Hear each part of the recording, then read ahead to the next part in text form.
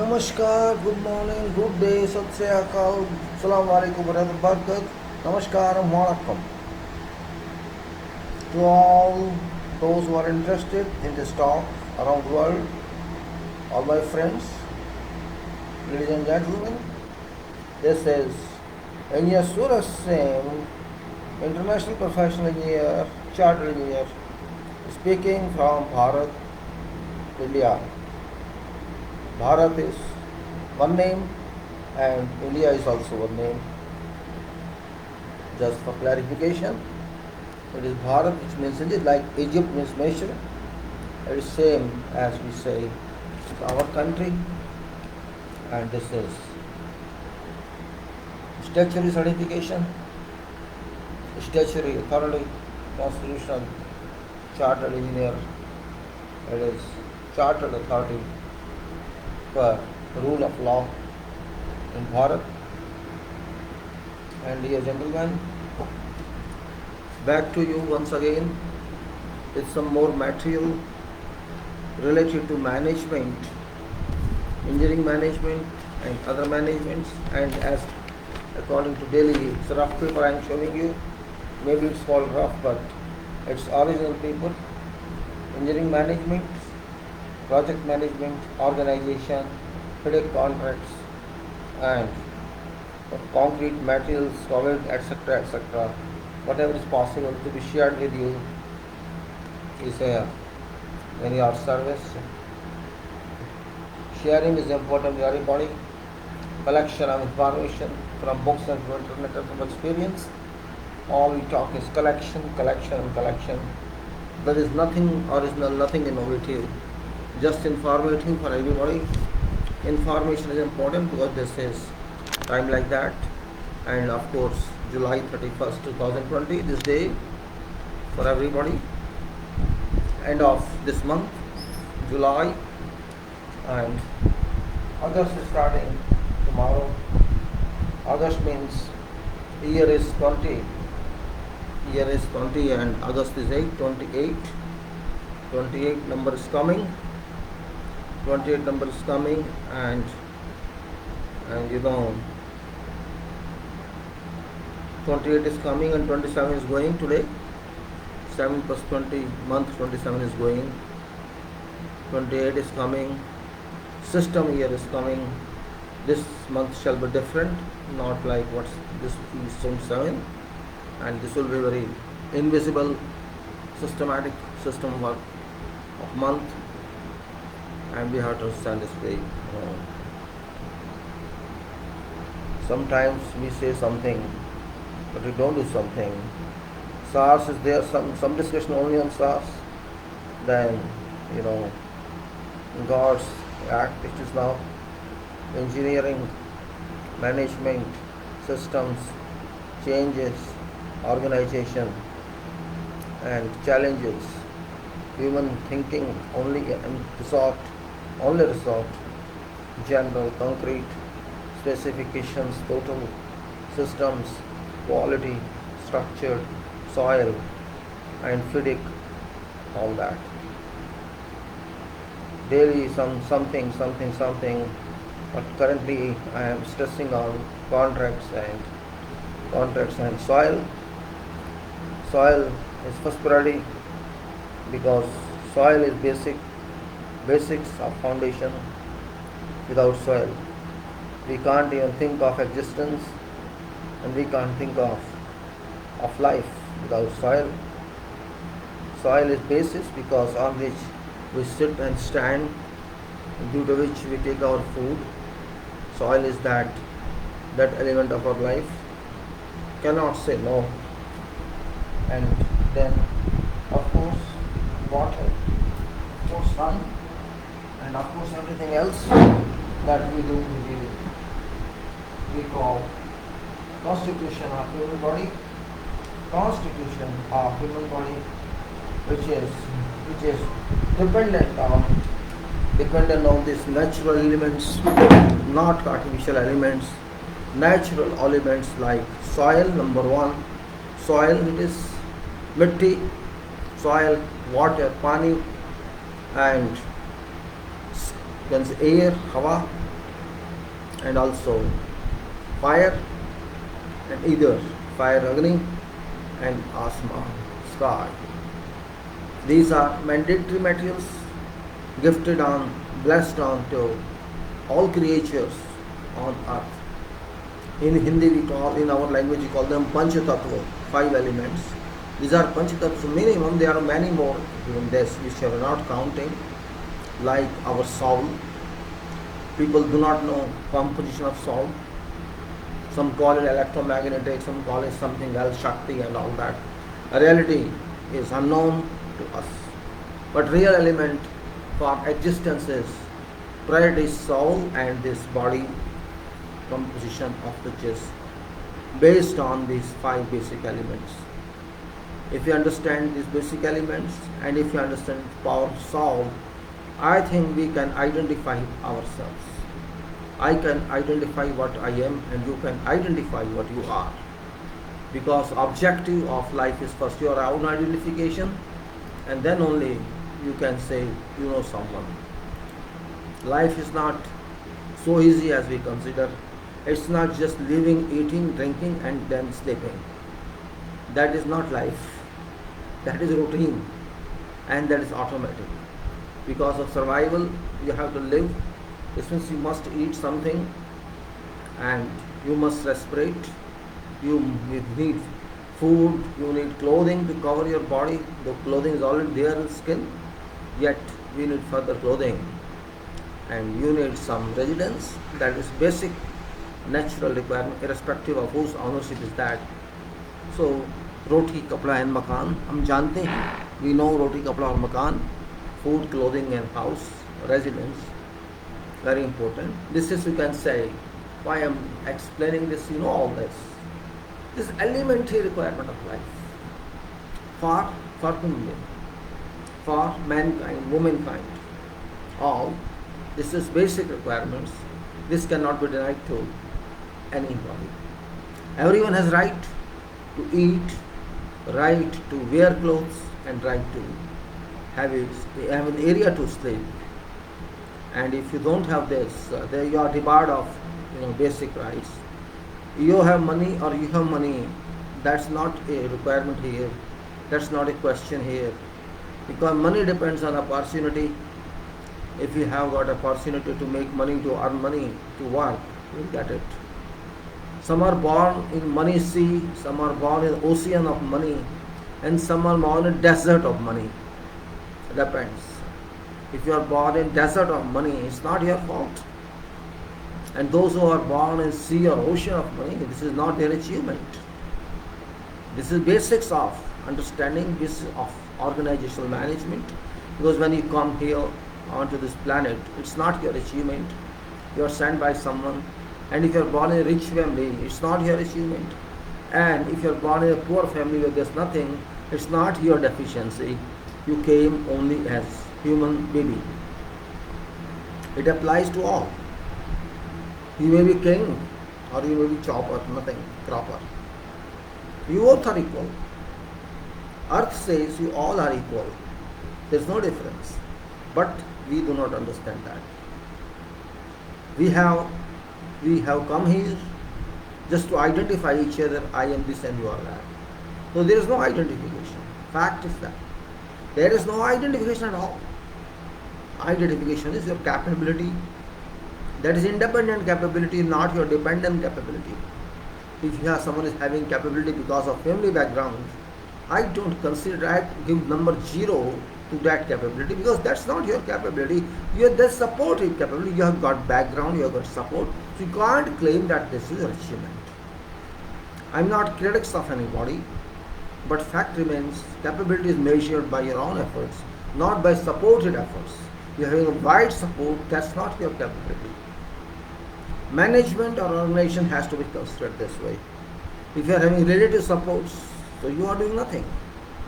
These supports that are doing, not you. Same way. If you are achieving something in your life, it's because of your efforts, not because somebody gives you. Yes, people may support you. Everybody gets support from somewhere. I'm not calling that. Don't get support. But efforts original efforts, not efforts on already available efforts, super efforts. No, I'm not from that. God wants something else everybody to do that we can't know. Here is what I am thinking. You are also thinking differently. We think that world is our place. Yes, it is our place for some years. The day I enter to this station of Earth or airport of Earth, whatever you can say, this location of Earth, what day I enter and day I live, this is a fixed journey. This is not ownership. Remember, this is a seat. This is a seat for some years. You cannot own that more than that. You can't say leash, This is a kind of free lease for so many years. You are forced to come back after that. If this point we understand all, I think many problems would go away from everybody. Though we make families here, then extended families we make, everything we make for what? For imagination. We believe in this religion, this caste, that caste. For what? Imagination. I am talking about organization, management of engineering. You may be asking, why I am talking all this? No, I am not talking all this. Because all these acts, all these issues are related to ourselves. And we have to introspect ourselves in engineering also what we do. Where we get supports from. Engineering means you have to use resources. You have to procure resources. You have to use resources without idling. With, of course, with maintenance. You have to use material resources, you have to use human resources, you have to use equipment resources, you have to use technology resources, you have to use your own resources, you have to create resources, you have to do whatever is required for each and every item on activities of engineering. And engineering means do it, sample, no other meaning of engineering, think and do it. That's what, because we need resources all times for everything. When we need resources means, we must get resources. So this resource I am talking about society, I am talking about humanity, I am talking about nature, I am talking about earth. All this is pertinent to engineering. All these are pertinent to engineering. Because we are going to use these resources which are blessed onto humanity by earth, Prithvi Mata, a part of universal system, solar system, part of universe. So we are supported by universe because we are supported by crops, by agriculture, by water bodies, by air body, air sphere, by sun and by sky. We all are supported. And maybe something else we do not know, we can't see. All this we can see air I mean to say, in whatever way. We can see soil, that is earth, we can see water bodies, we can see fire, sun, and we can see sky. All these are visible to our eyes and we observe them every day, every moment. So this means this is a resource. All these are resources. If we don't have sun, what shall happen, you think of? If we don't air, what shall happen, you think of? And same with the water body, what shall happen to us? If we don't have soil and earth, what shall happen to us? If we don't have sky, what shall happen to us? Though there is no skies, but we say skies may not fall. We say that. Means some relation is there because the skies means stars are there, universe is there, everything is there. So we are indirectly supported by all these sources. I should not say resources because these are original sources. If we can't understand that, if we conceive that, when you have authentication of that, I can't say I'm an engineer, or somebody can't say I'm a doctor, or somebody can't say professor. If you can't think like that, doesn't think based on books, what book says. Book says very simple, very little. A book of 1,000 pages, 1,500 pages, 5 pages cannot tell you everything in life. You have to use this book here. Because this is a master book, this is a book which is the thickest of all and finest of all. That approach we should have. When I say engineering management, this is engineering management. Everything is engineering life, everything. Everything is engineering life. There is nothing which you cannot say engineering life. Indirectly, doctor is also an engineer. Because he engineers repairs, he engineers treatment, Doctor deals with human body. Human body is also a machine. Doctor deals with mechanical part, not with soul part. There's a difference. That doctor is also imperfect because that doctor does not understand what is soul, that understand what are these elements. Blood is now all the organic parts of body. Doctor treats them. Doctor cannot treat your soul. There is no one to treat your soul on earth. There is no one. People don't understand soul. And we forget that soul is force of body, just like we say in bending moment is there, shear force, bending moment, deflection, and moment resistance, and earth force, and wind actions, and this actions and that action. There are so many forces we apply, we calculate in our engineering structural analysis. There's some force in body also. How can I walk if I don't have energy? This means I have energy. People say energy is soul. Maybe you think right, but energy is soul. You don't take food, you don't have energy.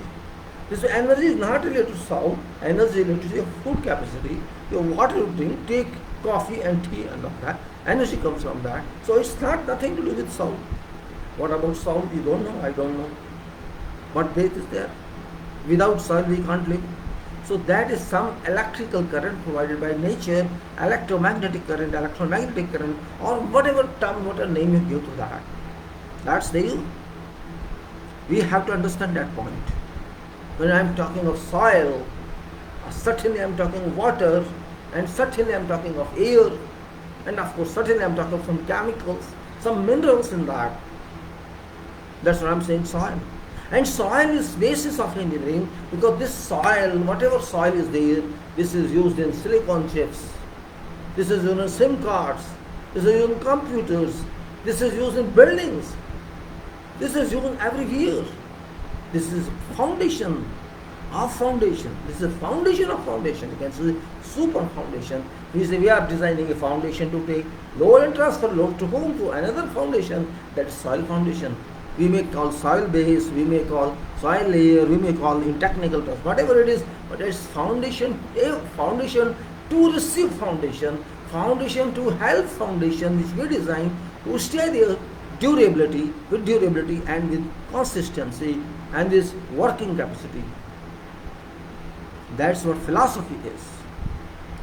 As an engineer, as a human being, I have to understand philosophy. Even dogs understand some philosophy, cat understands philosophy. To some extent they understand, but their requirements are limited.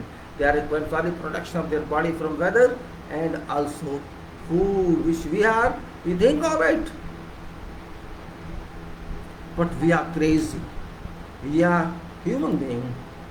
We are a very small part of universe. I think I am big. In comparison to someone else, otherwise no. If we say we are 8 billion people on earth, I say he is the biggest one and he is the biggest one. But with whom you are comparing? You are not comparing with God. You are comparing yourself. Out of our 8 billion people, I am world's richest person. I am world's best scientist. I am world's best doctor. I am world's best engineer. I am best teacher. I am Nobel laureate. I am this and that. With whom you are comparing? You are comparing yourself. You are not comparing to cows or buffaloes or goats or sky or stars or someone. You are just comparing to a limited quantity of, limited population of 8 billion people. So, do you think it's an award? No, it's not comparable. There's no comparison as such. This is comparison among idiots, We all 8 billion stupids and idiots there, including myself. I'm really stupid. It's just ridiculous statement. Don't take it otherwise. We compare with each other and find who is superior and who is inferior. In fact, we are nothing. Can we compare to that? That knows everything. That superpower knows everything. Past, present, future, design, engineering, medical, all arts, humanity, everything. Every subject that knows, because that power designed and produced that subject. We are just learning through books. That power doesn't need book. And you also don't need books. If you start thinking, that's why I will say, thinking is unit of future. Thinking is unit of development. Don't take dictionary meaning of thinking. Thinking is something else. thin and K, if you use thin K, go to narrowest path of something, go into atomic structure of something, go into further down structure of that proton, electron, neutron, and further some electrons, you will be there in some real world unit of composition or constitution or something. That is what engineering unit lies in. When I say soil or some other material, it is not material, solid material, it is a unit of that atomic unit, you can say, atomic structure that we talk of. That is basics. If you understand that, we can build up complete chain. You may call it DNA, you may call it whatever you can say. That we require to understand, and that is where engineering knowledge applies. In engineering, we have to learn this. This is important. This is important. Is a differential calculus, integral calculus. What is that? Just to know one thing down or one thing up, right? Something is for area, something is for land, something that's different application. But something go down, something go one step. That's mathematics. Oh, I have to raise this difference of this with this limit from this to this. This is the answer. If the integral calculus says x to power 2 or divided by 2 or 1 differential, that's what it is. Simply saying that is that. So we have to think mathematically our life. Whole life is based on mathematics, and that is engineering. Mathematics is nothing but engineering. Engineering is mathematics, and mathematics is engineering. Not subject mathematics, life mathematics. Engineering is full of mathematics. Sciences are full of mathematics, except medical. Medical is not full of mathematics. There's something called chemistry, biochemistry, microbiochemistry, and other educational system and disciplines are dependent on this, are all dependent on that. So we engineers must find what's fundamental of engineering. What we are saying, that's advanced stage, but we have to know what's origin of engineering. Origin of engineering is your mind should be mathematical, your mind should be analytical, your mind should be descriptive, your mind should be logical, rational. This is what you are trained to do. I'm not talking of books. You can learn any number of books. Whatever number of books you can learn in the whole life, books, you can go on reading. As many books you read, you will get that much higher interest, because your mind is received into books. And if you do not use those books, you won't, don't worry, then the mind will stay simple, silent and sleeping. This is what my approach towards engineering, because I don't take engineering as an exclusive profession to earn. No, engineering is not that. What we earn, that is different. Whatever salary or fee or you can say partnership you get in engineering, that is another point of view. That is financial point, because we have to survive financially. That's the only reason that people charge fees, charge salaries for that. That is different part. That's applicable with everybody, because you need food, you have to live, you need clothes. But that's not, you can say, an objective of life, and not only for engineers, for everybody. Unfortunately, world is changing very fast. You see impact of COVID-19. Did you expect this? Nobody expected this. But this has come. Means this is in plan of God. Because there's a treatment, we say recovery plan. We say in our engineering, our engineering world, that we have to do recovery. We have lost time, and we have to do recovery of that. We say that we have to do recovery, and we do it too. We do that recovery, and that's done for time lost or some other damages or something else. That's done to compensate time loss, or to upgrade quality, or to required mark, or to say what you can say time, quality and cost, to manage how to reduce cost. All these are principles that we apply in engineering, but that is secondary. First we have to apply principles on ourselves. When I say we have to think, that's our job. Yes, I think in engineering. For engineering, you think for your business. Somebody thinks for some other job, somebody thinks for, how to do bad work, somebody thinks how to do good work, and somebody thinks how to cheat and how to serve people. Both, all kinds of people are there, all classes of people are there. And they do that. They do that. God does not stop anybody. This is duty of God. Okay, you do whatever you want to do. Whatever you do, you shall get accordingly. Do your job, and whatever you do, you shall get result accordingly. This is what God says according to holy books, and according to understanding also, not a question of holy book. Because as you sow, so you reap. As you sow, so you reap. Whatever you sow, you will get. Whatever you do, you will get that. If say I walk from here to here, I change my location, right?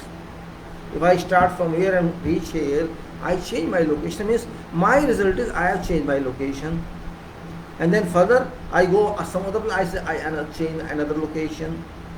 This is there some movement, maybe horizontal, maybe vertical, or maybe angle, diagonally. That's the movement. Same is what we want to say. We have to understand this point in engineering. Engineering is not a discipline, in fact, that's only for purpose of definition. Engineering is not a profession, that's only for purpose of definition. Engineering is something else. We have to add value to earth, to lithosphere. Even we can add value to air, we can add value to water, we can add value to surface, we can add value to soil. That's what we say. We have to raise standards of living. What is the standard of living? From where it has come? Standards of living. It comes from nowhere. It comes because of your efforts. You have to work. Work doesn't mean paid work or unpaid work. Work means service to earth, which is service to God. For which I came, you came. We may accept this point, we may not accept. Doesn't make a difference. You came here to do something that you have to do. If you do it very nice, it's good. You get benefit. After all, there's no benefit at all, to be very frank. It's very small life. Somebody lives for 60 years, somebody 100 years, somebody 150 years, maximum 120 years. So, in that, how many years do you work? You know it very well. So, what benefit do you want? And why you want benefit? By chance you get money, you may say that is benefit. Or you may get some higher certificate, that may be benefit, you think. You may get some Nobel Prize, for example, this is benefit. What benefit is that? That's not benefit, that's what I'm saying. That's a relative benefit, you feel there's something. But question is, you have to raise question to yourself first. Don't think what others raise question. You are first question raiser to yourself. That is main point of examination, self-examination. You examine your life about your performance, about your achievements. Achievement means performance. Achievement doesn't mean final achievement. Achievement is contribution to earth. Not even contribution to humanity, contribution to earth. What you have done. Example, if I do something good for earth, which is at plus point, which is affirmative, so that earth is better, or people get better facility because of that. Because material which I use it only comes from earth. It doesn't come from somewhere else. It is supported by sky, it's supported by air, supported by sun. That is support. But material part comes from earth. All material parts. Metal you may take, water you may take, soil you may take, everything you may take. Everything comes from earth or lithosphere. When I say lithosphere, this means solid part of earth. And when I say earth, earth means air sphere plus solid part of earth equal to earth, equal to lithosphere plus aerosphere is. I have defined it somewhere in other talks. You can refer to that. I'm fortunate that I am able to serve you in this regard. That's my, you can say, my support from God, my good luck, you can say. God gave me these blessings that I can share this information with support of God to you, with you. I consider myself fortunate enough that God is giving me energy, God is giving me willpower, God is giving me time to get up early morning, prepare for this and talk to you. You may accept, you may not participate, that's your choice. But after all, something is to be done. So I'm trying to disseminate something which is in my mind. Maybe I'm not right. You can question me. If I'm wrong, I will say, okay, I apologize for that. I will amend my act. That's process. That's follow up. But that's what you may not have to do. I want to get whatever small information, very small information I have about engineering and field, as well as in education or in designs, or where in other sub-disciplines of engineering, like safety, health and environment, and economics, and of course planning, scheduling, or quality methods, or whatever else it is. Whatever information, I am just having that information. Whatever I could add because of so many years of experience, I can't digest that, because even if digest, what shall I do with that? Because one day I have to go. So that shall go with me. So I just want to share with you so that it remains here and somebody else may get benefit of this, not to waste time. Because I wasted a lot of time in learning all this. Learning is not easy. You think if you pass out from university, you are okay? No, you are not okay. No one is okay. I have seen many doctors, even after having top degrees in medical, they are not able to treat patients. They are not able to know everything. And because they pass, they did not study. There's a difference. You pass out or you study, two are different. Passing is one part, learning is another part. I like it. Somebody taught me this. Passing examination or passing one degree, whatever degree, any degree, it's the highest degree, does not mean anything if you don't learn. Learning, we call them institutions of learning, not of education. If I say somebody passes engineering is okay, but learning is different. Passing and learning are not same. Learning has no limit, passing has limit. Passing has a barricade. Okay, you pass a school, barricaded, you are graduated, you pass a school, you are graduate of school. Okay, you pass under degree, you are graduate of that, you are postgraduate of that, you are doctor of that. There is a limit. You can't do more than that. You will be taught only that much in your university, only on papers, not in real life. It's a film, just like film is imaginary. Real life is different. Schooling is a film. You are taught this, you like it or don't like it, you have to pass and that's it. Do not take it as consistently. No education is consistent and competent. No education can assure you are fit. Remember, no education involved from whatever institution you pass. It cannot guarantee that you can work. It cannot guarantee. This is that sure.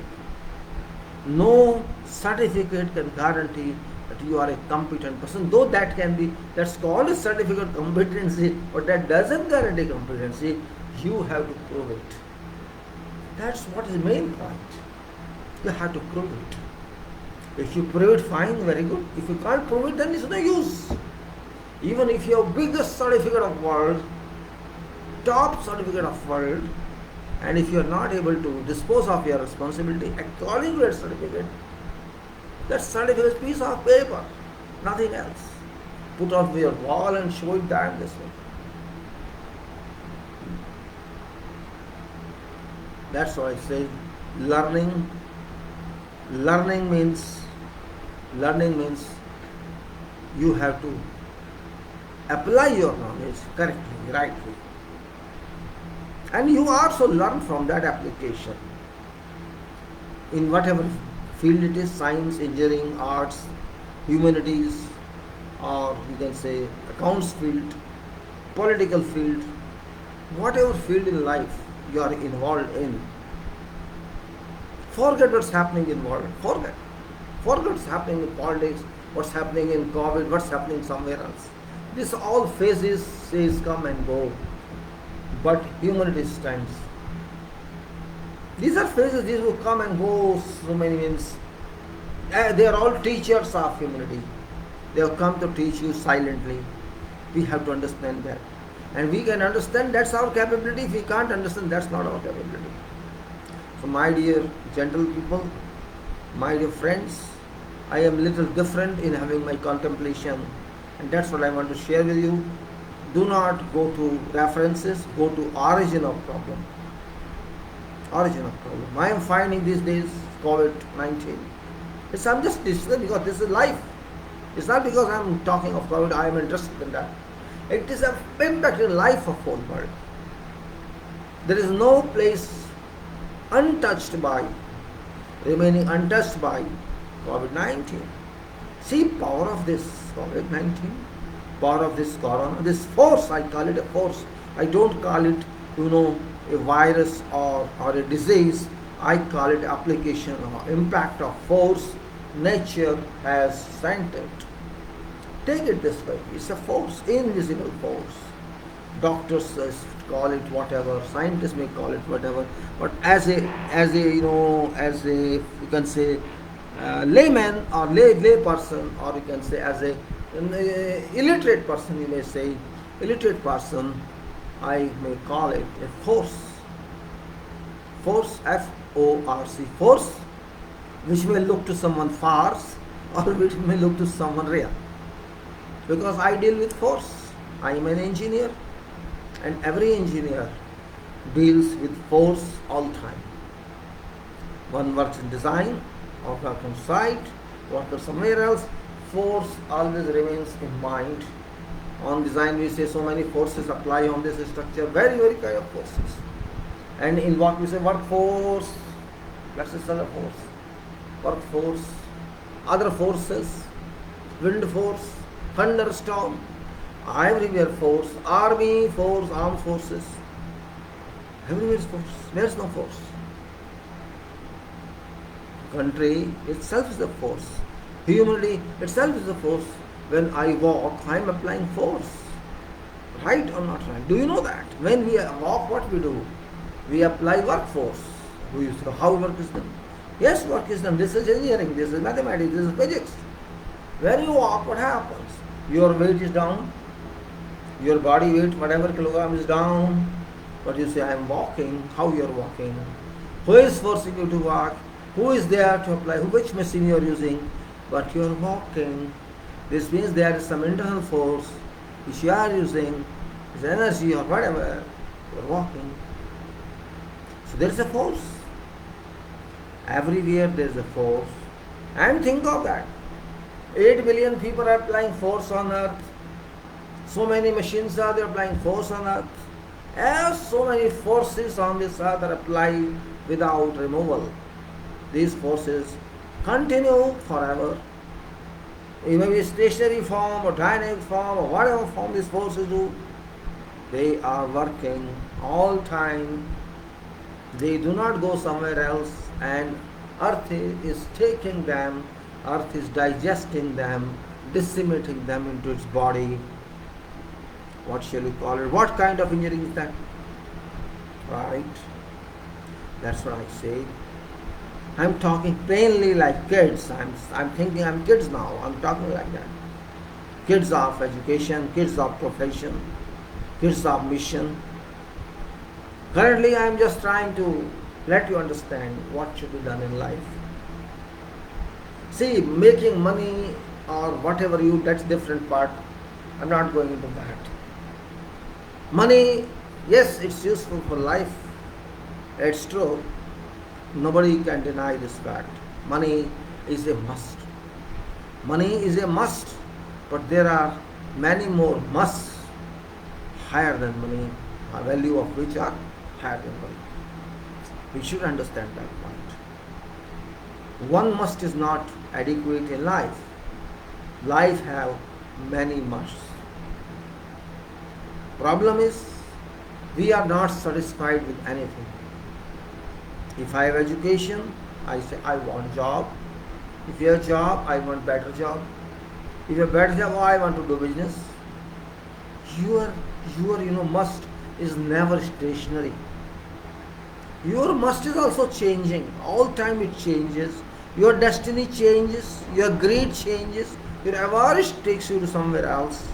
And that's where we can't concentrate. Concentration is very important in life. Concentration doesn't mean yoga. No, I'm not talking of that. Yoga is concentration, but that is for something else. Everybody is yogic. Yogic doesn't mean do exercises and think down with your sitting position and say I am doing this yoga and that yoga. No, I am not talking of that yoga. I am talking of mental yoga. When you use your mind, that is biggest yoga in this world. There is no other yoga that can overrule this yoga. Means once you are in yoga of mind, you are at God doorstep. Mind is that, you can say, a key. Automatic transmission, that automatic transmission switch. Mind is automatic transmission switch to God. This is definition of mind. When we use some generator, automatic generator, and connect it in some electrical line, and there is no power, this cell automatic work, automatic switch, automatic transformer switch. You say it automatic. It starts working itself when there is power cut, and it stops itself when there is no power comes in. So it is automatic switch. It's a very fraction of a moment design in that. That's where it is. It is that your switch.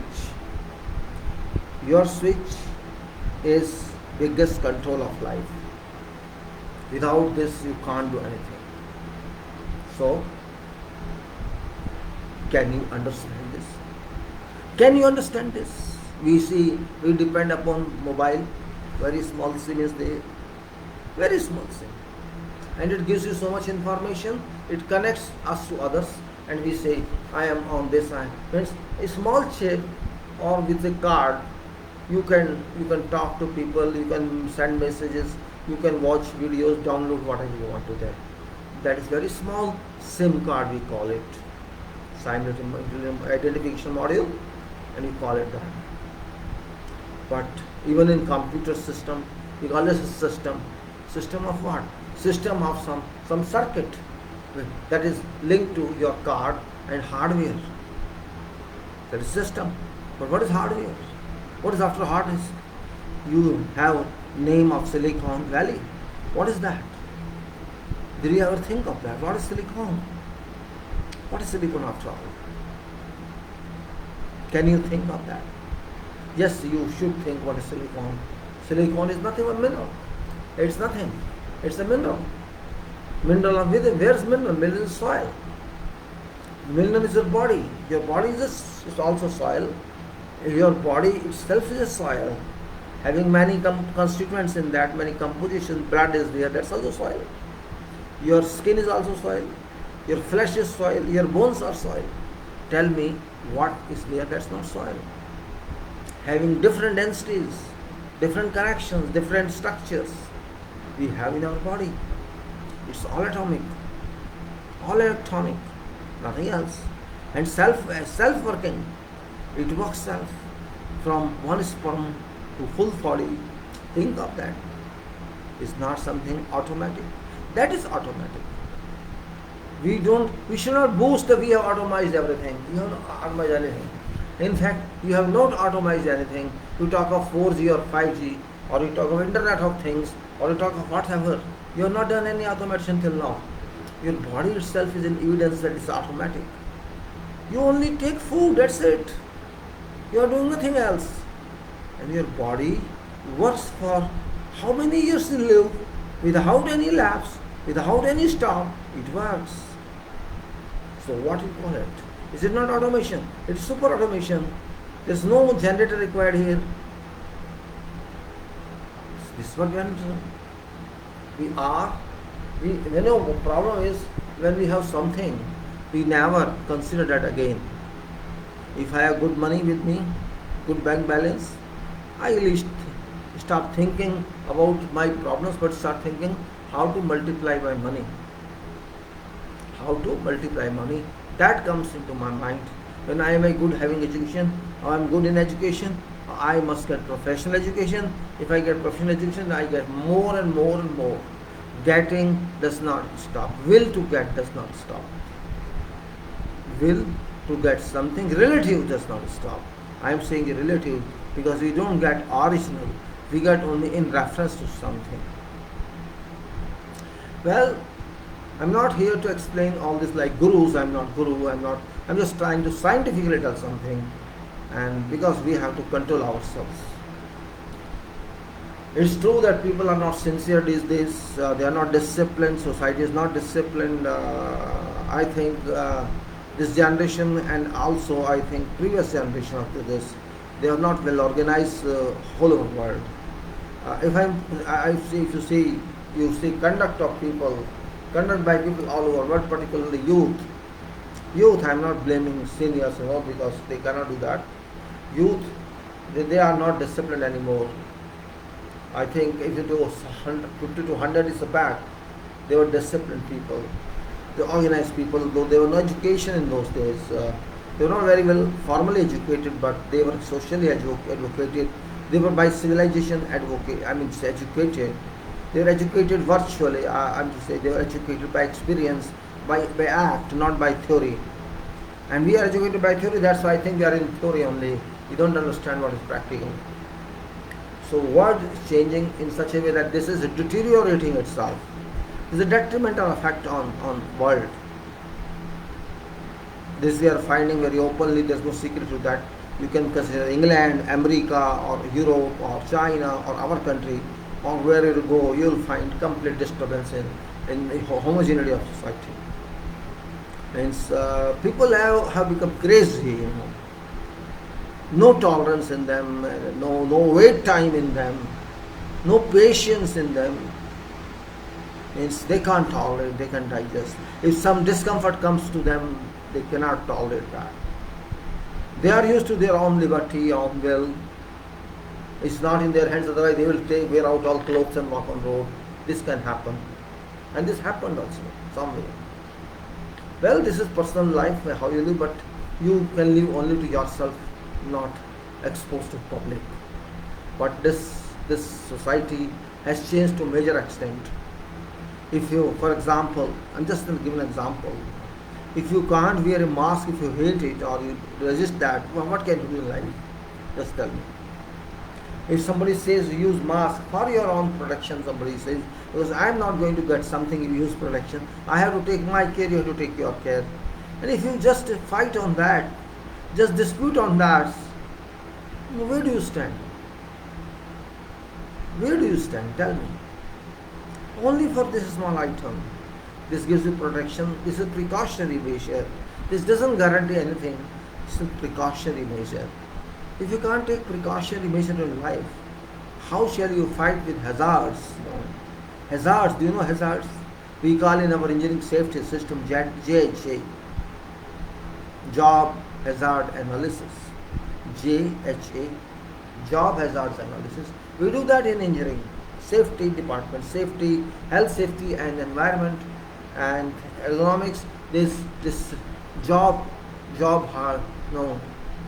hazard analysis we call them. We analyze every activity, whatever in engineering we do, in construction or mechanical or electrical or whichever work we do, there is always some hazard associated with that activity. That hazard, HAZARD, you know spelling of that. I'm just telling because younger people don't know spelling these days, because they don't write, they don't read, so spellings they miss. And I'm finding 70% mistakes in whatever writings these people do on internet or somewhere else. But what to do, these people of that nature, now you can't change them, they can't change themselves until they are beaten in life. Beaten, I'm saying their acts, not physically beaten, beaten in work, beaten in callings. So job hazard analysis, we take them very seriously. We know before what job we are going to do, what actions are required in that, what method is there, and in that consideration, on that basis, where we can find problems, where we can find something. If we do it after we are beaten, after we are applied with hazard, then this is not sensible, then there is no intelligent work. This is the work of foolish people, where you are beaten and then they know. If you can foresee that, this can be a problem. This means we can resort to precautionary measures. But for that you have to think. Again, think comes here. THINK. You have to think for that. You have to imagine. If it happens, this can be a result. Or if that happens, that can be consequences. You have to collect that. This way in your mind. Don't ask anybody else. Don't ask someone else. You know that because you are a qualified person, you are educated one, you are experienced one. You must have, even if you don't have done that, you can think how it can be done, what effect can it be there. If you write four or five points of that, you can solve that. And when you solve that, you shall come into more points, more knowledge of, so more points will come to you, project to you, and you have to solve them as well. So if you study that pre-stage of activity, this is that hazard won't come to you. Hazard would go. Hazard means unexpected problem. Unexpected means, threat. Unexpected, emergency. Unexpected problem. Exposure to that, which you never expected or you could not foresee, and you meet that. So how to handle that? If you have not taken any precautionary measure, it shall be difficult to handle that. And if you have thought of that before that, due to experience or due to your extraordinary knowledge you earned, you can fight with that. Fight means precautionary measure, avoid that. Fight doesn't mean go and stand, start wrestling or freestyle. I'm not talking that. Means hazard, how to handle hazards. When you handle them, you will find some more time saving and cost saving and quality increase, quality enhancement. These 3 points, we consider these 3 basics on management triangle or scheme triangle or programming triangle or whatever you can say. When we consider something, we have to consider time, we have to consider cost, and we have to consider quality, and of course many more substances are there to consider. But these are primary, some basics one.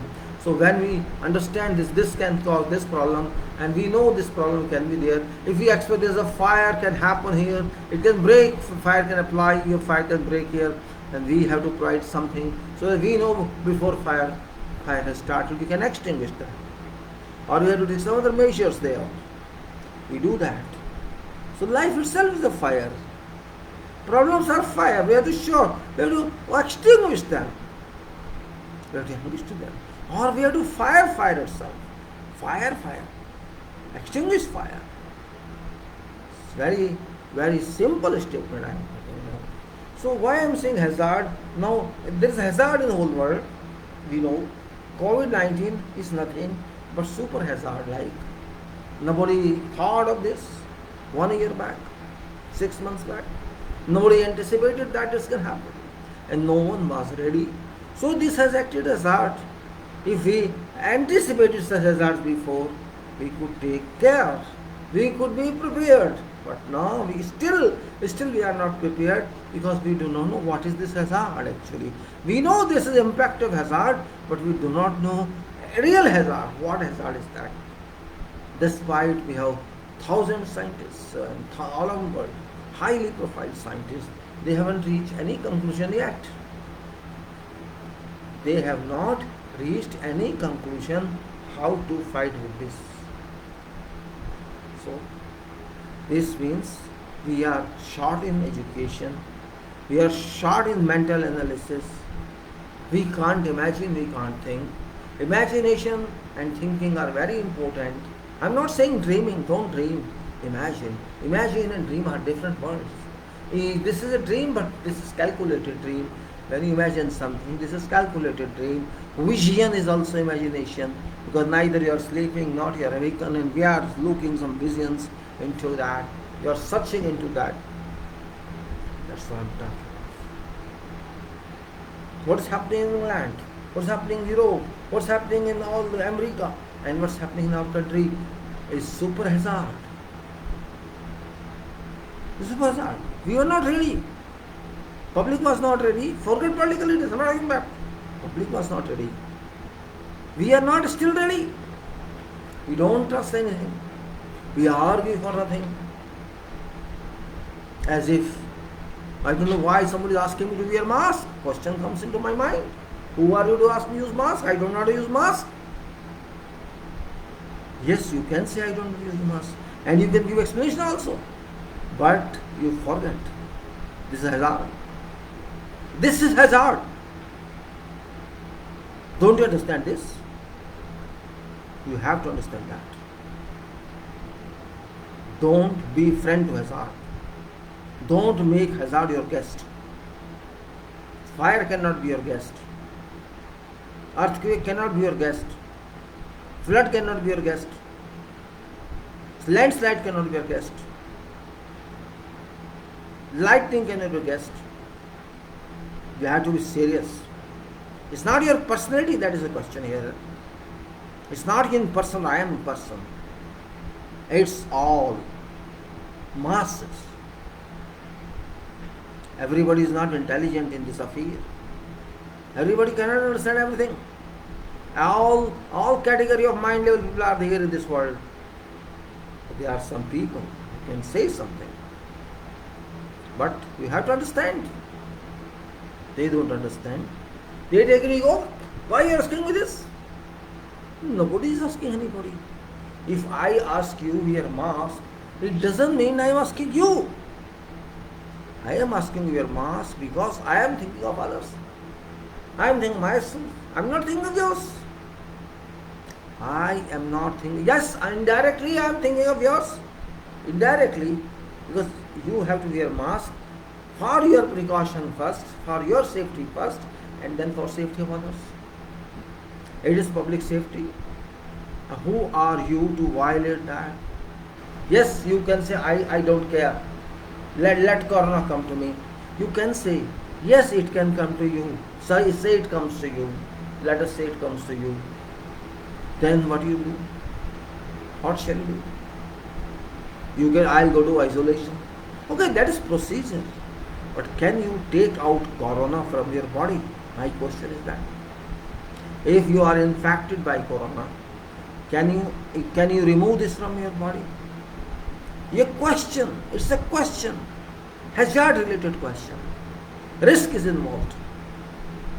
I'm not doctor, I'm not scientist. Common understanding in safety says, if something that goes into my body and can come out by some medicine or by some injection, then no problem, that's not a hazard. Okay, it comes, first I have to take precautions, and by chance I'm accidental there. I meet that accident, it enters my body, I have to take some injection so that it goes out and dies. But that is not a stage now. That stage doesn't come now, hasn't come now. We are all scared. We have not learnt about this disease yet. What is symptoms, okay, what's cause of this disease? No one knows. This disease is still full of secrecy. This COVID-19, corona, infectious disease is still secret.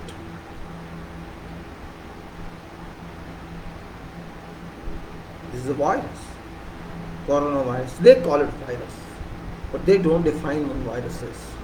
They don't define. I asked one senior doctor, what is virus actually? Tell me, it's a living being or it's not living being. The doctor says it's living being.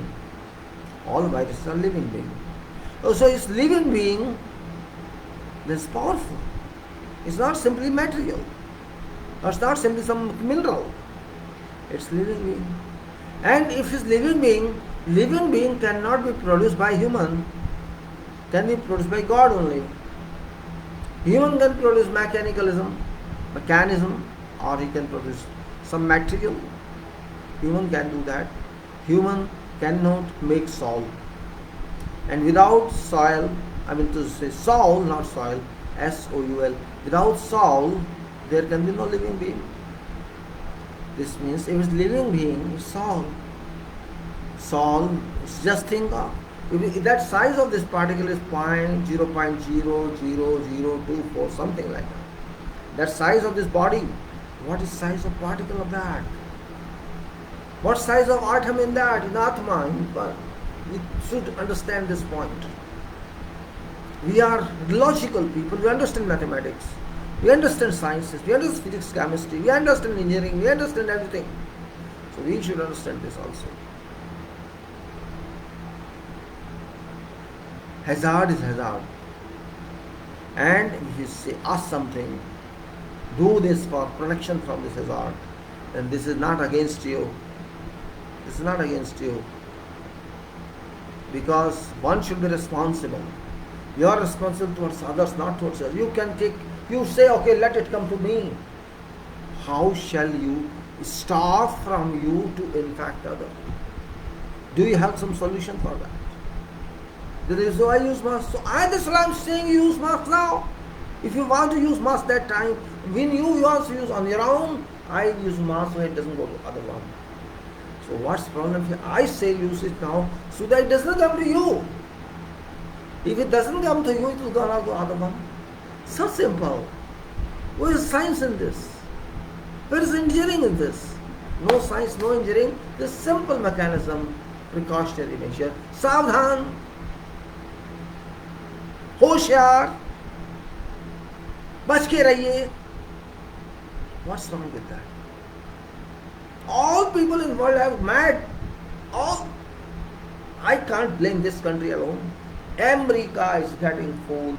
Britons are getting fooled. Europeans are getting only for mask. This mask in France, this driver was killed just for mask issue. See, stupidity of these people. Those people wanted to board buses, drivers say, no, go and use mask, and these people have started cussing them, and this driver lost his life because that person was responsible, that driver asked you use mask for your safety, for other safety, and you killed that driver. Is that sensible? As to what level of idiotic we have got? Are we really human beings? Are we left human beings?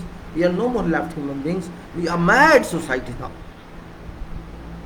Previously we imagined every country, America, maybe this and France, maybe this and England, maybe what we know now. What are they? Means imagination was different knowledge. We imagined for that. But now no. We do not imagine anything. We think facts. Not responsible all English people, not responsible Americans, not responsible Europeans, not responsible our people, not responsible Chinese people, no responsibility anywhere in the world. Even Arab is imposing fines because people are not accepting. 3,000 dirhams fine in UAE. Why? Because people do not accept. So there is no other way to impose fine, that's all. People really crazy.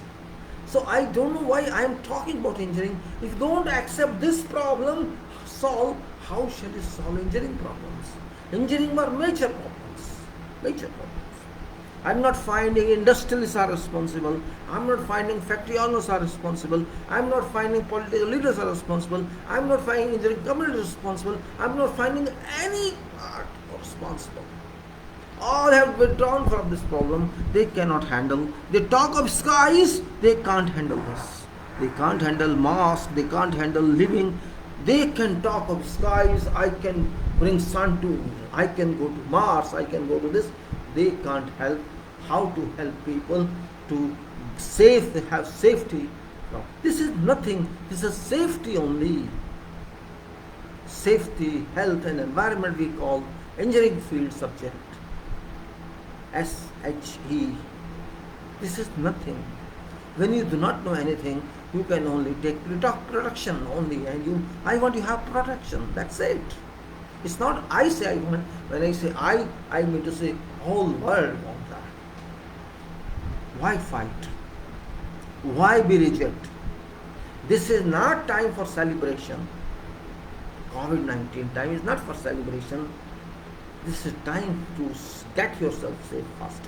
No need of marriage in this time. No need of celebration in this time. No need of anything in this time. Only to first save yourself. Governments don't understand.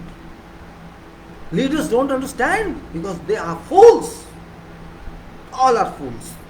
World has become fool. Trump-like person is fool and idiot he is. Our person is idiot.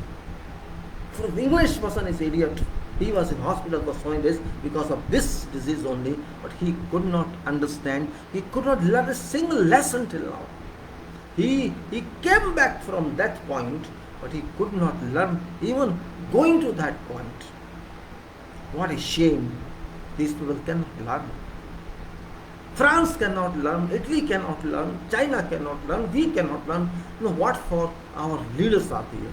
They should all be kicked out, I should say, and some intelligent persons be placed in their positions, because they deserve such treatment.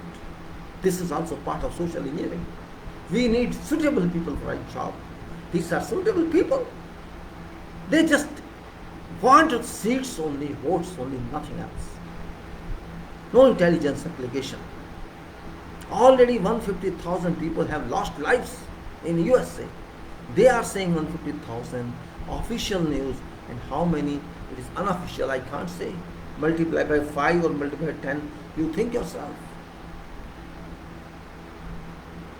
If they say 150,000 and they say 3%, others are recovered, they say let's say 3% deaths. What does it mean? They say 44, I have to say, 4.4 million, 44 lakhs, 4.4 million or 4.5 million people infected. So about 3% or say 3.5% deaths are these. They say only 3.5% deaths. You think it's a joke? Only this. Others are recoveries. How? What does recovery mean? Abuse of word. It's not recovery. It's returning back. It's not recovery. Recovery means complete treatment from that disease. Have you treated those patients? When you don't know what is disease, what is its root cause, then how can you treat? It's just stupefy whole public.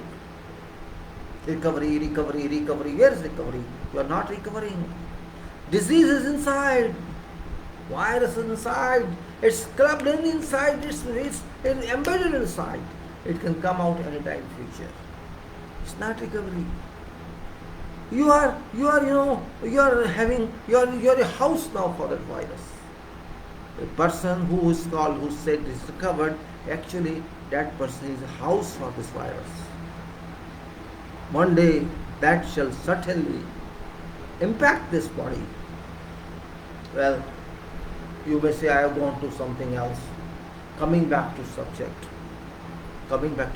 that is soil engineering and management. Actually, this is part of management. I was talking to you. Engineering management. This is all I call engineering management. It doesn't matter civil engineering. It's social engineering. It's world engineering. It's dealing engineering or whatever you call it. It is that.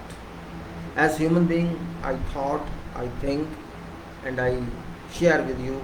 I don't remember after 1 minute I told you, but instant thinking, improvising is like same thing. You would instantly think and answer, or you improvise on something, it's no different. So my dear friends, I think first responsibility in life is that one should be responsible. I can't expect baby to be responsible. The people who are expected to be responsible should be responsible. But unfortunately, there's a lacuna in that, and people are not.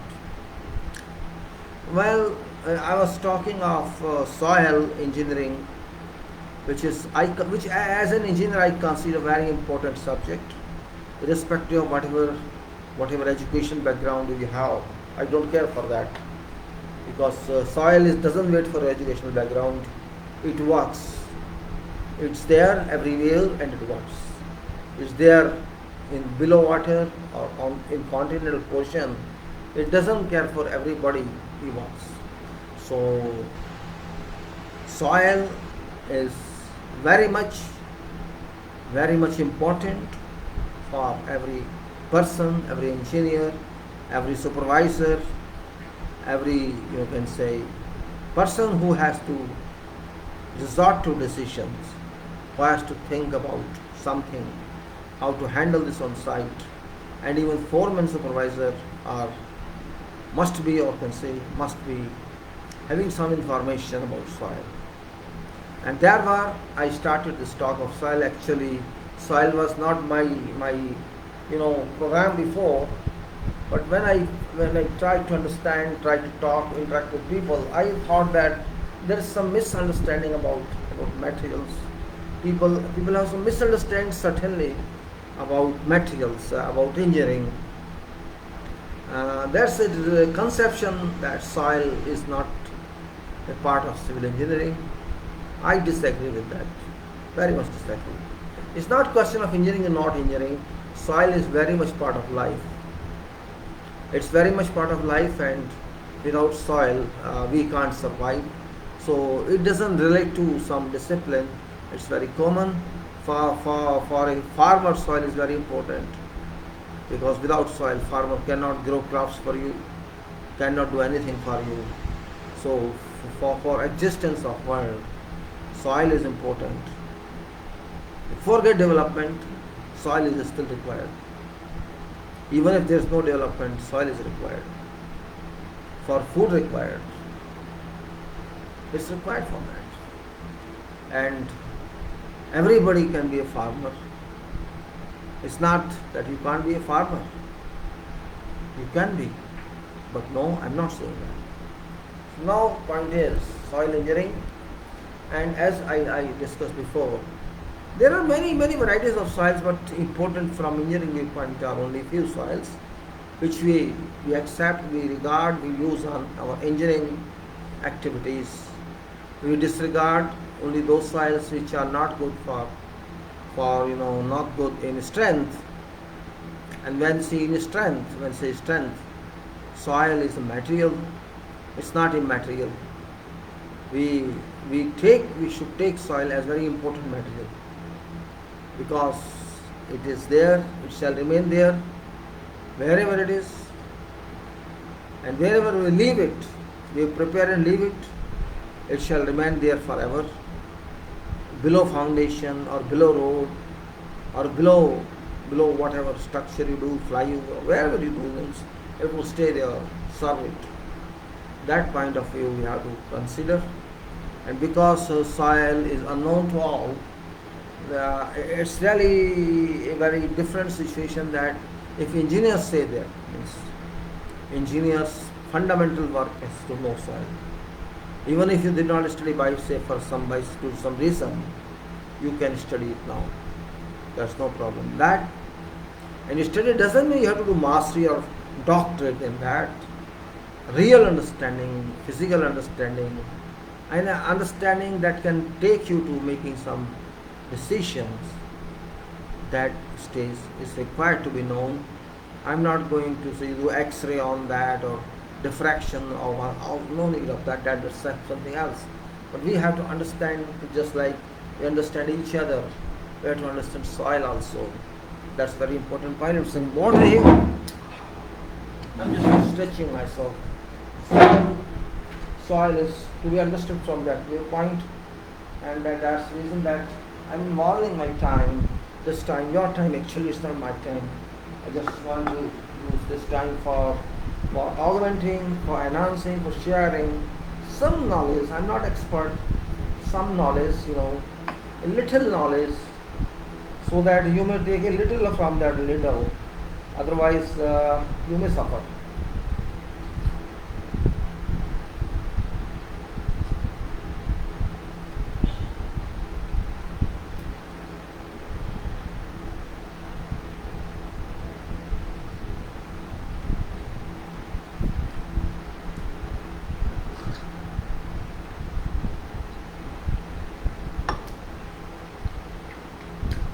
These days, all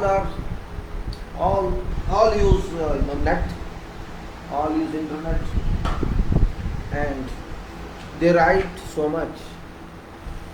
There is questions, and they write on that. I am structural engineer. I am civil engineer. I don't know all that people write. I have passed MTech, 2 years experience. I have passed this, I am doing this. and they are all engineers in right thing.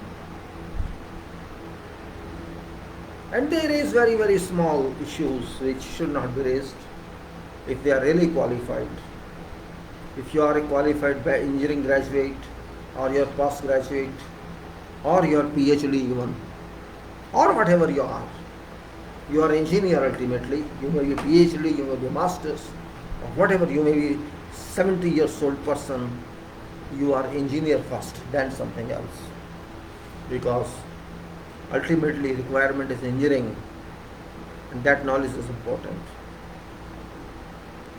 And if being that you can't decide about problems, you are doing some side work which you are supposed to do, whatever qualification you have, you cannot isolate yourself in name of designs or in name of planning.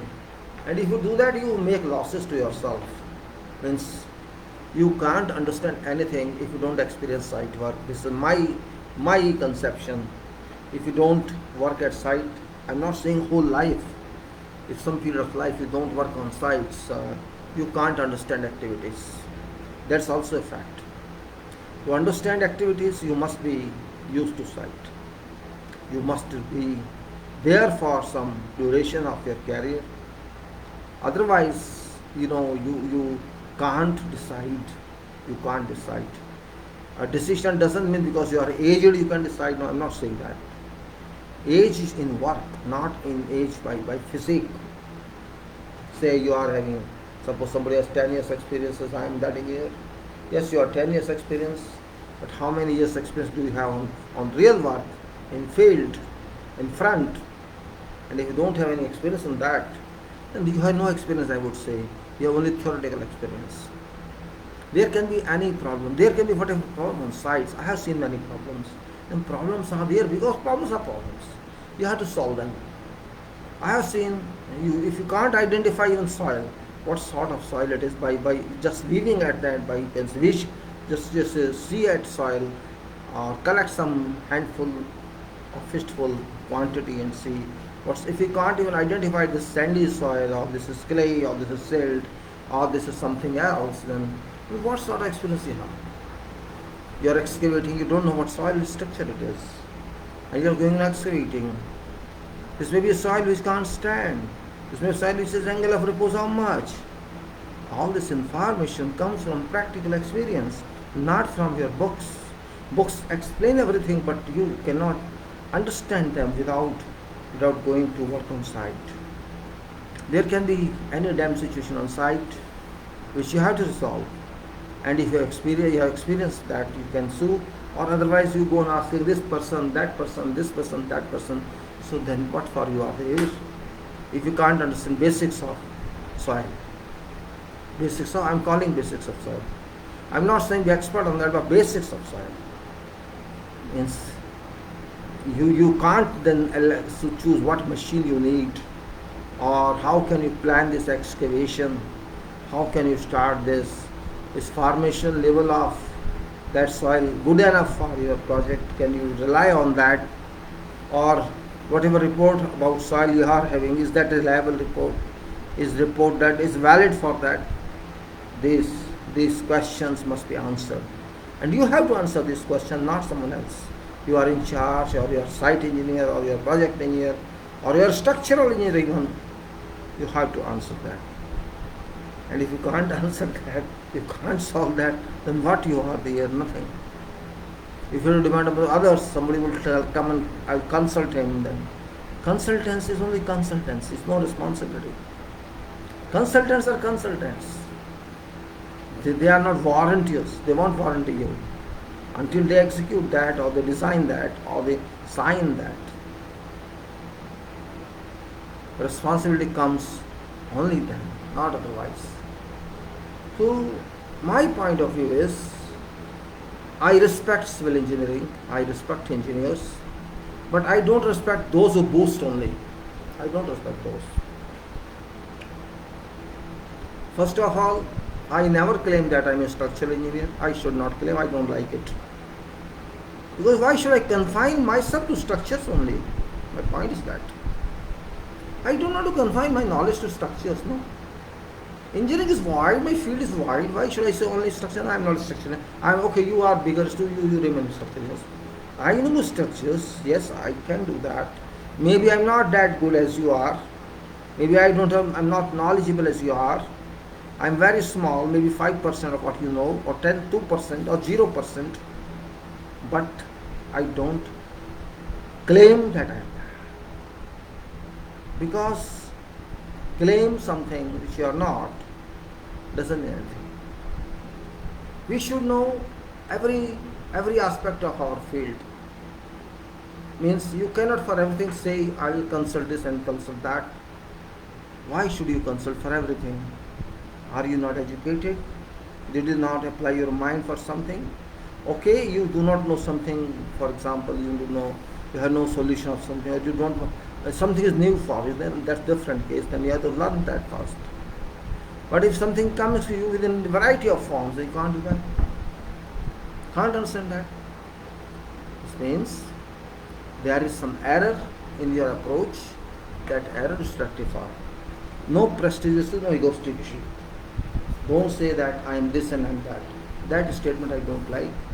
If you are engineer, means you are engineer, and that's it. I respect word engineer and not other words. Of course, my education is civil engineering. I am a very small person. I am not doctor, I am not masters. Okay, you be doctor, you be master, congratulations to you. You enjoy your status. But I am very small person. Very, very small engineer I am. That's it. Why call big? No, I am not big. But I care. That's the difference. You are big, but you are not caring. So what's the use? Tell me. One question to every engineer. There are millions of engineers, particularly civil engineers, who are responsible for quality. Mechanical engineers are not responsible for quality in buildings, in structures. Electrical engineers are responsible only for their part of quality. And regarding mechanical, machines come from industries, all the factories. They don't manufacture anything. They just design and procure machines. Even some quality is only, say, centralized AC, or some lift they install. Lift is also manufactured in the factory. Similarly, structural steel, in some part of world, mechanical engineers deal with that. In some part of our civil engineers deal with. So these are some matters which are not in your hand, beyond your control in quality. You don't have command on that quality. You can complain only, but you can't control, because that's not your production. That's beyond your controls. So you are not in that class that you can be called, you are responsible. You can't be labeled responsible, mechanical and electrical. Yes, it's systems you are responsible for, not for manufacturing quality. Here I say to all engineers, I request to all engineers that despite your education, despite your experience, whatever you have, you are responsible for quality. I don't care what judges say, what politicians say, what do you say, that is important. That's more important. What you have done for quality in your life. That's my question. I have seen many books. Of course, not professionally related books, professional authors, other authors, academic authors. I've never found anywhere in those books certain solutions of field. I haven't found anything. There are books by very big authors, very great authors, highly qualified authors, but only references. Only references. If you read a book, and at the end you will find 50, 40, 60, 30 references in that. So those books are references books, not real books. I have not come across any book so far that tells you have to achieve quality, and this is method to achieve quality, because in examinations too, such questions may not be raised, because they themselves do not know answers to these questions. Those questions are examination question writers. They are not exposed to those field experience, so it's not their fault as well. responsibility of quality achievement, whose it is? You cannot blame site engineer. No, you can't blame. Can't blame them. Whatever is trained, whatever training that person has, and that doesn't include how to achieve quality. That person doesn't have that training. So if that person doesn't have, you can't expect foremen, supervisor, or other people, workers, to know that until they are trained. Who shall train them? There is no trainers, because we do not know quality. I can't say we do not know 100%, we do not know thorough quality. So is my point. This point is very important, and I also don't claim that I know quality, but something, we try, but people don't try, unfortunately. Quality of concrete, we talk a lot. Quality of concrete blocks, quality of plastering rendering, quality of many other activities talk. Quality of soil, we never talk. We never talk. Quality of soil. What quality do you think soil is? Soil is soil. Yes, soil is soil. Soil is soil, it's right.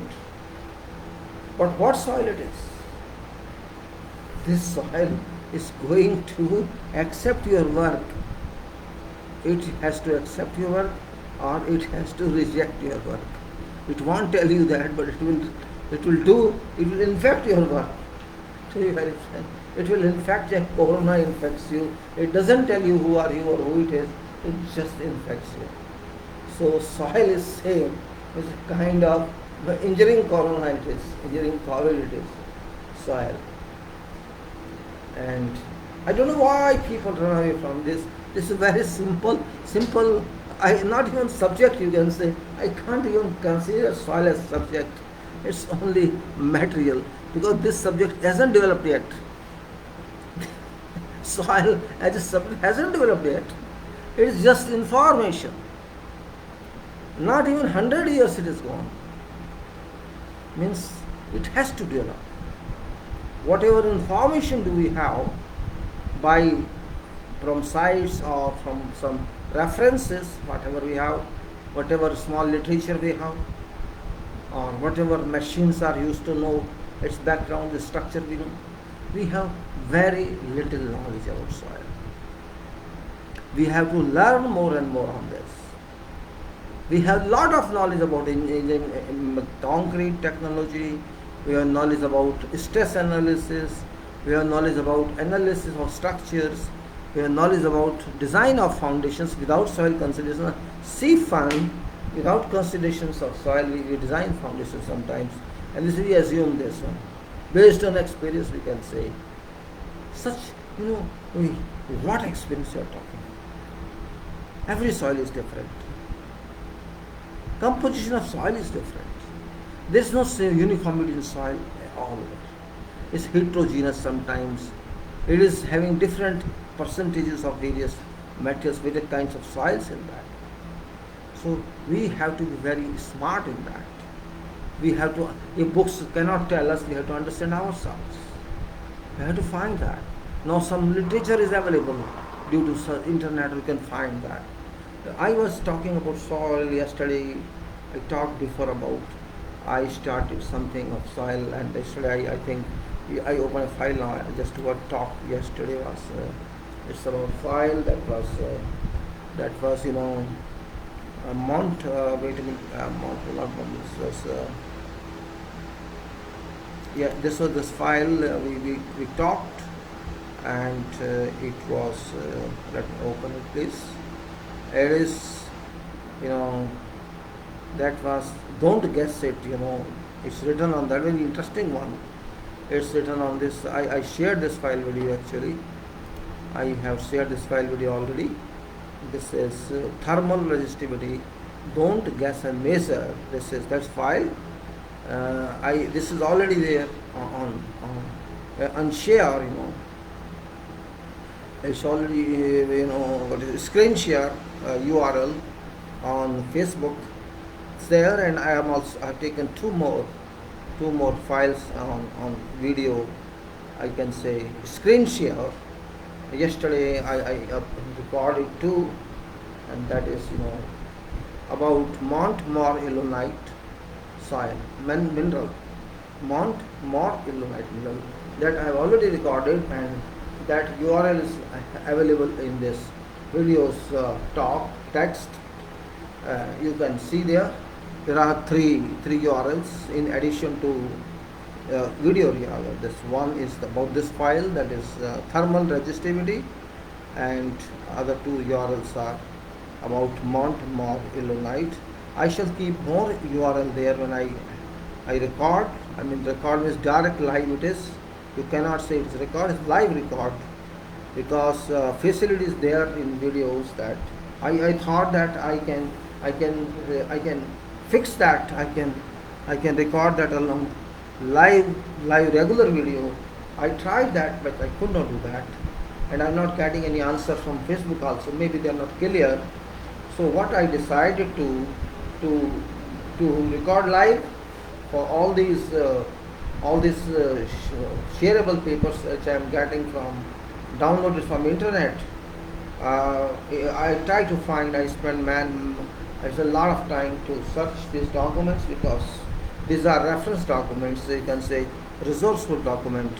This I try to find from there and record them, and then share them. I'm going to say screen share, because I cannot show directly from here through this video camera. I don't have hard copies of what those files. So I just want to share on screen, and that's, you can say, I have just make that separate videos of screenshot.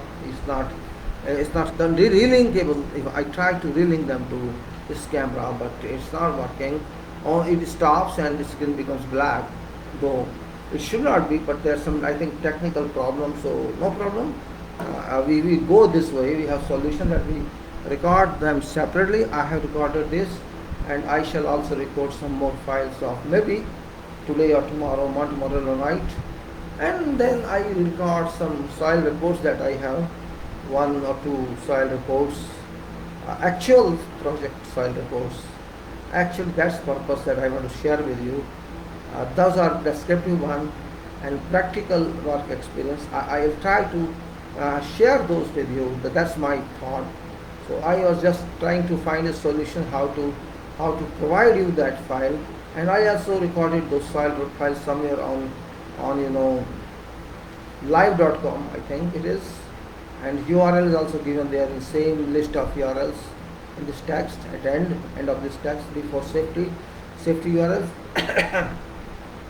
Those files are available there. If you want to download them, you can download, because I could not upload these files on script.com due to it refused, to say oops on that. There's some wrong. So I just put them on live.com, but I think you will download from there if you wish, or when I do the screen share of that file, you can use that one. So this is solution in parts. This, you can say, thing is also required how to handle. When you write to Facebook, I never get any reply from them. Maybe they are very big people. They have no time to respond.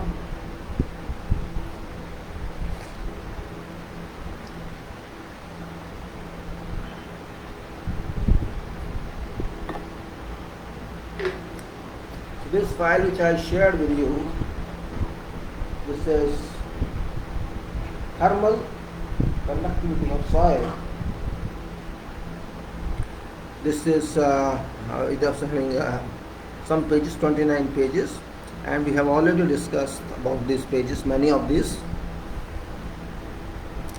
means heat transfer capability through a substance by conduction, and thermal resistivity, also referred to as RHO, is form, simple form.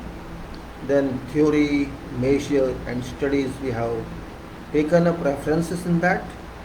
So this we have already gone through. It's given as never use standard values, understand water content, density affect RHO. RHO must be measured. Consider site specific variables. We have already gone through that. T1 never used standard values. So all these descriptions were there. And thermal properties, we discussed about volumetric heat capacity, we discussed about density, we discussed about thermal resistivity, and we discussed about thermal conductivity. These four parameters for functions we discussed. And then we say look at variables we discussed there, and table 1 regarding various materials, their density, thermal conductivity, thermal resistivity, and volume heat capacity. That's for quartz, for soil, minerals, for granites, and for organic matter, for water, for ice, and for air. We discussed these. What's density, what's thermal conductivity, what's thermal resistivity, and what's volume heat capacity we discussed. And we also discussed what to learn from these models, some figures, some means regarding these soils, water content relation to its thermal, let me blow up this better. So it's thermal resistivity relation that is in organic loam and quartz soils in relation to water contents, thermal resistance, how much. And there are three curves which are given here as we discussed yesterday: organic soil, loam, and quartz. And then we also talked of here what to learn from models, and these are all models. And it says that in some mention here, without knowing anything about weighing factors for this in actual soil or fill material, four things should be clear. And that's the description of this in this paper. And it's about you can say air is bad, and organic matter, no matter how wet, and of course replacing air with water and fill materials. And then there's a diagram, you can say figure diagram type, which is giving quartz and other soil minerals and waters and organic matter. Some graphic is there for thermal resistivity, that lowest is quartz, and then other soil minerals, and then you can say water, and then organic matter. So in range it is given towards rising value. Lowest is quartz 11, and other soil materials of 40. Water is 172, organic matter is 400, and air is 3846. This range is given. Then there is given T2, that's another chapter which understands water content. What's water content in soil, what's air content in soil, what's crystalline nature of other materials. Can say draining, a quick draining soil like coarse sand respond differently to precipitation than a fine silt soil. Asphalt and concrete coverings like others, etc., they already protect this water to reach there. So this is water content field we discussed. And we also discussed critical water content, and it's again same thing with them. It's a temperature based criticality, which is based on temperature of 25 degrees Celsius and 50 degrees Celsius. Then we discussed about density affect RHO, how density is related to that, and this is there in content of various thermal resistivity and density. You can say how density is related to that. It's there. Bulk density is this, and how this graph works. We just compare that, and we learn that now. And then say grading counts, how grading is that. Lessons, 6 lessons that are soil thermal resistivity, soil competition, soil composition, and increasing soil, and you can say compaction solid, and you can say tamper, all like this. Then T4 is RHO must be measured and should be taken from site to sources. Gives them consider site specific variables. That is T5 again means unique situation and watch surface, and you may say consider engineering backfill material, and hard spots means how to handle this site. If the variables says In addition, to issues discussed above, there are also several site-specific issues that need to be taken into account when designing and implementing underground power cable systems. Those, those include depth of burial surface conditions, backfill and surrounding vegetation, and then hotspot sections, and then you can say measure, what measure we should take, or solutions, like two ways to test and create a dry out curve, things to keep in mind. And that is, just like two ways to test is field testing and lab testing, and create a dry out curve. Then things to keep in mind is oven dry versus air dry. Oven dry versus air dry, I'm talking of sample this, and methods for clay soils, and finding RHO at maximum density, temperature consideration, reporting RHO, and standard ASTM, etc., etc. Two ways to test. This was another one, field testing, and also you can say this is lab testing. Then create a dry out curve. We discuss how to prepare sample and then test in laboratory. Dry out curve by training. Then we started creating a dry curve. How we do that? The complete sequence is given there. Formulas are available there, RHO and D, and all details are there. We spend time on that. And there's a figure here by graphics, and there's an explanation of that formula, which you can, and things to keep in mind about oven dry versus air dry, methods for clay soil, finding RHO at maximum density, temperature consideration. And then M4 is reporting RHO. How you report what you get in that ASTM standards. And likewise we go studies. What we study is wind farms, data centers, public utilities, underwater cables. We did that, and then wind farms is shown there, data centers are shown there, public utilities are shown there, and underwater cables. And then references of all those authors that have been considered along with this file.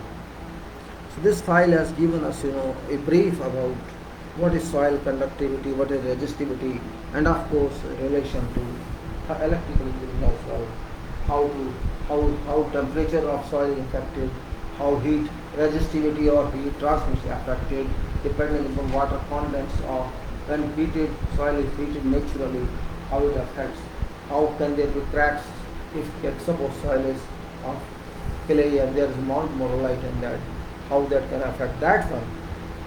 That's completely miscellaneous types of discussion, but very important one, because science says until you understand them, you cannot understand the engineering of that, because it's not simply cleaning room, it's cleaning completely. That's very important. We should understand these points in all respects. This file gives us some similar details. We add some formula here, dry out sample for example, and we have to get all these points. This was just like I can say thermal conductivity is very important, thermal resistivity is very important, because ultimately we say cables are there below which can be heated up and can cause, and therefore we provide armored cables in generally all underground services. Armored cable is stronger than ordinary cable. Even then, heat is heat. You cannot say no. So that point we must take into our consideration. Moisture, important point is moisture, air, voids, and density. These are very important points, in soil engineering.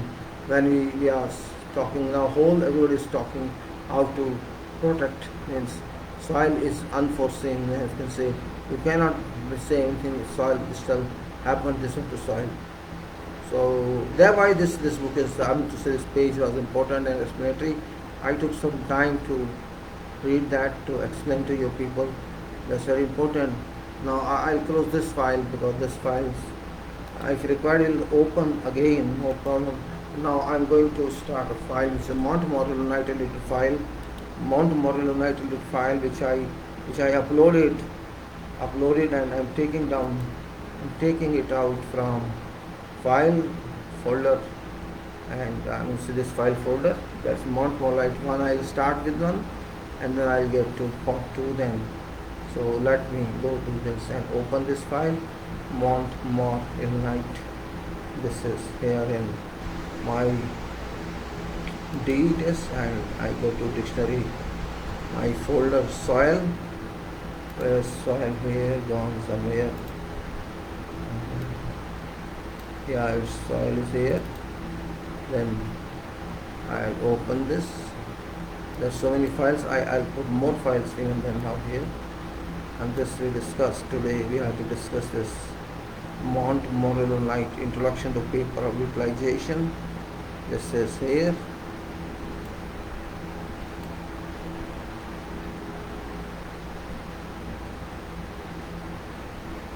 Let me see which one I have to open.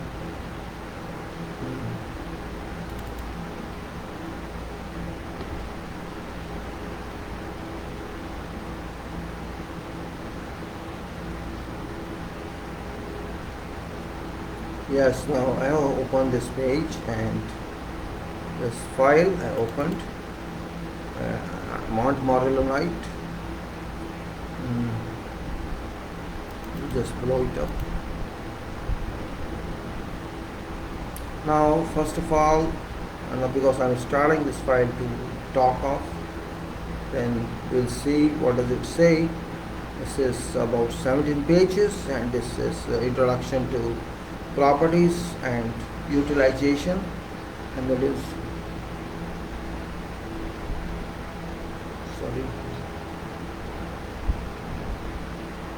this is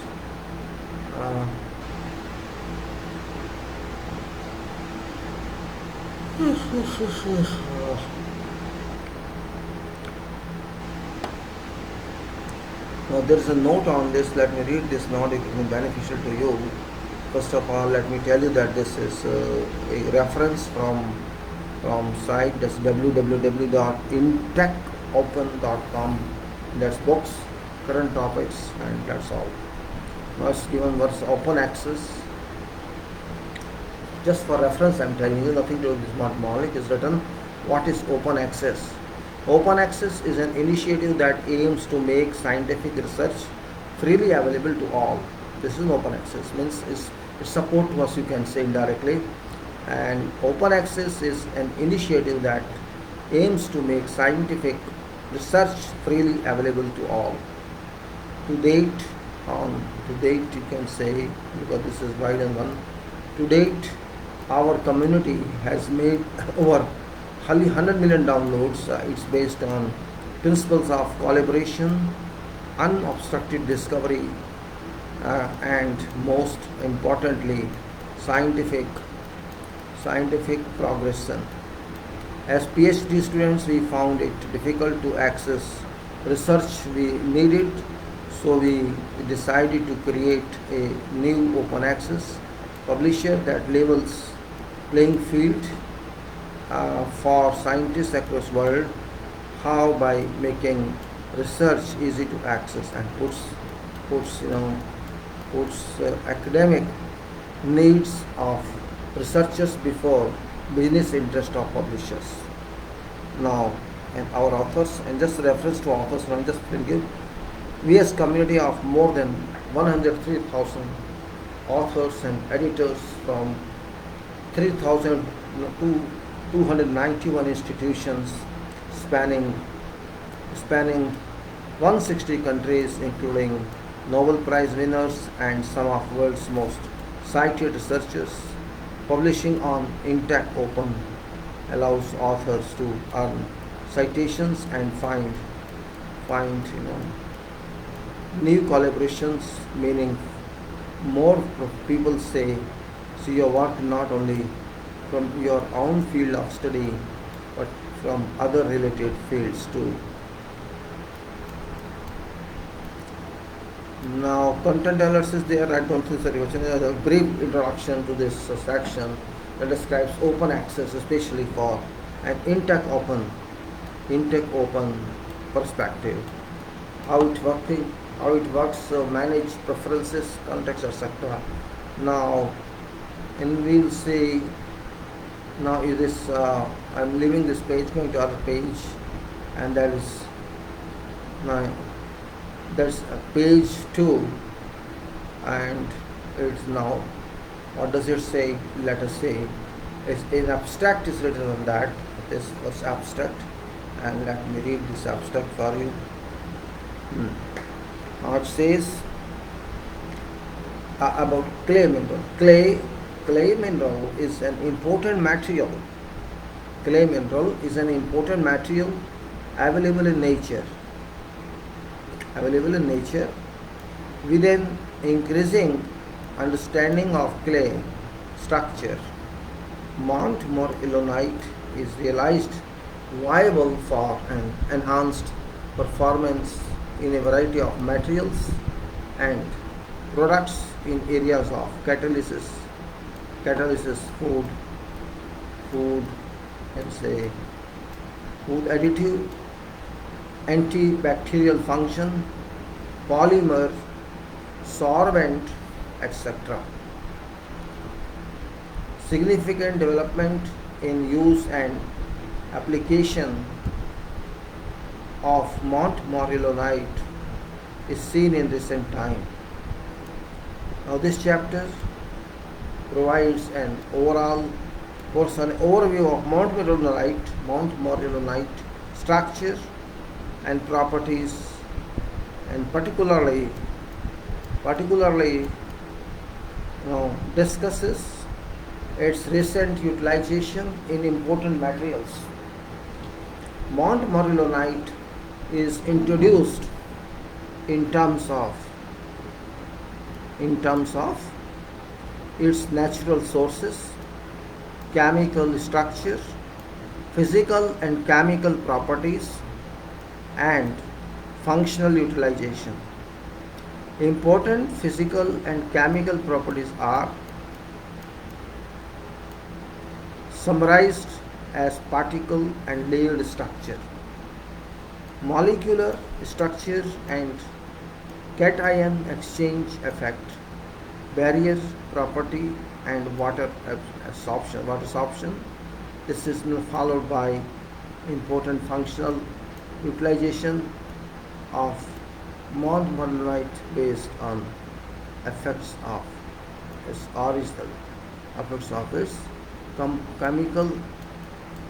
chemical structure. Important functional utilization of Mont Morillonite includes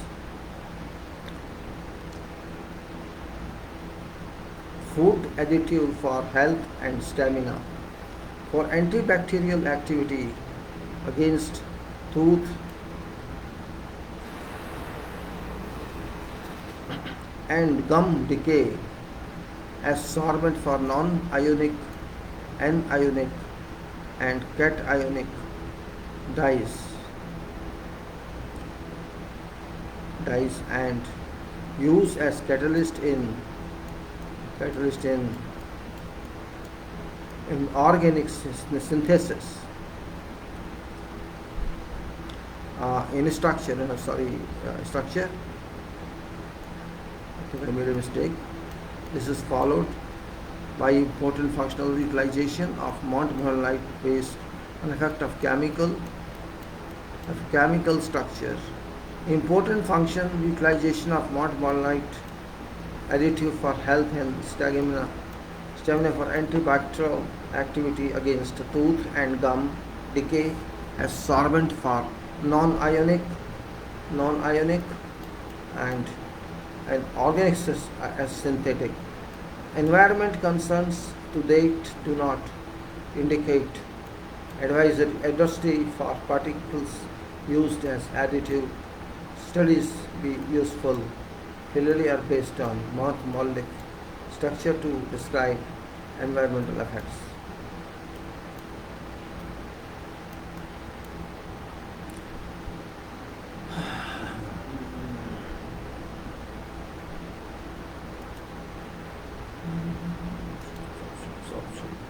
Please, just trying to find the word meaning.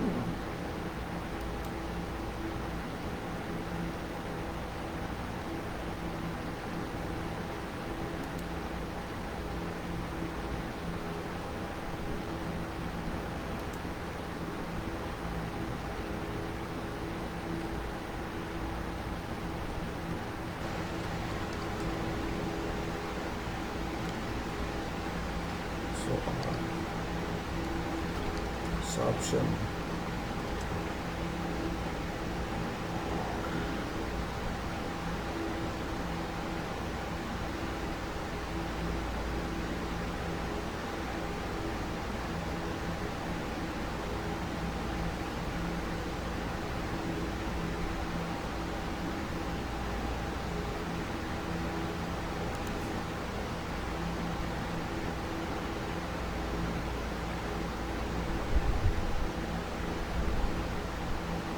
No, it's not that. It's not that.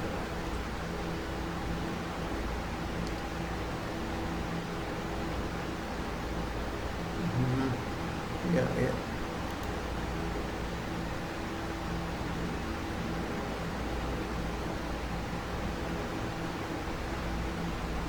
Sorption.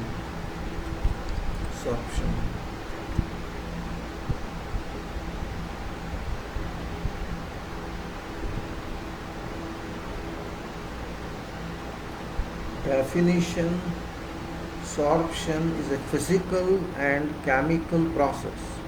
Sorption, S-O-R-P-T-I-O-N. Sorption is a physical and chemical process by which one substance becomes attached to another. Physical and chemical process. Okay. So is absorption, same thing. Specific cases of sorption are treated in following articles. Sorption. Okay, we understand that. Right. So we move to saying now. We just try to get that word meaning in that just little not clear, no problem. So now we come back to same file and we can say this one I close here. So we can say now chapter and author information here. This is introduction. This page is the introduction page. Before and historically, we can say historically clay mineral has long benefited human life. I am going to take the complete file historically. It is because it will be little different. Historically, clay mineral has long benefited human life and civilization. Being an integral part of Earth, its history is older than creation of man. Divine script of Holy Quran confirmed that man was created using clay. Okay, no problem.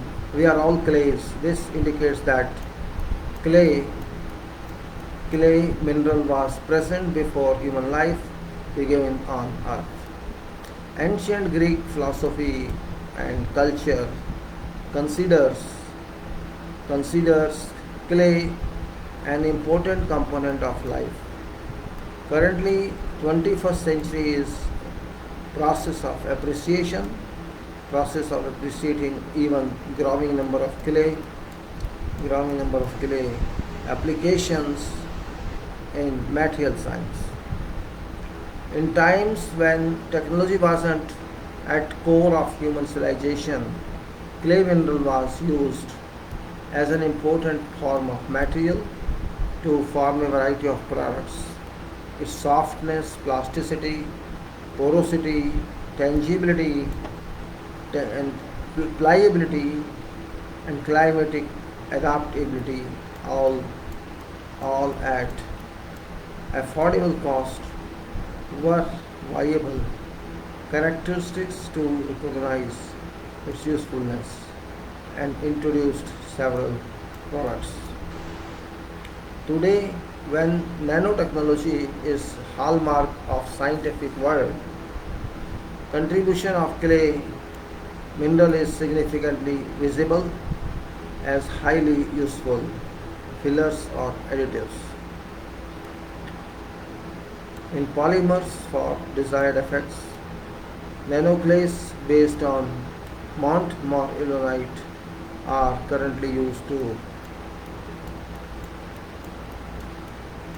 to modify polymer performance.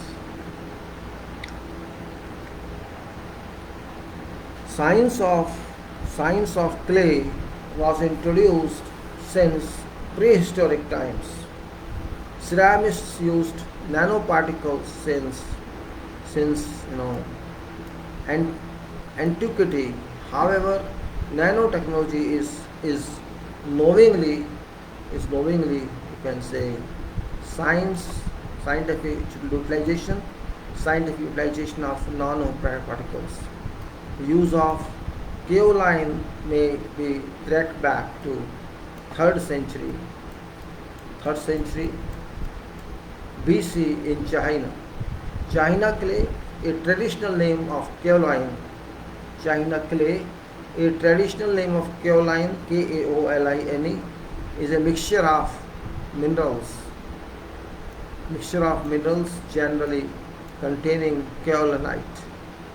Mixture containing kaolinite, quartz, mica, feldspar, illite, and montmorillonite.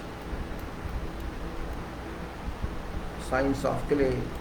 Science of clay was introduced since pre-Industrial time. I am repeating, ceramists used nanoparticles since antiquity. However, nanotechnology is knowingly scientific utilization of nanoparticles, use of kaolinite may be based use of may be tracked back to third century BC in China.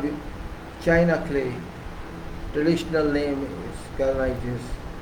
It's mixture of minerals generally containing kaolinite. Then agriculture. Then you can say kaolinite, quartz, mica, feldspar, illite, and montmorillonite. Now, historically, use of clay is known in architecture, industry, and agriculture. Production of sun-dried and fired bricks for building construction still follows century-old procedures. Floor tiles, ceramics, earthenware, and pipes for drainage are examples of clay-based products used since ages.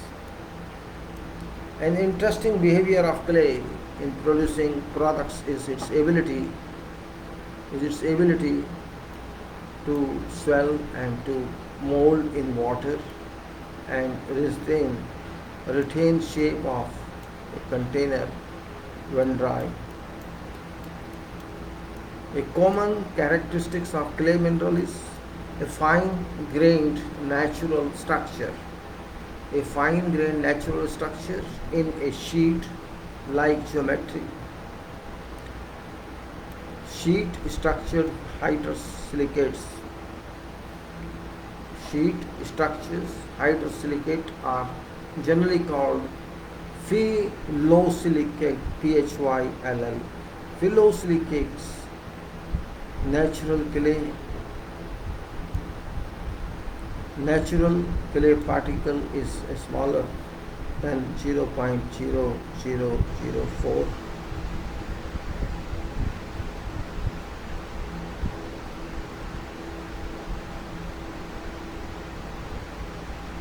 Then smaller than 0.004 mm in diameter, that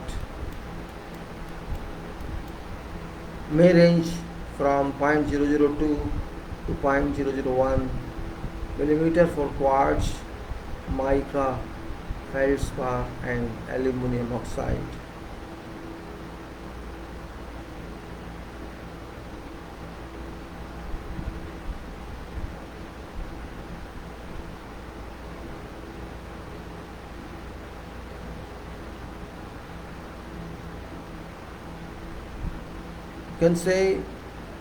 We'll say a common character of clay mineral is a fine-grained natural structure in a sheet-like geometry. Sheet-structured hydrosilicates are generally called phyllosilicates. Natural natural clay particle is smaller than 0.004 mm in diameter, that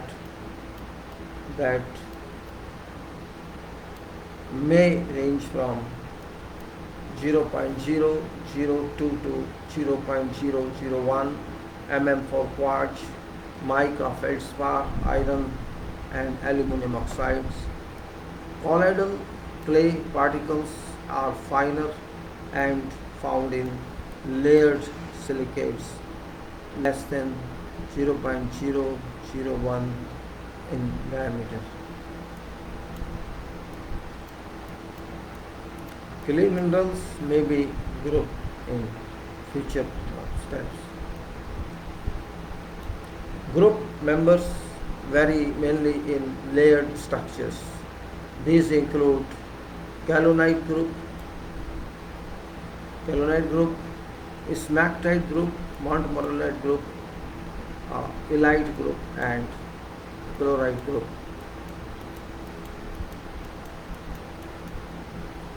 So this was history of this. Let me just come after 1 minute. I'll feed. It's already 5 o'clock. You hold on. I'll feed my grouse food. Just 1 minute.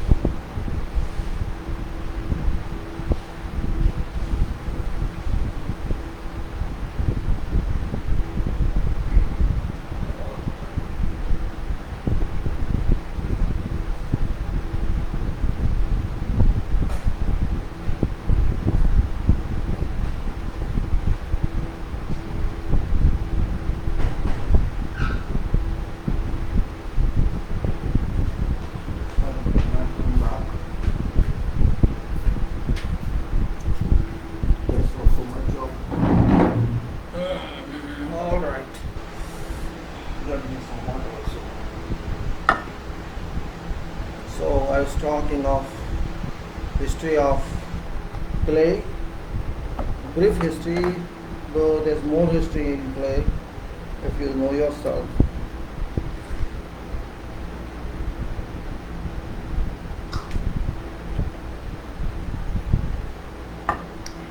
If you have experience in our country, in villages particularly, where people don't have much money, or there was no concrete and bricks or stone, something like that in our villages, we can say proudly in our villages, if you have noticed, might be in north or in south, wherever you go, particularly in north, you must have seen some, pitch type houses. Though now they have deckable houses, but in past, if you see, when I was too young, I used to go to some village. We used to see that some brickwork done in mud mortar, or they call it mud actually. It's clay, and some sometimes they use some cow dung, this bhusa type, this chopped from this crops material. They call this bhusa, or I don't know what name in English. They mix it with this clay and used to do floor work or wall plaster, or even masonry joints. Clay, it is, they call chickeny mitti. When not so this was Mount Moralite or Keololite. I don't know which was that, but we never knew about that. But in winter, it used to be hot, and in summer used to be little cold. So you can say it is natural, because it is refractory material, and it helps you, it digests thermal energy, I think, and it helps that clay mineral it is. And every week, I think every week or every day, they used to clean this by sponge of same soil. So that's why we see clay houses or mud houses, they used to call them, and they were happy in that. And there are many applications we have in our daily life, like water pitcher we use, or we use to some, a spherical, little spherical and vertical display of cylinder type. So water you put and will let it, a conditioned water, you can say, and pitcher also is conditioned water. And so this is what applications are, still many people do that. And we are not using this clay now in our houses, because we have got structural arrangements, we have got cement with us, and we got many types of advanced materials which were scarce those days. So we can say we should understand still clay is a material, a soil that is available all over the world. In our country, in other countries, many countries, this we have to understand its importance, and there's no way that we can ignore it. Ignoring is no issue, and it's one of many refractive materials. Refractive means those can withstand higher temperatures. This can, and just the example was calumet. This is China clay, having so many compositions of various materials, and similarly many chemicals in Mount Moralite. We'll learn that. I just remind what we learn is that it's said about kaolinite in this case, which is, I repeat that one, it's an important one regarding kaolinite, which is, I think that's one. I think there are 4 or 5 lines, if I can read them. One is historical, that's okay. Other one is times when technology was not core of us, that's okay, fine. When you can say, then you can say there was nanotechnology, hallmark and science of clay was introduced in prehistoric times. Ceramics used nanoparticle sense of contact. Okay, yeah, this is containing kaolinite quartz. So it says that however however nanotechnology is knowingly scientific utilization of nanoparticles. The use of kaolinite may be tracked back in third century mixture, 3rd century BC, 3rd century before Christ in China. China clay, this was China clay, a traditional name of kaolin, a mixture of minerals generally containing kaolinite and quartz, mica, feldspar, illite, and montmorillonite. This is what it contains. Remember what does it contain? It contains kaolinite contains means what? Kaolinite contains containing kaolinite quartz, mica, feldspar, illite, and montmorillonite. China clay contains kaolinite. Kaolinite is one of these clay soils. Kaolinite, quartz, mica, feldspar, illite, and montmorillonite. This is the important part. And then you can say a common characters of clay mineral is fine-grained natural structure. Remember this. It's fine-grained natural structure in sheet-like geometry. Sheet-structured hydrosilicates are generally called phyllosilicates. Phyllo, PHYLLO,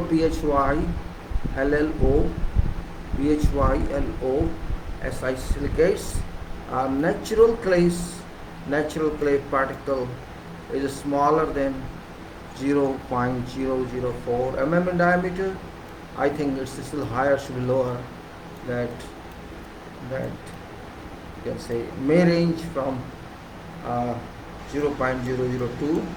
This is natural clay particle is this, and in that, but that may be 0.002 to 0.00, and that's actually right. It's for quartz, mica, feldspar, iron, and aluminum oxide. Colloidal clay particles are finer and found in layered silicate that is less than 0.001 millimeter diameter. Now we have clay minerals and we have to group them. Group members vary mainly in layered structure. These include kaolinite group and smectite group, that is montmorillonite group. Montmorillonite is this smectite, says smectite, SMECTITE. These include kaolinite group, one is kaolinite group, other is smectite group, and smectite means montmorillonite group, then illite group, and then it's all. So kaolinite, here is kaolinite, which is member minerals are kaolinite is means kaolinite, dicite, DICTITE, and NaCrite, nacrite. And its general formula is Al2Si2O5. Al stands for aluminum, Al2, Si silica, Si2O5, and then bracket OH sub 4, OH4. Members are in this polymorphs composing of same formula and different structure, that is polymorphs. Remarks it is. And other one is smectite. One is kaolinite group, one is smectite group, and one is illite group. So smectite we are reading now.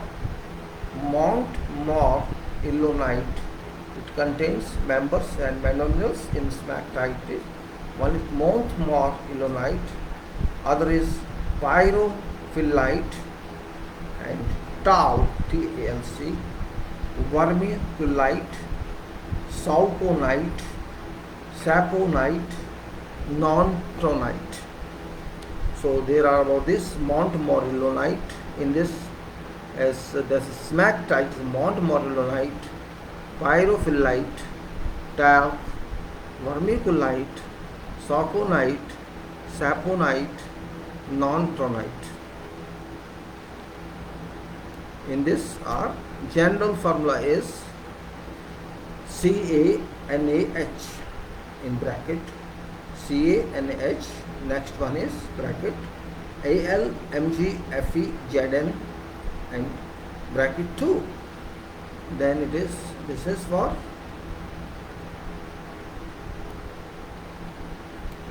then it is, other one is bracket SiAl 4 bracket 4 O10 bracket OH2 and XH2O. This is this one, and then it is, okay, in this X indicates, here X we are using with H2O. X indicates varying level of water in mineral type. So third one is illite, that is illite. Member is illite. Only illite is member illite. And it is formula, you can say general formula, bracket KH Al2 bracket Si and Ai 4 O10 OH2. X indicates varying level of water in mineral type.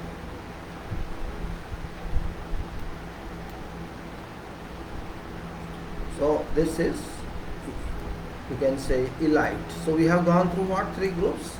Group 1 is scalonite, that is scalonite, dictite, nacrite. Other one is smectite, montmorillonite, pyrophyllite, talc, vermiculite, sauconite, saponite, non-tronite, and is illite, that is illite. So in first case, members are polymorphs composing of same formula and different structure. Other case, that is smectite. This X indicates varying level of waters in mineral type, and then other X is third one, that is scalonite, illite. This X indicates varying level of water in mineral type. This is table that gives about clay minerals may be grouped in 4 types of shown in. Group members, they vary mainly in layered structure. These include kaolinite group, smectite group, illite, and then we go to now this, there are fourth one. This is still not complete. I am saying is illite, we said is illite, which continues in number 3, and it is amesite. Then chamosite. Amesite is also with illite in number 3, amesite, that is Mg, its formula is MgFe bracket 4 Al4 Si2O10 bracket OH8, and then other one is chamosite, that's bracket FeMg 3 Fe3 AlSi3 O10 OH8. Then fourth is chlorite, cookite, KCOOKEIT, white, and one is niamide, and so on. Cucite is LiAl5 Si3O10 bracket OH8. Each member mineral has a separate formula. This group has relatively larger member minerals and sometimes considered a separate group, not as part of clay.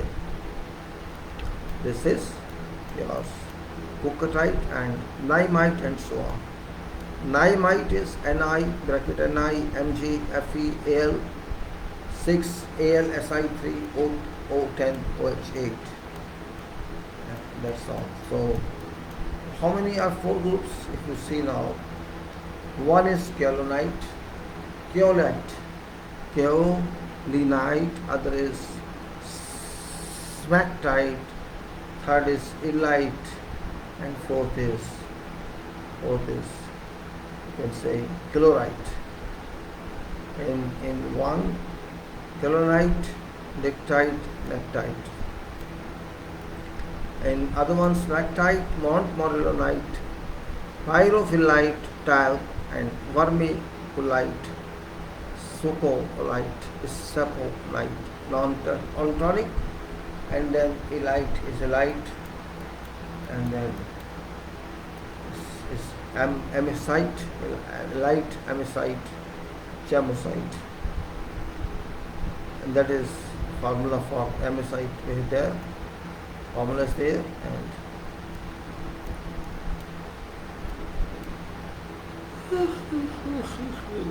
now we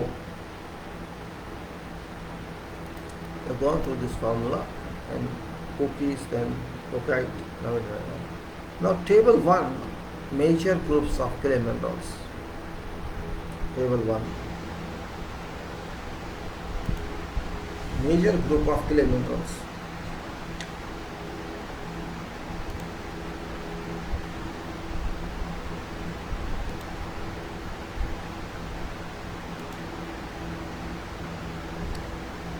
Major group of clay minerals says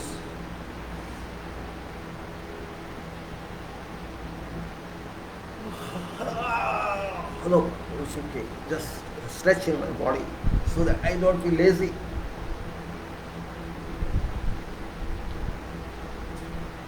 Just to avoid laziness, because continuous reading to me is a problem. So I just do that. Well, what it says, this is major groups of clay minerals. Now table 1 it is, and you can say, let me down this oh no, it's 2 down, minus 1 down. Okay, let us sit in a different way here so that I can get warm. It's very important. Just the same way I get wind as well as, you know,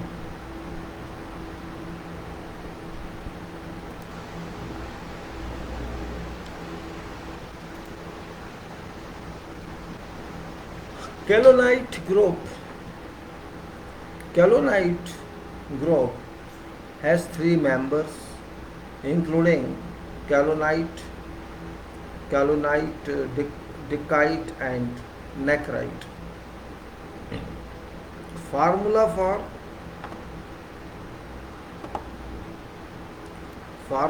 for kaolinite group is Al2 Si2 O5 bracket OH4.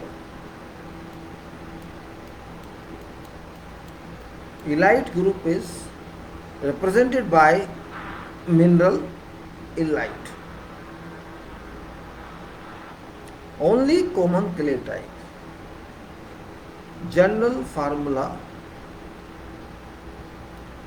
for illite is KH bracket Al2 bracket SiAl4 O10 bracket OH2 XH2O. It is an important rock forming mineral.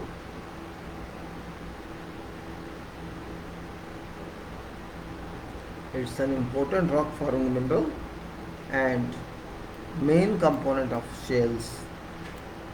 Main component of shales. This you can call it elite group. Structure of this group is similar to Mont Morillonite group with silicates layers sandwiching an aluminum oxide hydroxide layer.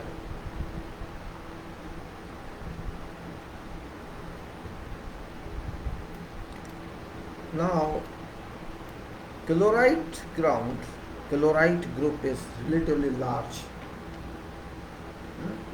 Chloride group is relatively large. This group is not necessarily considered as part of clays. Chloride group is relatively large. This group is not necessarily considered as part of clays. Therefore, it is placed as a separate group in phyllosilicate. Members in chloride group are messite, chamosite, cookieite and definite with varying formula and structures. There is no general formula. Variety of clay mineral is based on arrangements of tetrahedral. Variety of clay mineral is based on tetrahedral and octahedral sheets. For example, 1:1 clay mineral would have one tetrahedral and one octahedral sheet. Tetrahedral, what octahedral sheet? Mont Morillonite is an example of clay mineral having 2:1 sheet structure and 2:1 clay. Wait a minute, let me finish it completely. I missed something. Let me read this paragraph again. Variety of clay mineral is based on arrangement of tetrahedral and octahedral sheets. For example, 1:1 clay mineral would have one tetrahedral and one octahedral sheet per clay layer. 2:1 clay mineral would contain two tetrahedral sheets.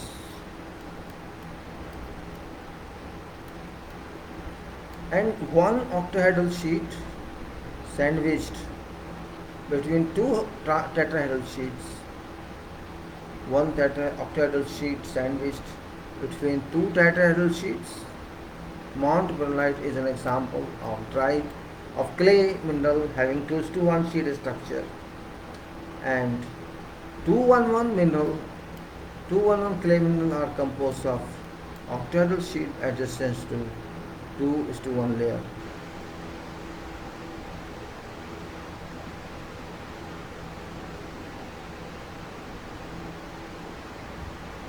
Two one layer, that is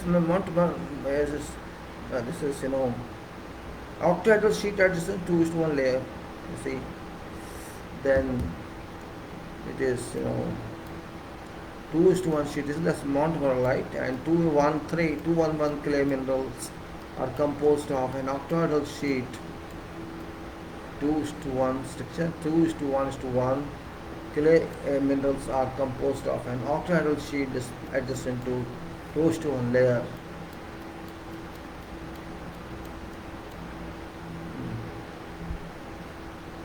It says that.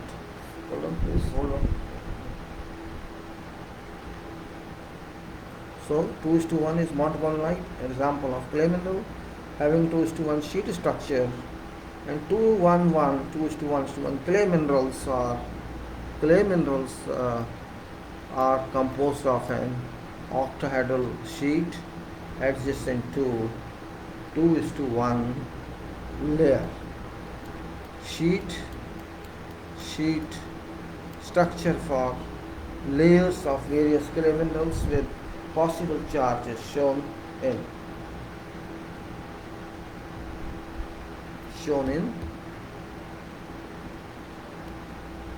now. I will show you this sketch also one minute. Before that, let us say what we study so far is table 1. We have studied here, kaolinite. That is kaolinite, and this is clay mineral group. This is we can say layer type, and this is layer charge. These are columns here. So what I say is, one is kaolinite.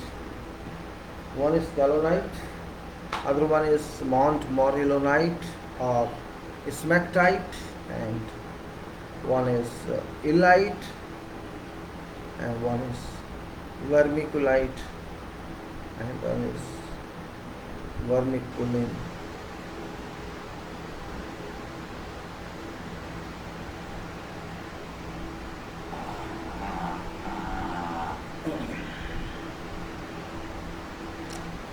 So montmorillonite, smectite, and illite, vermiculite, and chlorite.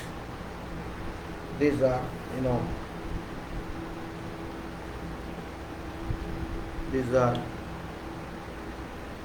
clay. These are clay mineral group. Kaolite, montmorillonite or smectite, illite, vermiculite, and chlorite. Now, what they are can say layer type is in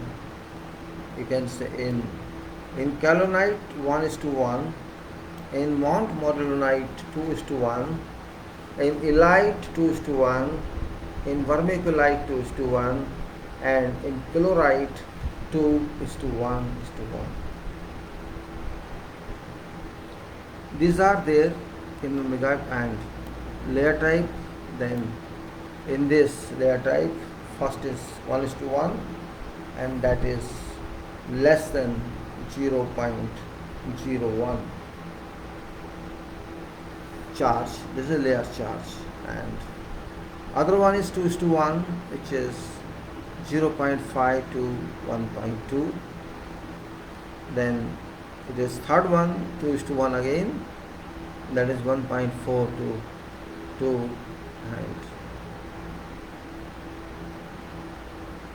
and then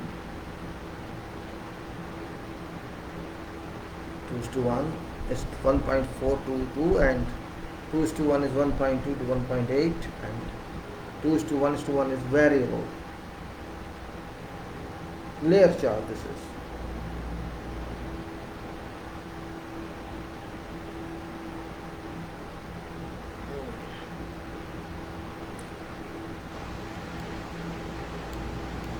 Then we go further, and that's table 2, structure for layers of clay mineral. Structures for layer of clay mineral.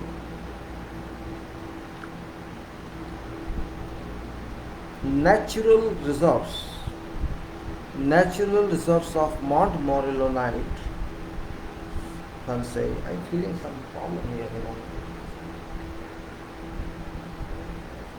Natural reserves of montmorillonite are present in various parts of world.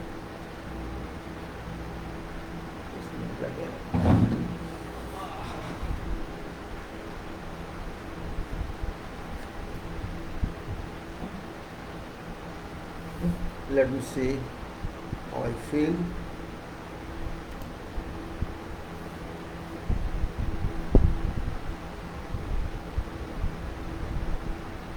Button is missing. The button is broken. Button is broken. I can't be top button all time.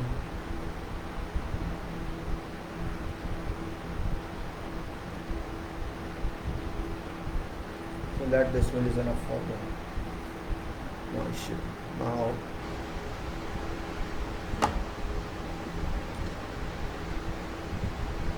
what I was saying is natural reserves of Mount More Illinois are present in various parts of world. Right? Various parts of world.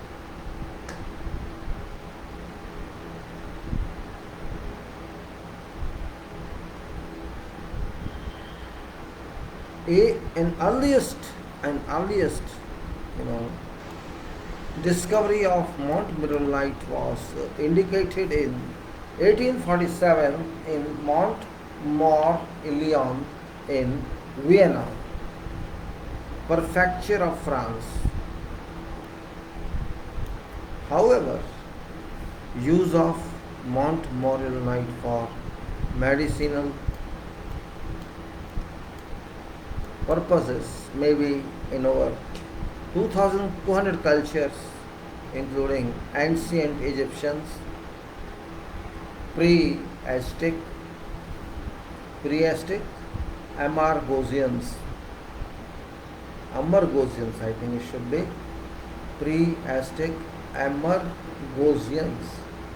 I think it's not related to Amargosians, Gosians, Usians,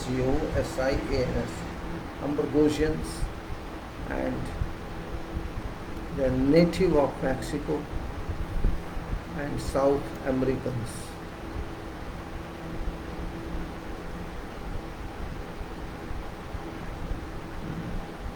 South Americans and North Americans.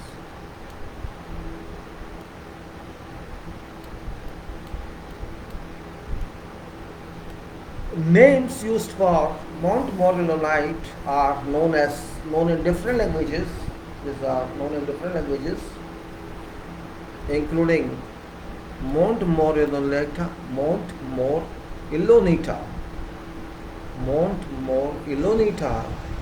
this is Portuguese, Catalan, and Spanish. Then Mount Morillonite, NIET, Mount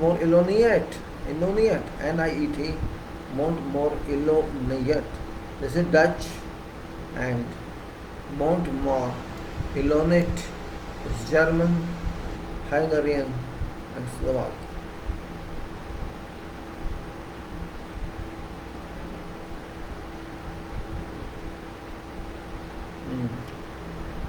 And you can say Mount Morillonite, German, Hungarian, Slovakia. The major Mount Morillite deposits found at five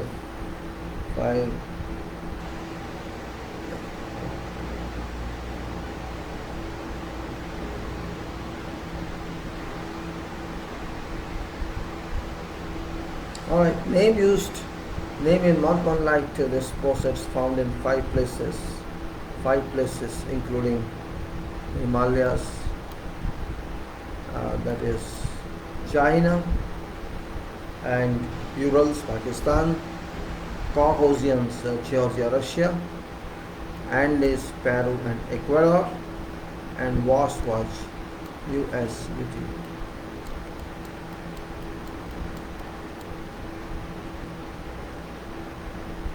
Now, bentonite.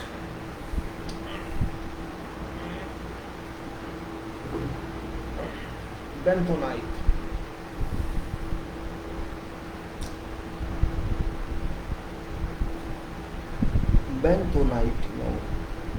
it's well-known material. And used in boring, rigging sometimes.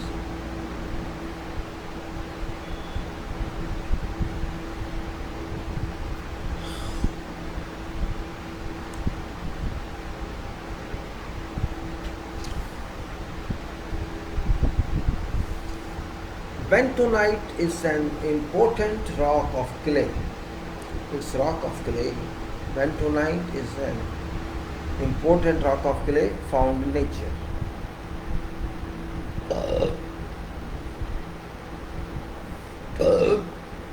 It's an important source of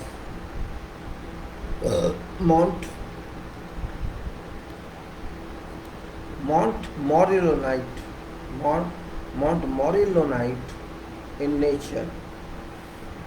It's rock formed of highly colloidal and plastic clays.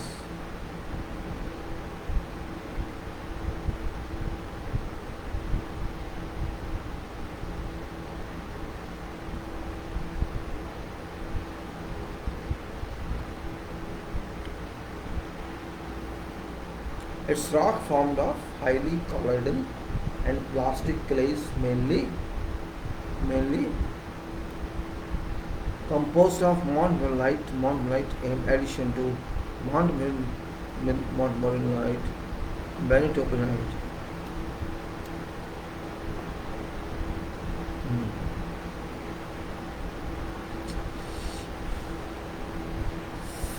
Sweating in 89% humidity. What to do? I don't know. No wind, nothing. 89%. See my pasina. Oh yeah.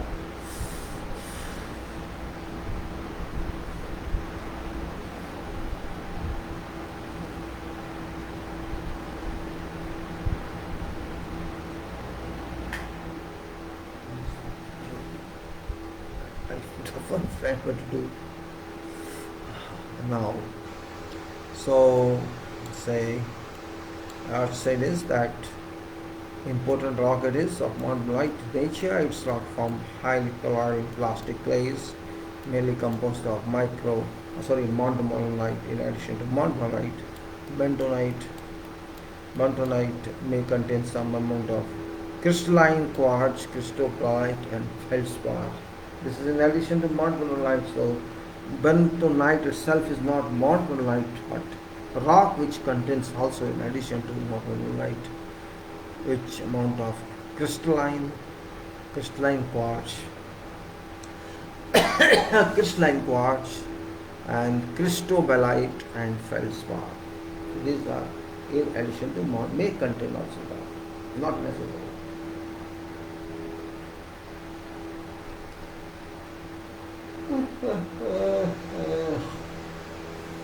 So we can say montmorillonite plus crystalline quartz plus cristobalite plus feldspar means bentonite. Variety of bentonite applications are result of its useful and interesting chemical and physical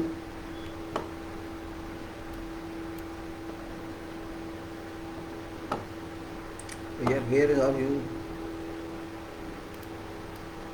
What happened here? What happened to this? Why you hung up? Why are you hung up?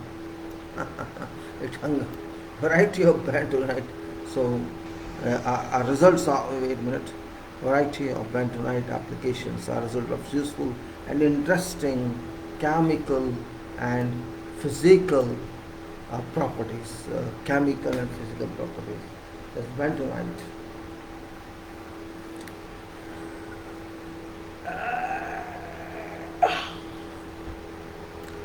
This application, variety of bentonite applications are results of its useful and interesting chemical and physical properties. Range of properties include rheology.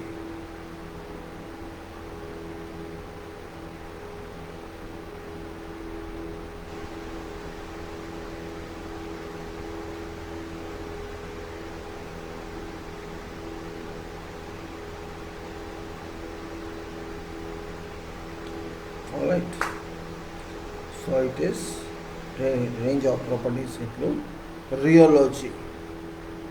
Rheology, R-H-E-O-L-O-G-I. Sorbent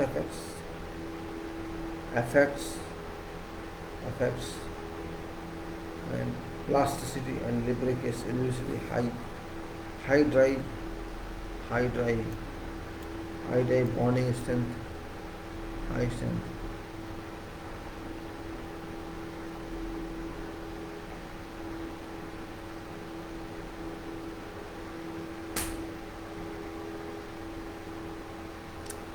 Rheology, reset. R-H-E-O-L-O-Y. What is rheology?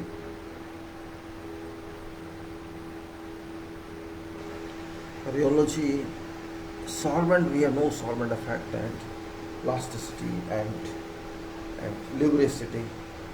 And if you want to see rheology, we have to go to mind. Let's study why technique is give us the rheology.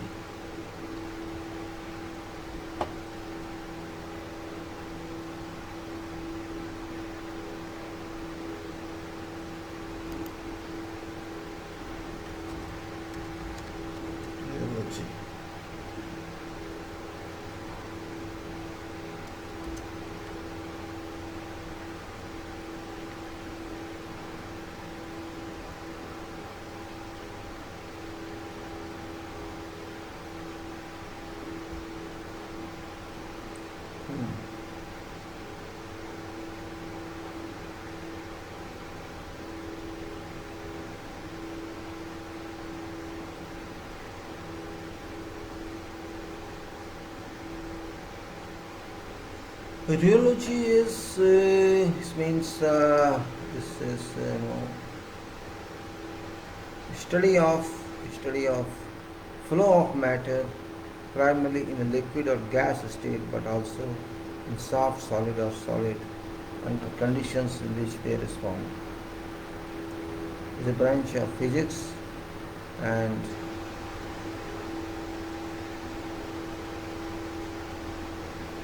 rheology definition is science dealing with deformation and flow of matter.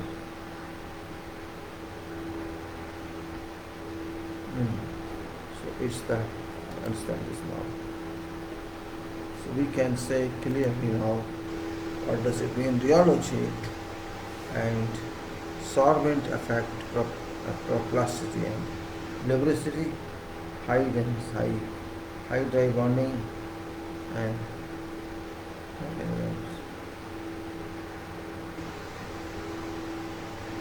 oil and can say solvent affects plasticity, lubricity, high dry bonding strength, high shear and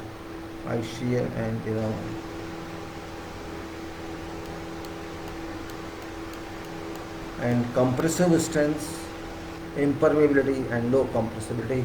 So a variety of bentonite applications are results of its useful and interesting chemical and physical properties. This is range of properties include rheology, light,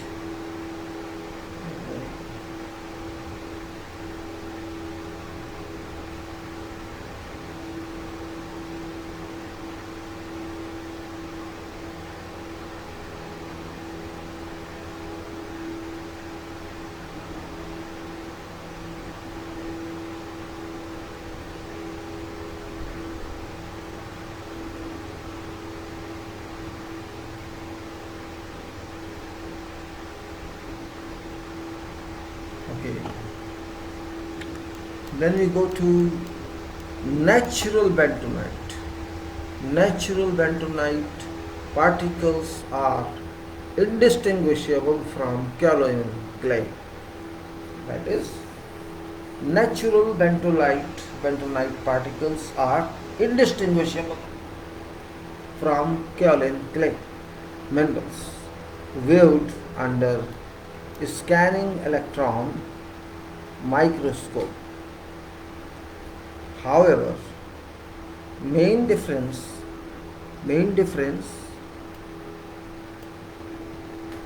indicated was thickness.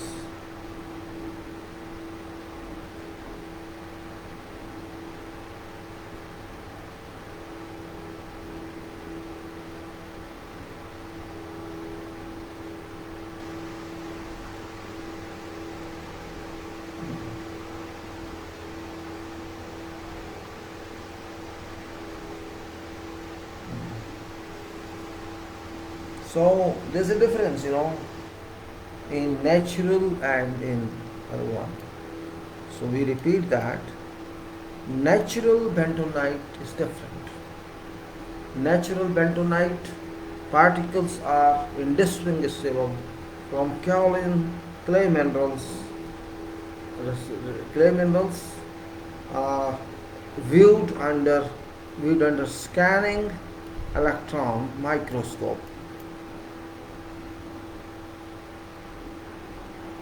However, main difference indicated was thickness. Sodium or potassium salts of bentonite exfoliate into thin plates.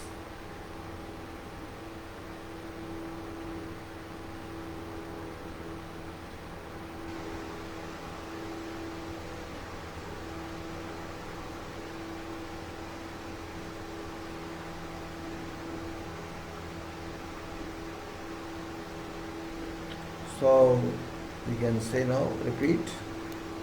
This is about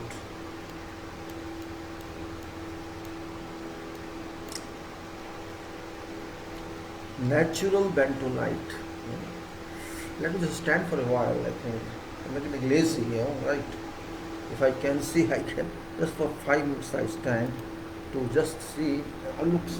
Let me just close this my one.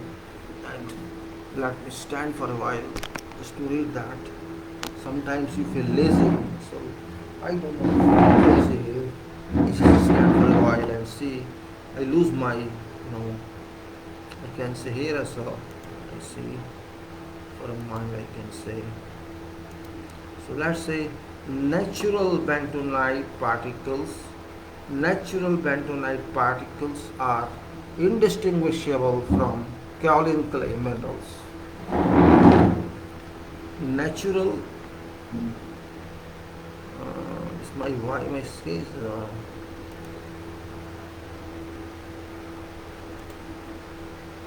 natural bentonite particles are indistinguishable from kaolin clay minerals viewed under scanning electron microscope.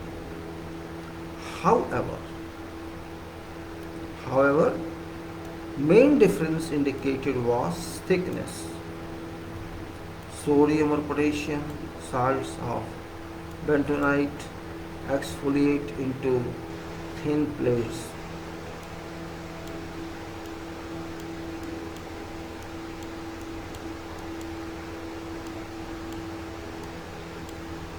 In general, clay minerals based on bentonite may exhibit properties of thixotropic gel formation. Thixotropic gel formation. Let us see like this. What can I do? I don't know. Just want to relax. Don't be tension. So I do this way. I just want to relax. I can say, it says, general clay minerals based on bentonite may exhibit properties of thixotropic gel. I'm not different track. It's different. Natural bentonite particles are indistinguishable from kaolin clay minerals viewed under scanning electron microscope. However, main difference indicated was thickness. Sodium or potassium salts of bentonite exfoliate into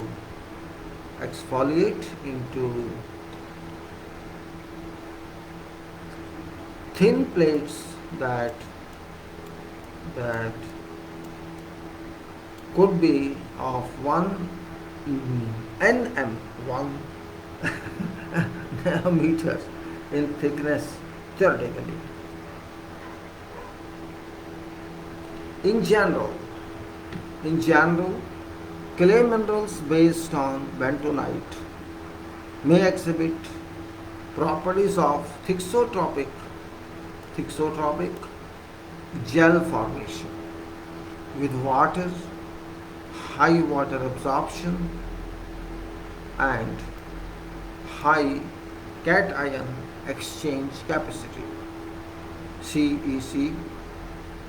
These properties could be varied in clay minerals depending upon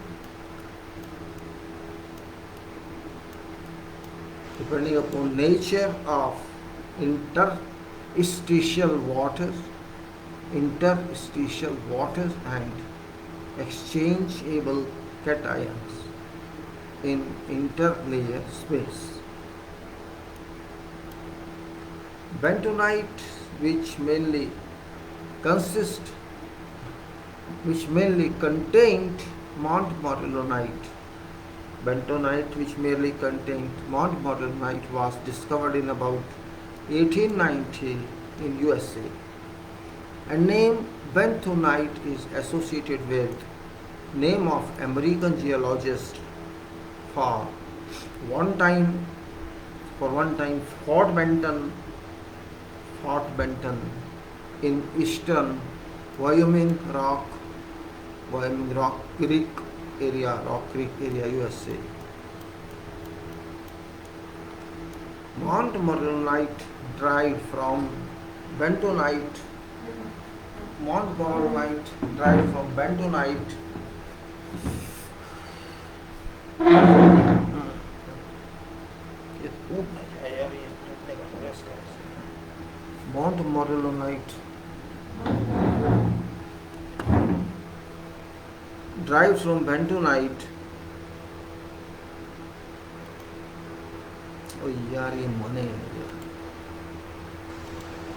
Montmorillonite derived from bentonite may contain sodium or calcium.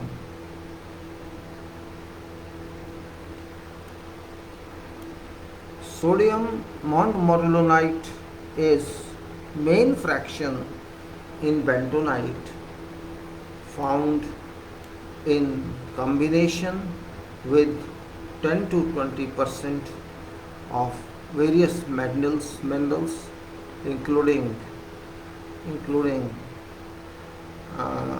feldspar, calcite, silica and gypsum.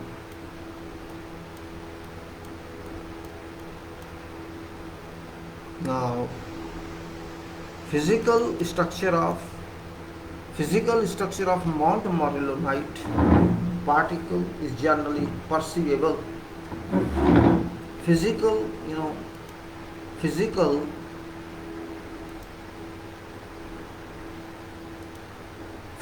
structure of montmorillonite particle is generally perceivable in sheets and layers. Each layer is composed of two types of structural sheets.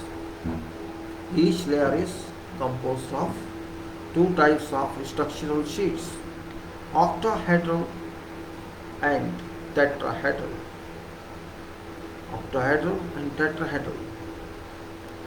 Tetrahedral sheet is composed of silicon oxygen tetrahedra. That is, tetrahedral sheet is composed of silicon oxygen tetrahedra.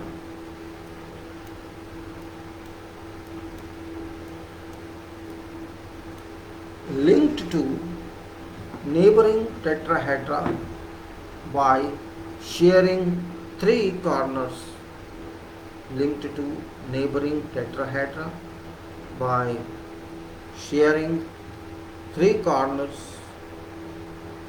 Resulting in a hexagonal network. Remaining fourth corner of each tetrahedron forms a part to adjacent octahedral sheet.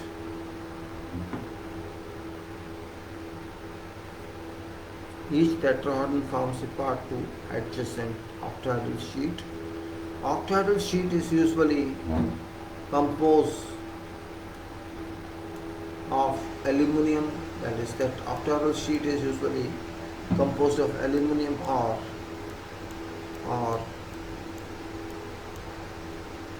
magnesium. in six-fold coordination with oxygen from tetrahedral sheet and with hydroxyl.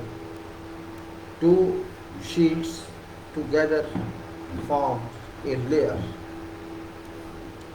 Several layers may be joined in a clay crystallite by interligation by van der Waals law forced by electrostatic forces and by hydrogen bonding. Theoretical formula and structure is indicated. Important natural physical properties of multiplying are given in best field. Indicators are softness, color, water, soapy feel, and expansion with water absorption.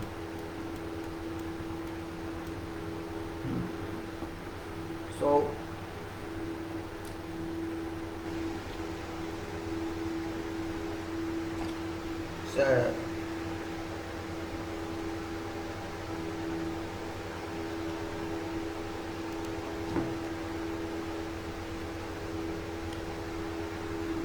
this is some information I am getting in for bentonite based monomer. You can say bentonite. Now again I am giving you this last para, or I will say all. Let us say physical structure. Monomer structure is monomer structure I am talking. Physical structure of monomer particle is generally perceivable in sheets and layers. Sheets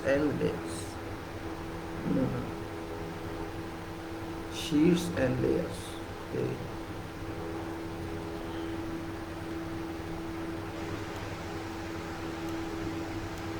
Each layer is composed of two types of structural sheet.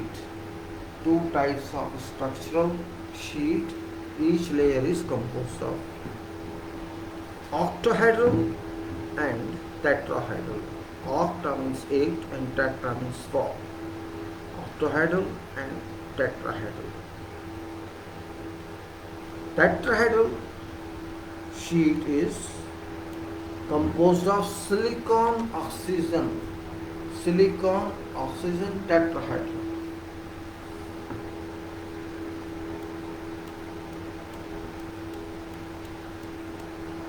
Linked to neighboring tetrahedra.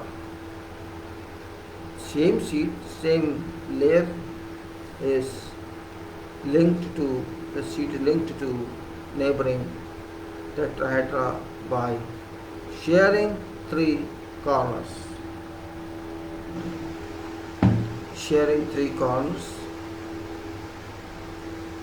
Reinforcing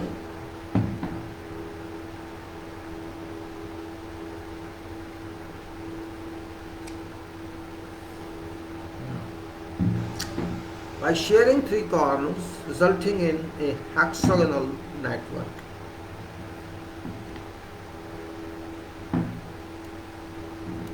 Remaining fourth corner of each tetrahedron forms a part to adjacent octahedral sheet.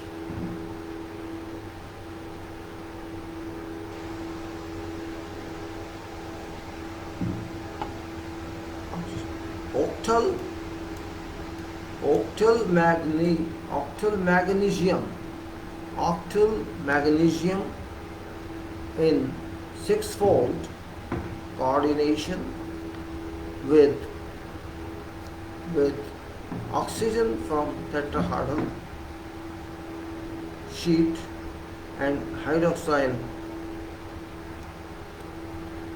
sheet.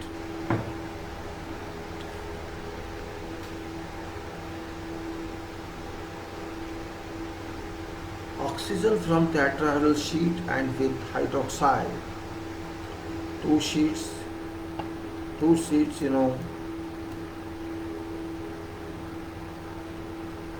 together with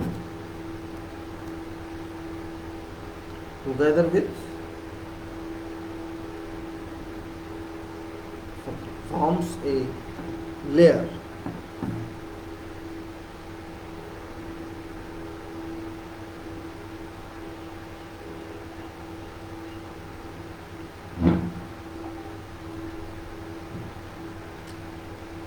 So together forms a layer, two sheets together forms a layer. Several layers may be joined in a clay crystalline by interlayer cations. So it is several layers may be joined in a clay crystalline by interlayer cations by van der Waals forces, by electrostatic force, or by hydrogen bond.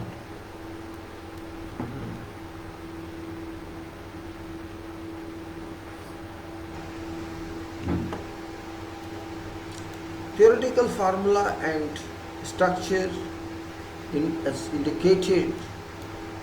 Important natural physical properties of Monte are given in best felt to indicate of this.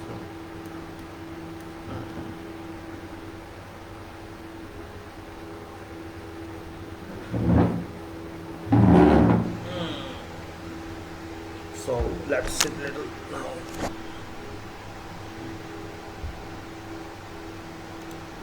Just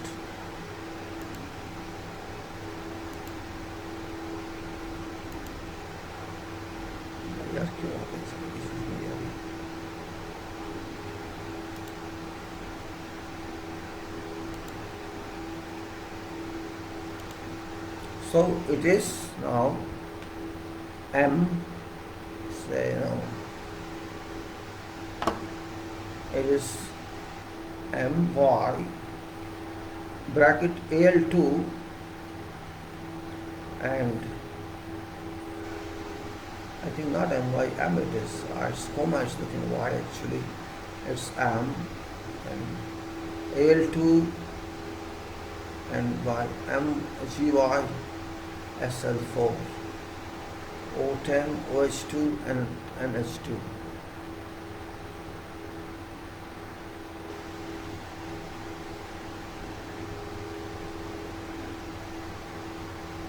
You can see on this page 4 structures given and van der Waals forces also given.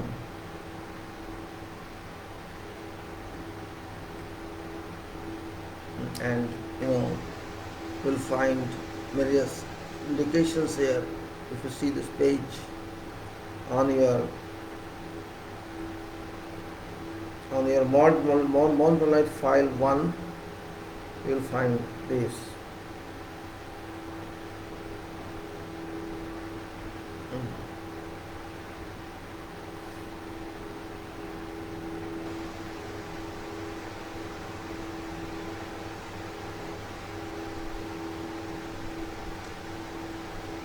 I can also give a photograph of it.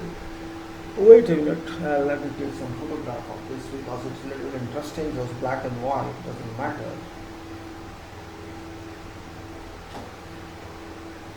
Let's take a photograph of this. I think it's there, right? Oh, it's there already. Is there already, right? Yeah, it's there, I think. That's right.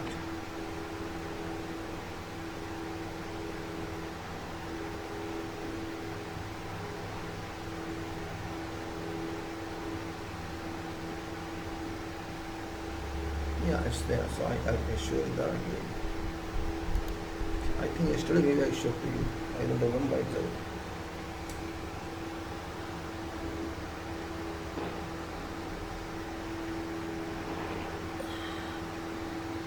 This is van der Waals forces here, see van der Waals forces here, and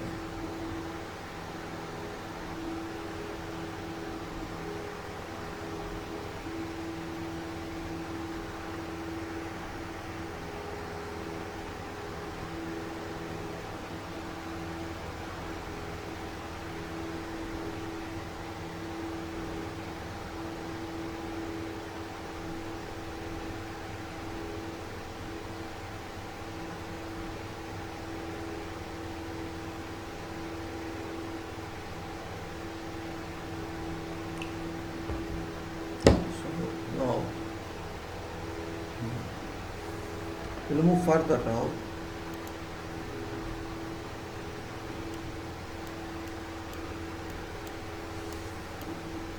Now we discuss about figure 1, and that's theoretical formula and structures of monopolar source nanocore namaskar. Okay, see that.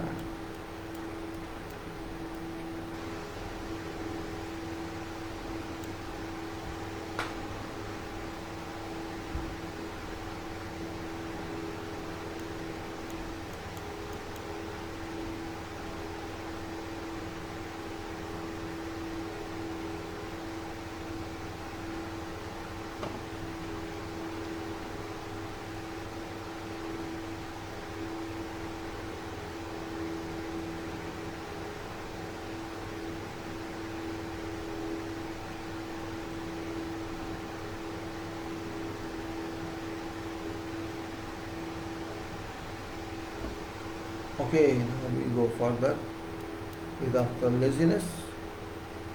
This is page 4. We go slow in this because we have to understand this. Understand really what we have to understand is density. Density is 2 to 3 gram per centimeter cube. This is measured one.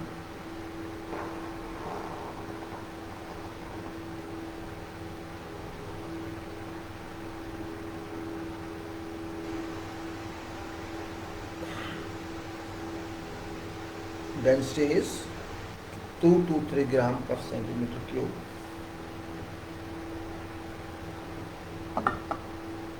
And crystal system is monoclinic.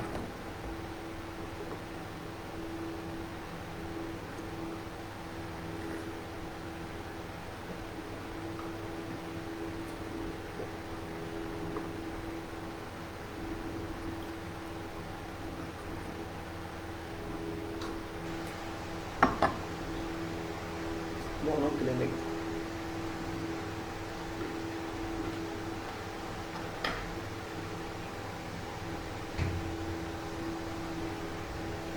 After that, hardness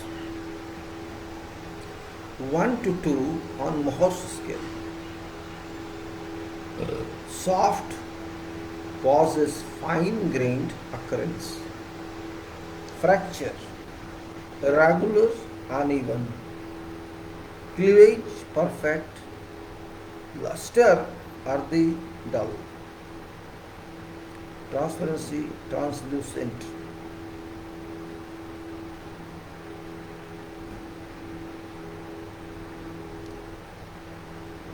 Then it is transparency is translucent.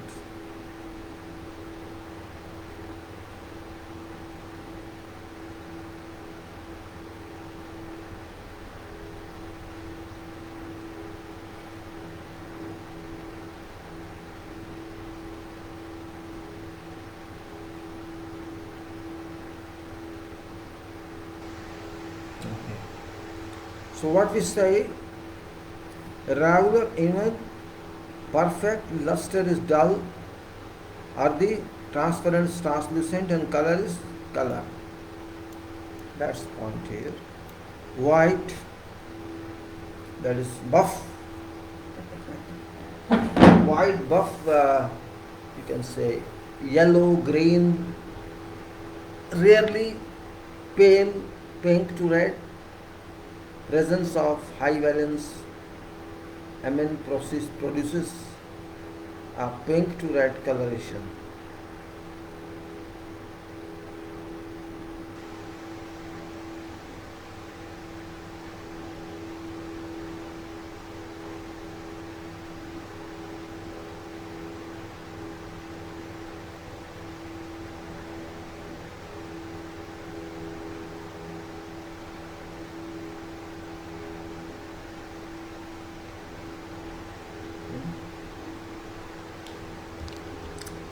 So this is buff, yellow, green, yellow, pale, pink to red, presence of high valence. Amine produces pink to red coloration. Table 3. So what is this property we are on? Let's say density is 2 to 3, right? 2 to 3 gram per centimeter cube. So it's not that light, you can say. 2 to 3 is not. It's somewhere like weight of concrete, you may say. Then it is crystal system is monoclinic, and monoclinic means then hardness is 1 is to 2, 1 to 2. On Mohs scale, soft possesses fine grained occurrences.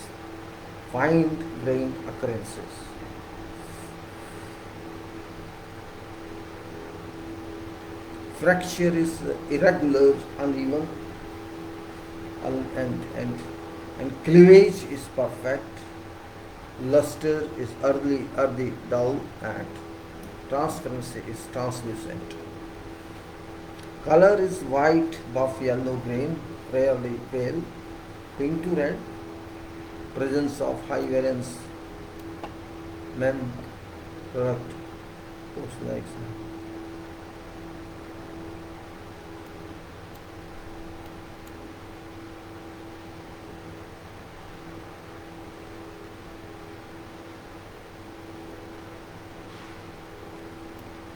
So, in table 3 is important natural physical properties of monmineralite. Let's not do both hands because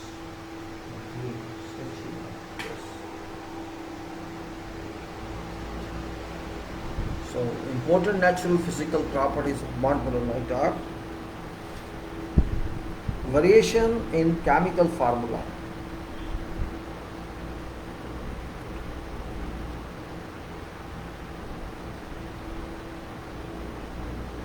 Variation in chemical formula of monmineralite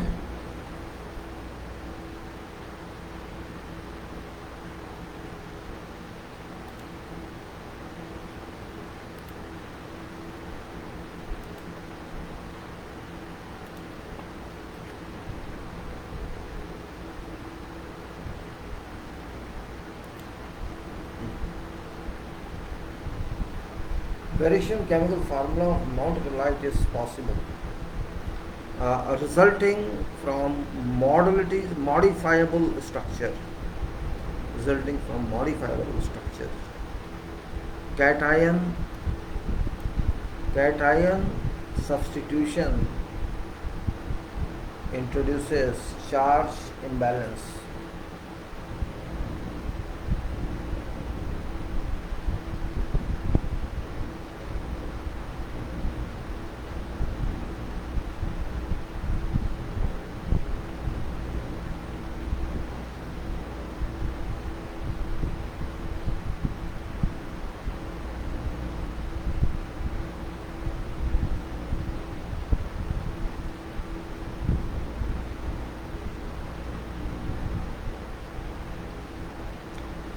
So, cation substitution introduces charge imbalance. Therefore, chemical composition can vary. Exact theoretical formula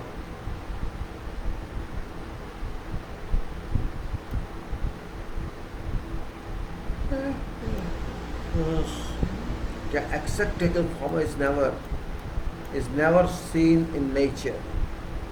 However, structure in nature in any form consists of water molecules.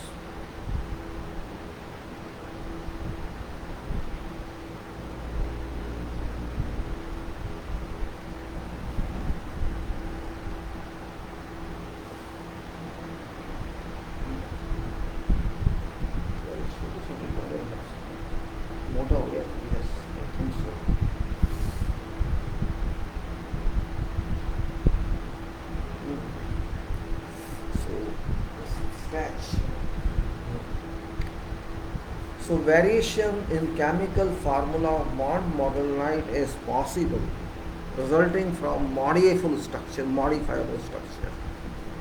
That's possible.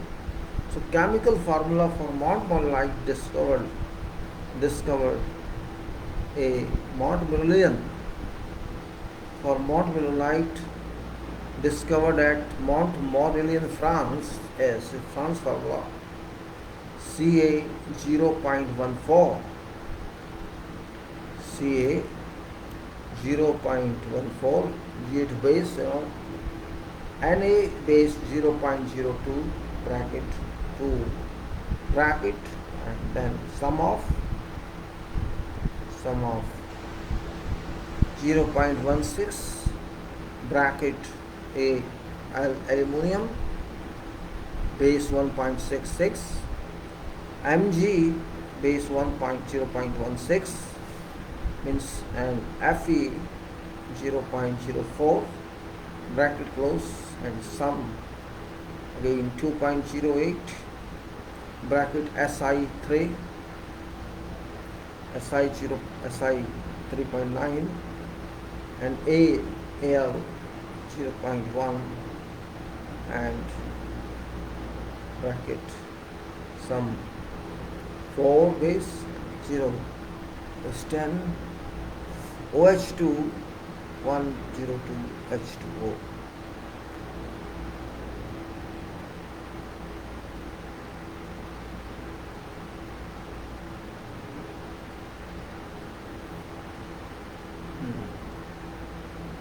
So this is 2.08 Si 2.9 and Al 0.1, sum equal to 4, O10, OH2 1.02 H2O. It's quite a lengthy formula.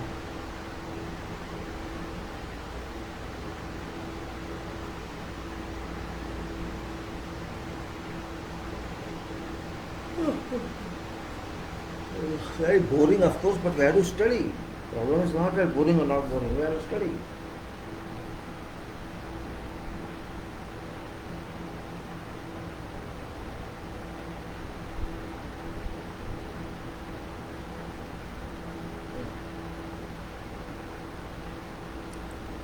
Next is oxide composition. Oxide composition comprises silicon and aluminum oxides. It was predominantly calcium Montmorillonite discovered at Montmorillon. Dominant fractions were SiO2, Al2O3 was slightly more than 50% of total oxides.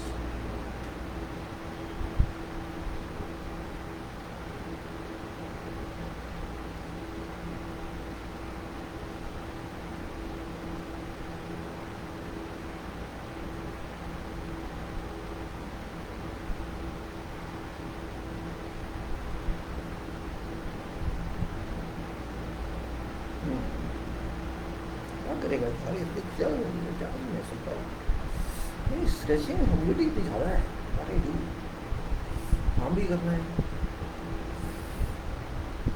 Stretching जहाँ जम जाती है शरीर में हटती नहीं है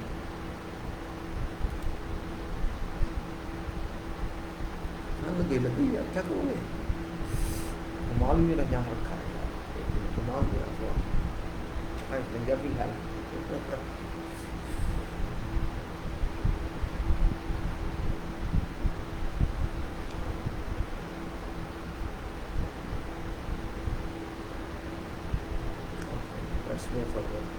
Sorry for disturbance. It's happening tremendously. It shouldn't happen. I said oxide composition comprises silicon and aluminum oxides. However, it was predominantly calcium Montmorillonite discovered in, but it was predominantly calcium Montmorillonite discovered at Montmorillon. Dominant fractions were SiO2 and Al2O3.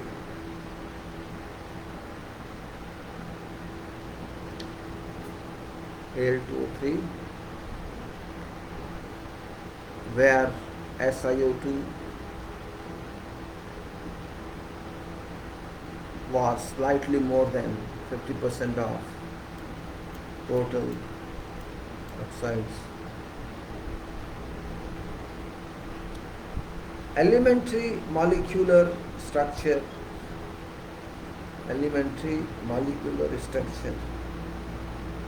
is based on units.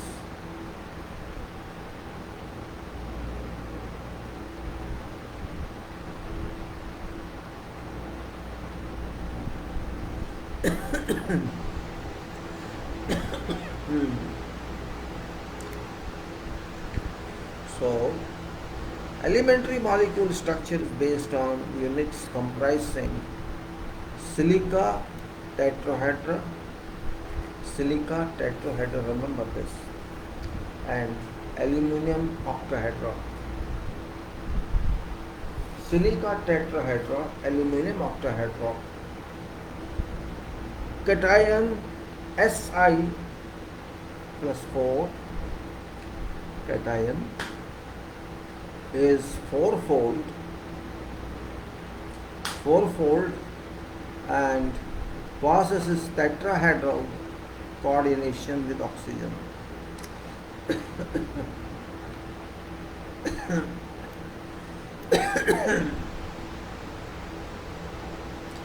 While cation Al plus 3 occurs in sixfold or octahedral coordination.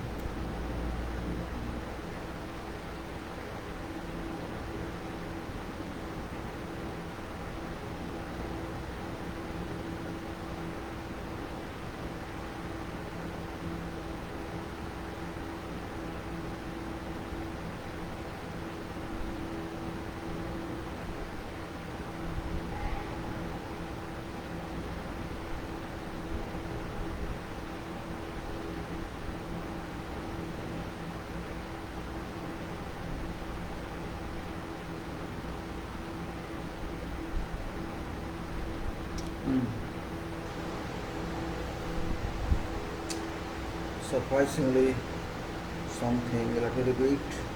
Elementary molecular structure is based on units comprising silica tetrahedral and aluminum octahedral. Cation is fourfold silica, Si plus 4 is fourfold, and possesses tetrahedral coordination with oxygen, while cation Al3 contains in sixfold or octahedral coordination. A layered structure is influenced by what? Influenced by presence of charge. Layered structure is influenced by presence of charge.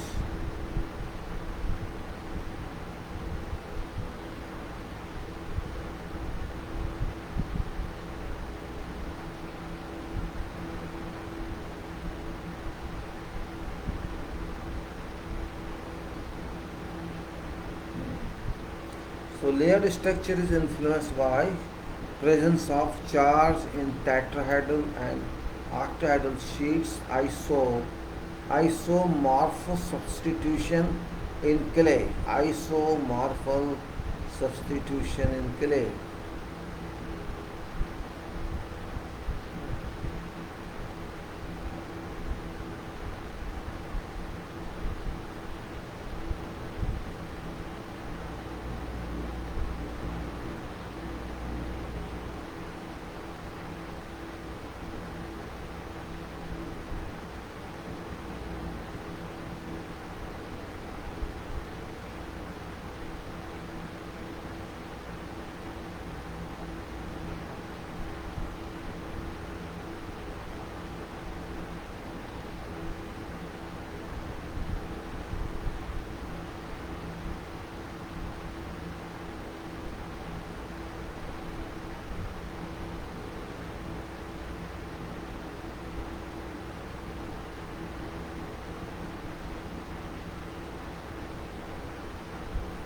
क्या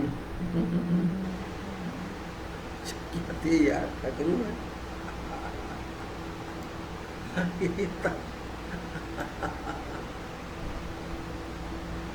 Subject is like that. What I do, I'm not thinking, I'm just referring to both. If I think and speak, that's different.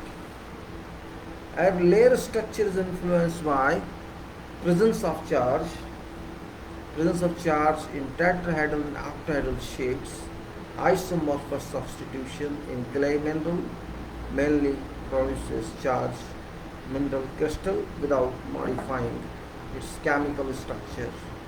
For example, Al3 plus can replace Si plus 4 in tetrahedral coordination, and replacement of Al3 is possible by Mg plus Fe2 plus and Fe2 in octahedral coordination.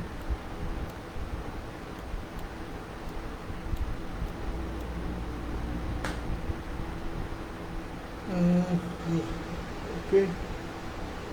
Now, sheet present in monomonolite are composed of 2:1 structure. Sheets in crystal plane have a negative charge and hydroxyl group linked to aluminum and magnesium. Electrostatic force is primarily the force of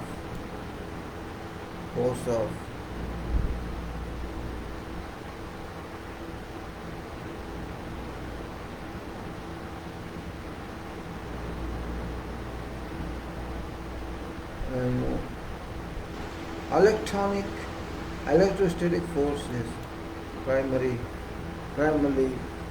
force of attractive.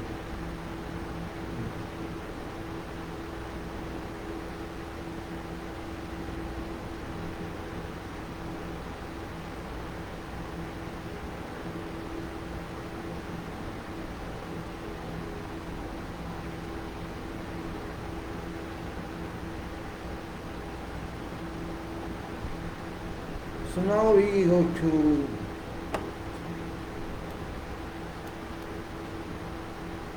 it says sheet present monomonolite are composed of 2:1 structure. Sheets in crystal plane have a negative charge and hydroxyl group linked to aluminum or magnesium. Electrostatic force is primarily force of attraction between sheets, however, it's fragile.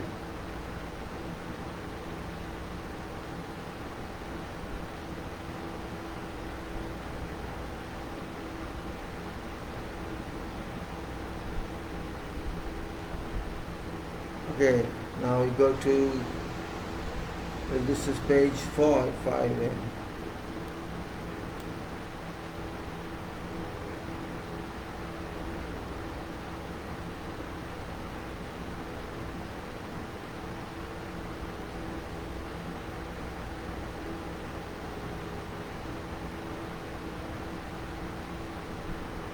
Now come on to in nanoclear. I will discuss this later on. Let's know. We'll go to today to contracts also. Today I'll take up this tomorrow because it's very complicated technical terms. I liked because I could not talk on FIDIC for many days. This is continuous, no issue. I'll go to FIDIC.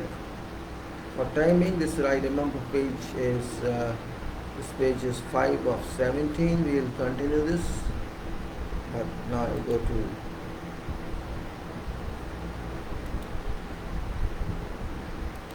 this.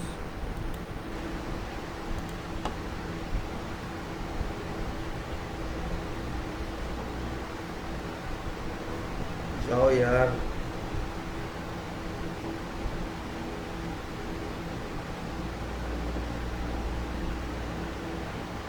Alright, I open page FIDIC. Now that's important. Let us start with that. Physics silver. FIDIC, are you there or gone? It's gone somewhere, I think. Thermal soil, electrical bitumen. Yeah, it's here, it's here. Same. Lucky I cannot go to directory otherwise. Now we'll go with this FIDIC. Let's start. Last one. FIDIC is very important, soil is okay, fine, that's technical part, that's very important part. But FIDIC is also very important part in this. We should not take for granted FIDIC. This is also very important for engineers to understand. Let me put a full foot of light for a second. My light is moving now.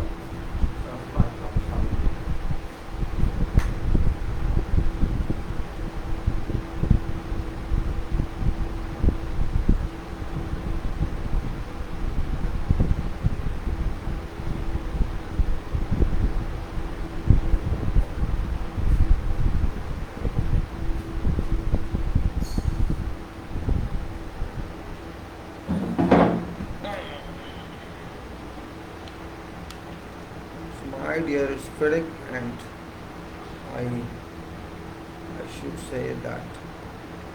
Let's go down. That's not that far away. This program, times for completion, commencement, deletion, suspension. This was not that much, I think. Labor and something we're talking of that day. Testing by contractors. Plants, metals, workmanship, this all. Context person.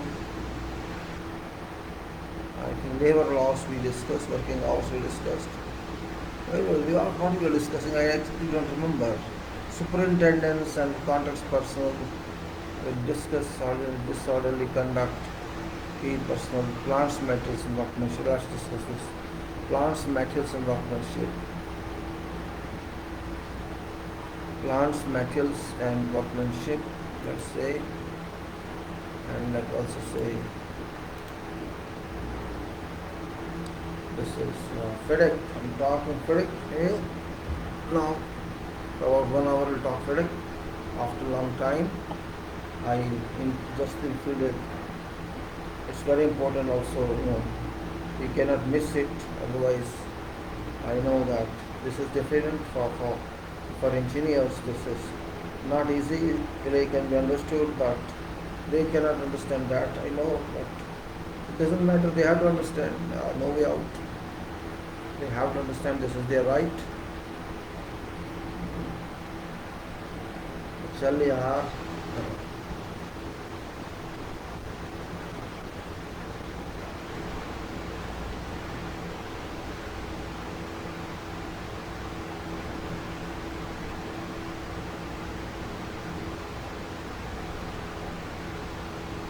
So we did now soil engineering, we can say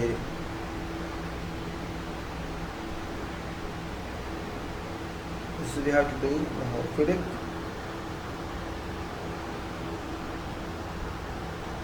FIDIC here, FIDIC 2017, red plus silver, and we have already talked of FIDIC 2017, and we talked of soil engineering. We already talked of soil engineering. So this is now FIDIC.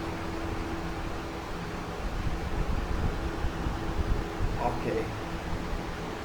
So gentlemen, just to refresh mind, to come out of laziness of soil. Mont night clay soil means very much chemical terms are there. Many chemical terms in that. Force important indeed, very much important, but contract is also important. Contract is not having technical terms, as many technical terms soil is having, but contract is having different terms, which unfortunately engineers miss. Contract, as we said long back, I discussed. Just like I say project, do, think and deliver. You say think and deliver. I said this my own definition, it's not other definition. Think and deliver. It includes everything. That's why particularly I'm using word think. Sometimes nowadays we are using so many words like Internet of Things, IoT. There are things they are using. Ultimately, it's very common word in fact, you can say. Very common words are very important words sometimes and we don't realize them. These are. Similarly, this is think, that is very common word, we don't realize. We say it's very, I don't think. People say, if you raise questions or if you interview someone, you say, means if you don't want any concrete answer from someone, I am not going to give any concrete answer, but you say, well, I think so, it should be like that. I think so, but I'm not sure this means is that. Right? They say, well, I think so. I think it should be. No concrete answer, I think it should be. Why are you thinking it should be? I don't think. This word is actually misused, abused. When you think, it should be concrete. That's what I say. There's no sequence of thinking, and then next thinking, and then next thinking, and then next thinking. No. Think means think. Otherwise, this is no thinking. I think it should be done like this, and then again I say, I should think this like that. But what's the meaning of thinking? That is not thinking, remember. That is something to assume, presume, or consider. Something is given to you for consideration. It's up to you to accept that consideration, not to accept that consideration. But not agreed consideration, that's not agreed consideration. Similarly, think is a powerful word. Because when you think something, it can't be wrong first of all. You are thinking on your own. There may be many options while you're thinking, that's different. But once you say, I think, this is my thinking, when you present your thinking, that is not an option. People say that's an option, but I don't accept that. Contract is not a thinking. Contract is concrete. So what you say about contract, you think about contract, is concrete. I particularly using this word in this title, think. Thinking is only resort. Because when you think, you decide. You cannot defer it. If you defer it, means you are not thinking. Thinking has a procedure. You simply cannot say, I am thinking, and you are doing nothing, you are not thinking. You assume you are not thinking, but I am thinking. How much? On what basis you are thinking? Question is that. This is my basis. Okay, decide. I say, think leads to decision. When I say think tank, what is think tank? Think tank, what is that? A body of person think. But when it is individual think, this is decision. Yes, when the body of person thinks, that can be decision by one. Yes, your thinking is your decision. Others guys think others' decision. That decision is valid or not valid, that's not a point here. But that decision is decision, thinking is thinking. So contract is something beyond thinking even. Because it's agreed, thinking doesn't matter. It is agreed. When I say, you say it's a contract, right?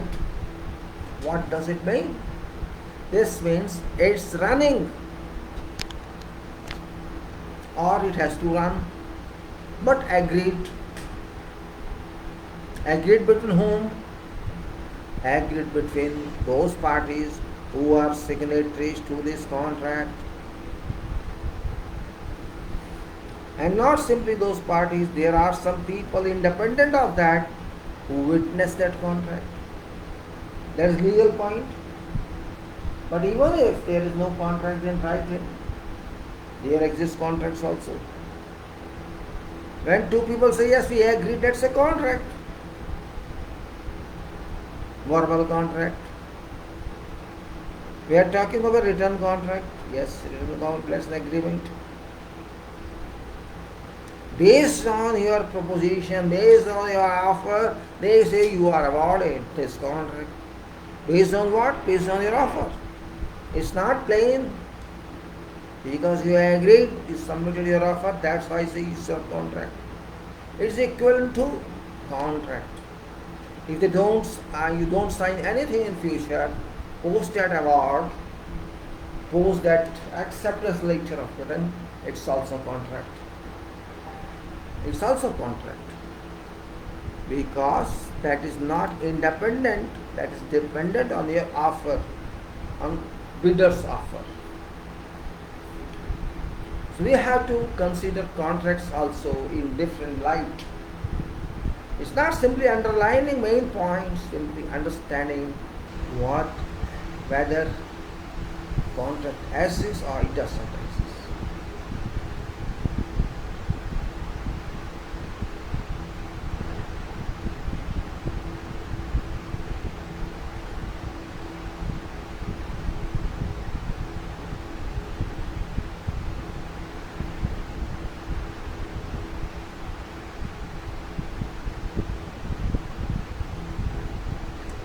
Contract is between two parties, that is true.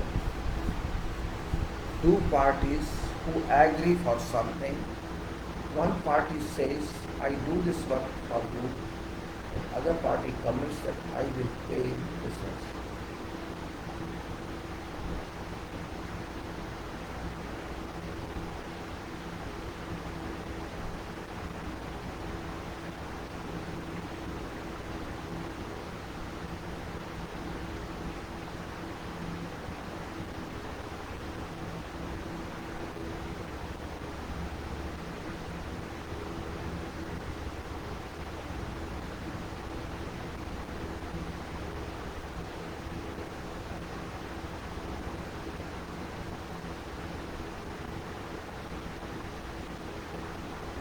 Now guys, friends,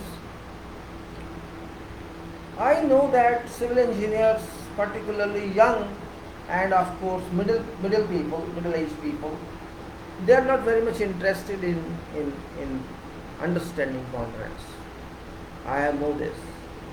It's not because they don't understand, because contract is a voluminous document and little complex it is. Language issues there, and they have no patience to read these documents.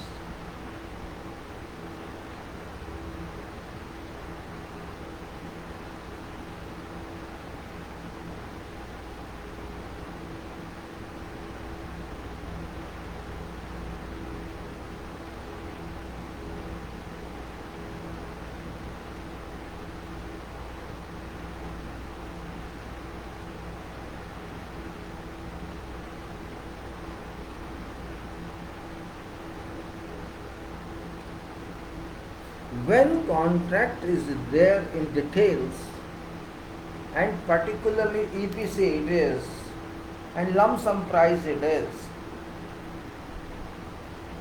it's very powerful document.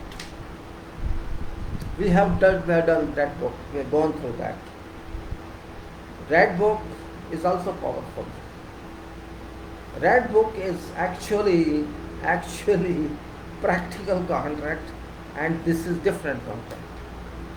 In red book, we know that contractor is real contractor. You know why? He has to just construct. He has to follow his comply with details given to him. Details means design. Contractor is not going to do design itself. Well, of course, exceptions are there. Contractor say, I've constructed this for you according to your drawing specifications or our requirements of codes. Even codes you won't follow because it comes under construction. Why should I worry about codes? So Red Book says you work and go.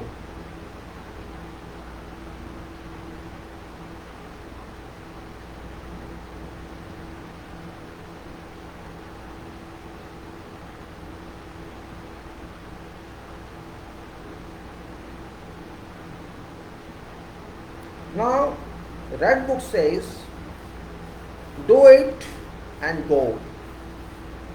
Do it, take payment and go. Simple. Do not think about design. Think about construction and quality and times.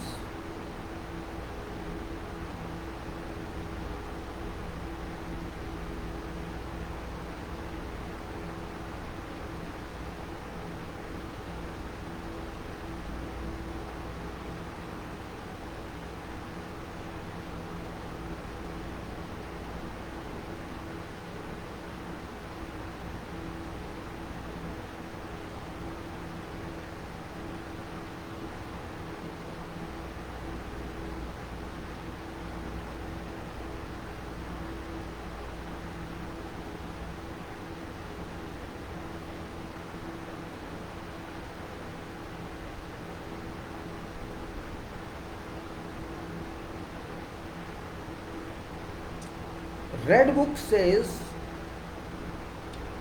give quality, save time, be efficient, follow design, construction responsibility is yours, design responsibility mine. You are responsible for correct construction. You have to prove this bearing capacity must be on site, and if not, you have to achieve it. That is right. You may write, we expect this bearing capacity, or this was expected by test, or this was found by text, and it should be there. This can be a point there, which people don't notice otherwise. So their responsibility lies with conditions in that contract, in book. Construction contract. Here we are talking of EPC, that is silver, engineers procurement, construction contract. There should have been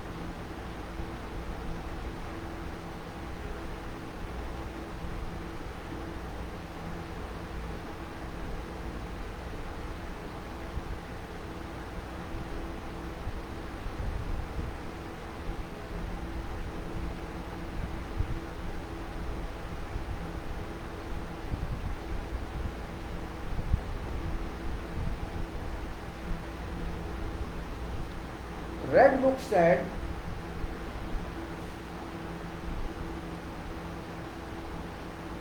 we want expert staff in construction, your staff, expert people in construction. We want expert people in coordination. We want expert people in execution. And we want to check everything. Even sometimes consultants used to come check for checking, or their engineers used to come for checking. But in this case of construction, because this is their drawing and their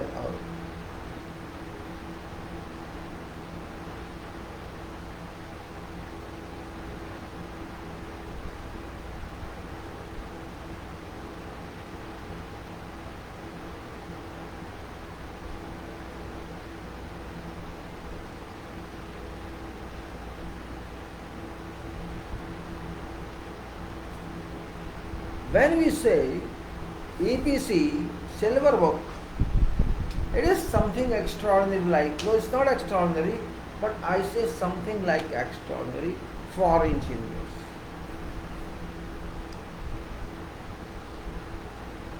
I have seen that our budding engineers and some others also.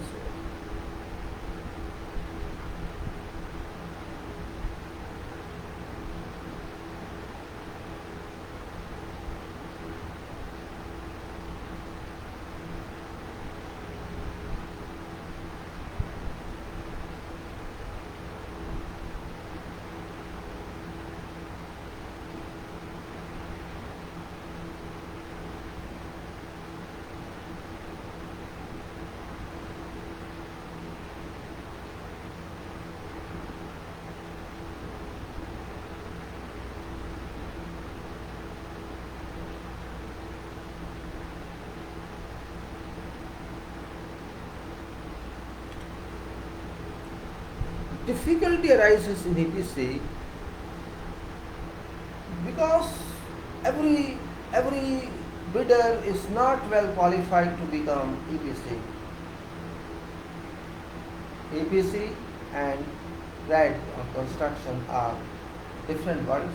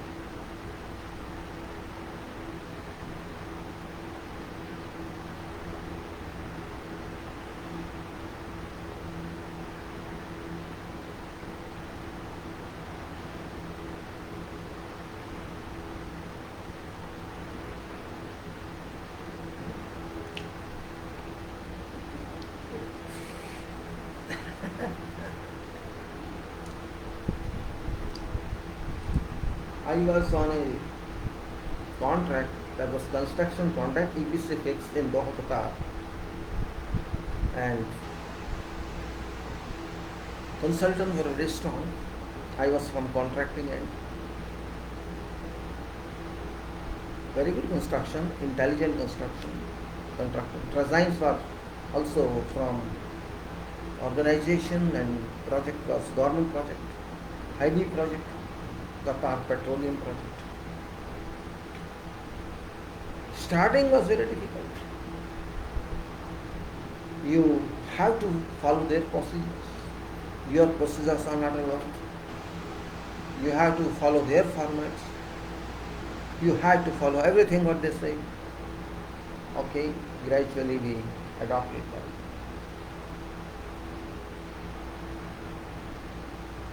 Meeting were conducted every 7 days, not month.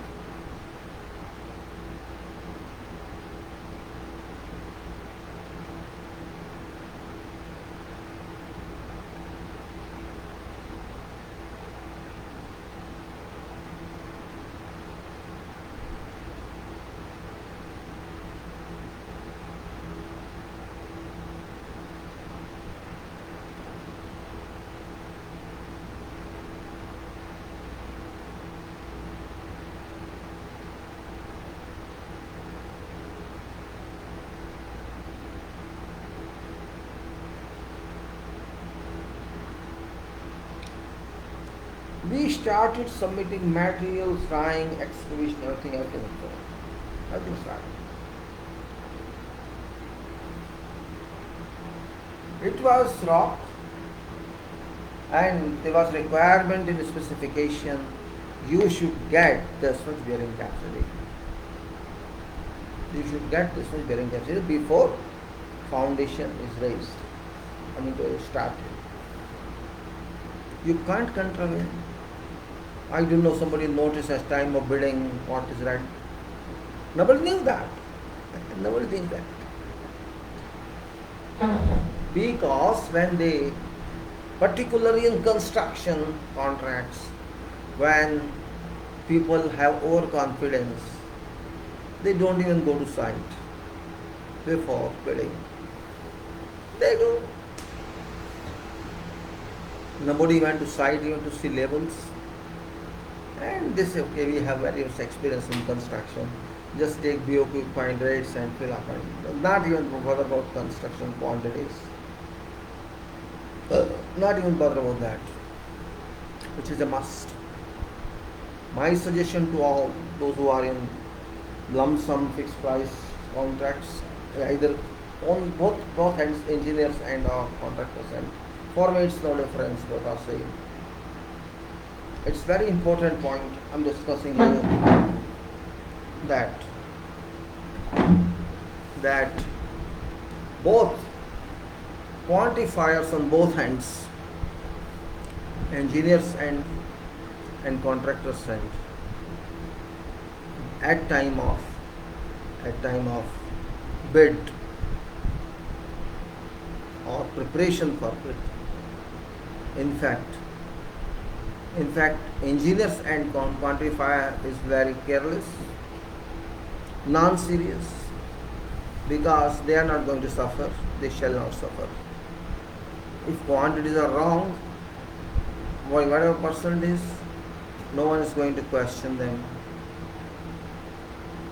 But they don't understand purpose of bid preparation is also very important.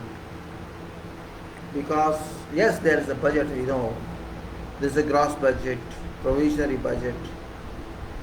But there is another basis also which they consider based on quantification. Nobody will say anything to you. Even if your quantities are wrong by 50%, say, or if you forget some item, or you put more items, nobody is going to say anything to you, because your BOQ prepared by engineer is not legally admissible in such cases. This is not a valid document, you can say.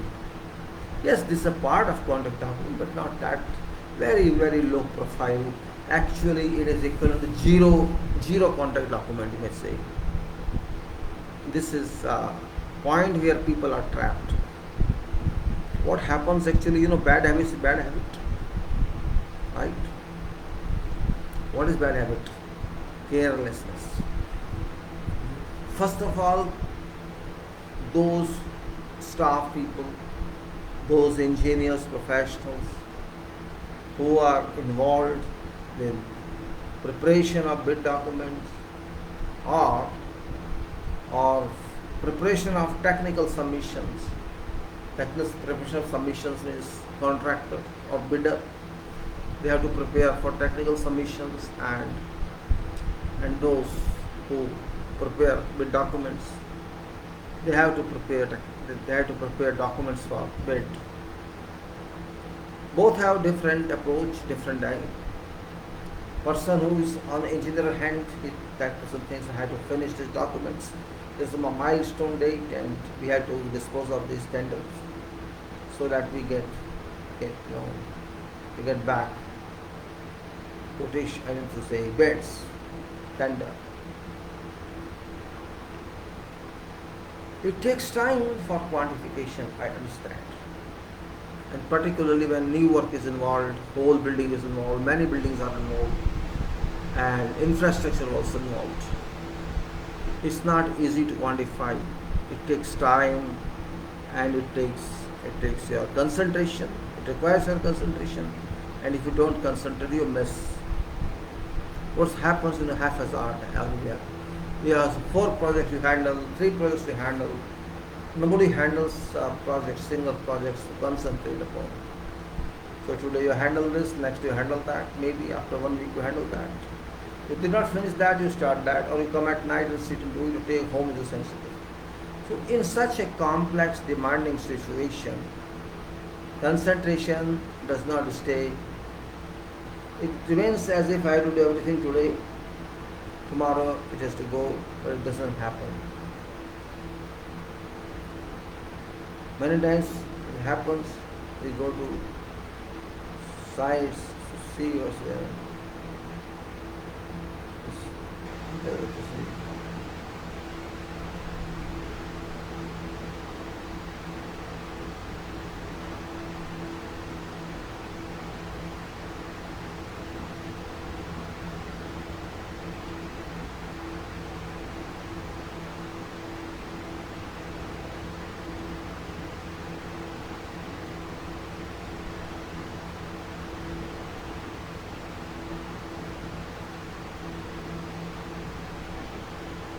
When document is prepared by engineers person, there are many errors,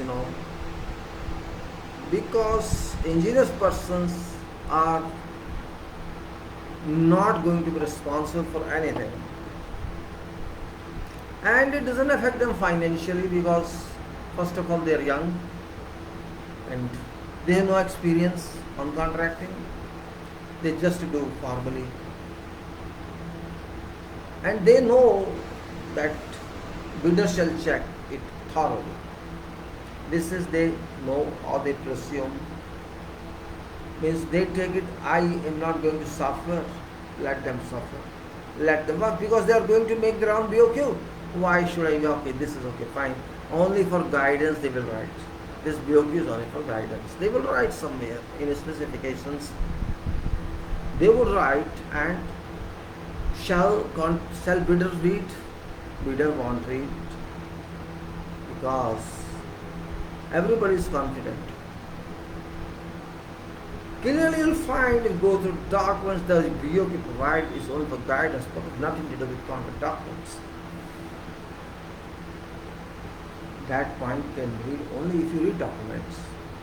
And if you don't read documents, how shall you get that point? You won't get that point. So you may miss. So what happens in some cases, people just use same BOQ and price. It's still the same price. Drawings there, everything is there, all discipline drawings are there, same drawings are there, mechanical parts there. What is on there?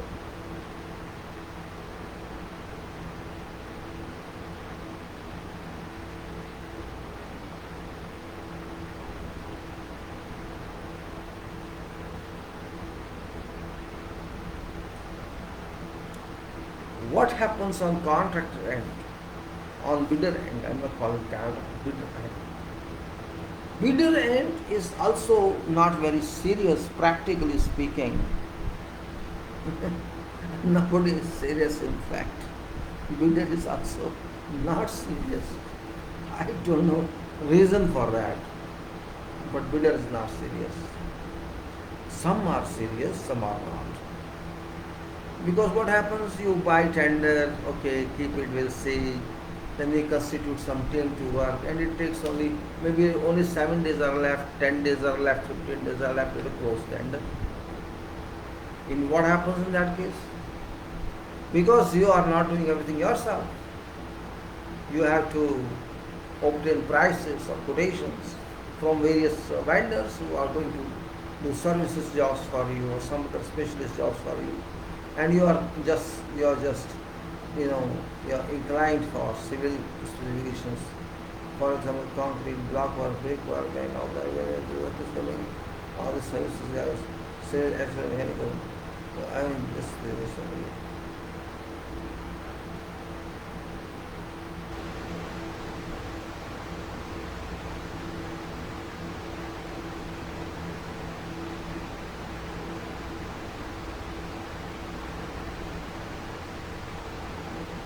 So when you have only that responsibility, that you have to invite quotation, you have to receive quotation, you have to send documents, your time is very much occupied. Then you ask someone, you prepare for quantities, you prepare for this, you prepare timber line entries, you prepare that entry, this entry. Of course you have a team, or you alone work. You don't have team. Question is, rates you have, you can find rates, item rates, not a big issue in contracting companies, they have their. Yes, excavation can be different. Of course, there are possibilities, but if it is too much or not too much, we excavate on sites. Even if it is not quantified, you have to excavate on site depending upon convenience of movement on site. In excavation, convenience is more important rather than sticking to quantity of excavation, even if it is rock. That's what. So my dear, question is, only quantity dominates price of any construction project, whatever that's called. Red book means construction project. If we don't have real quantities, we are asked to follow this television, and that television say and get news. You follow this and get news. It happens. So we use those VOQs which are given by consultant when we don't have time. We'll check later on. This is not fun. You check.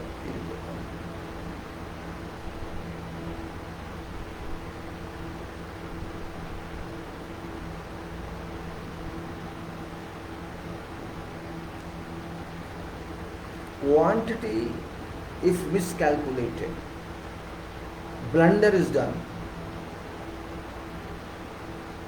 or drawings are not well understood, and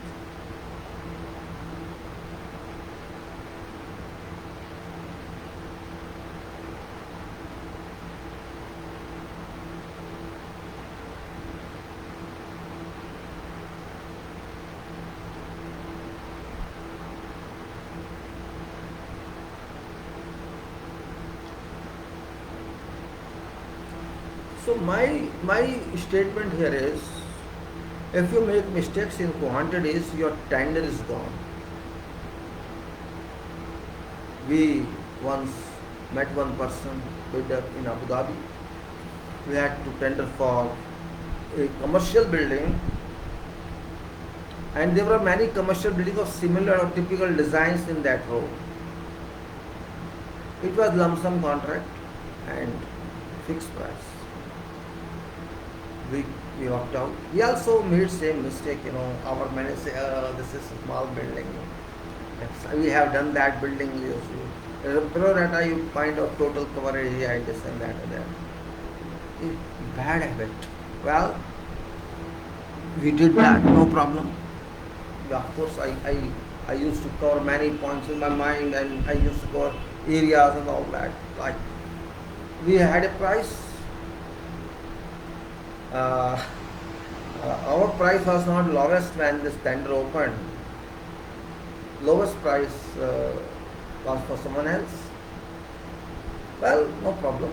It's gone. So that person, people started telling, oh, you are lucky, congratulations.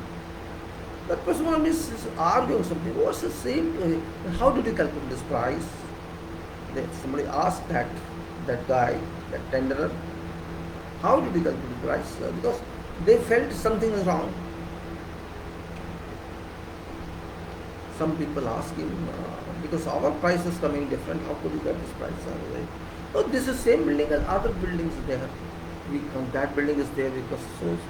Who told you that? Question mark. Who told you that? Why he was talking of? It's same. No, it's not same. Design is same. Stories are not same. What? Yes. In this building which you have offered for construction, there is a basement. Did you take that into consideration? There is no basement, he said. There is a basement. That person did not know that this project had a basement. Because he copied from other, he saw same drawing, same type, and did that. Just changed title. Then you start crying. Why done? He did not see drawing, he did not see specification, he did not see anything, just the same price as the buildings. There are people like that. This is small scale construction group I am talking. Same thing people do in big also. That's why I am telling you, project of Doha that I was talking about, where we have to ensure bearing capacity of that soil strata. In that, consultant indirectly told us, your price is wrong. I was not there in that pricing, I was not in that country that time. Says there is, your price is this, it's about 1.5 million less than it should be. You are going to lose this project, but you have taken now. You have to follow everything. Because according to their calculations, our price was 1.5, say 1.2 to 1.5 million lower. Because our people did not calculate. This happens.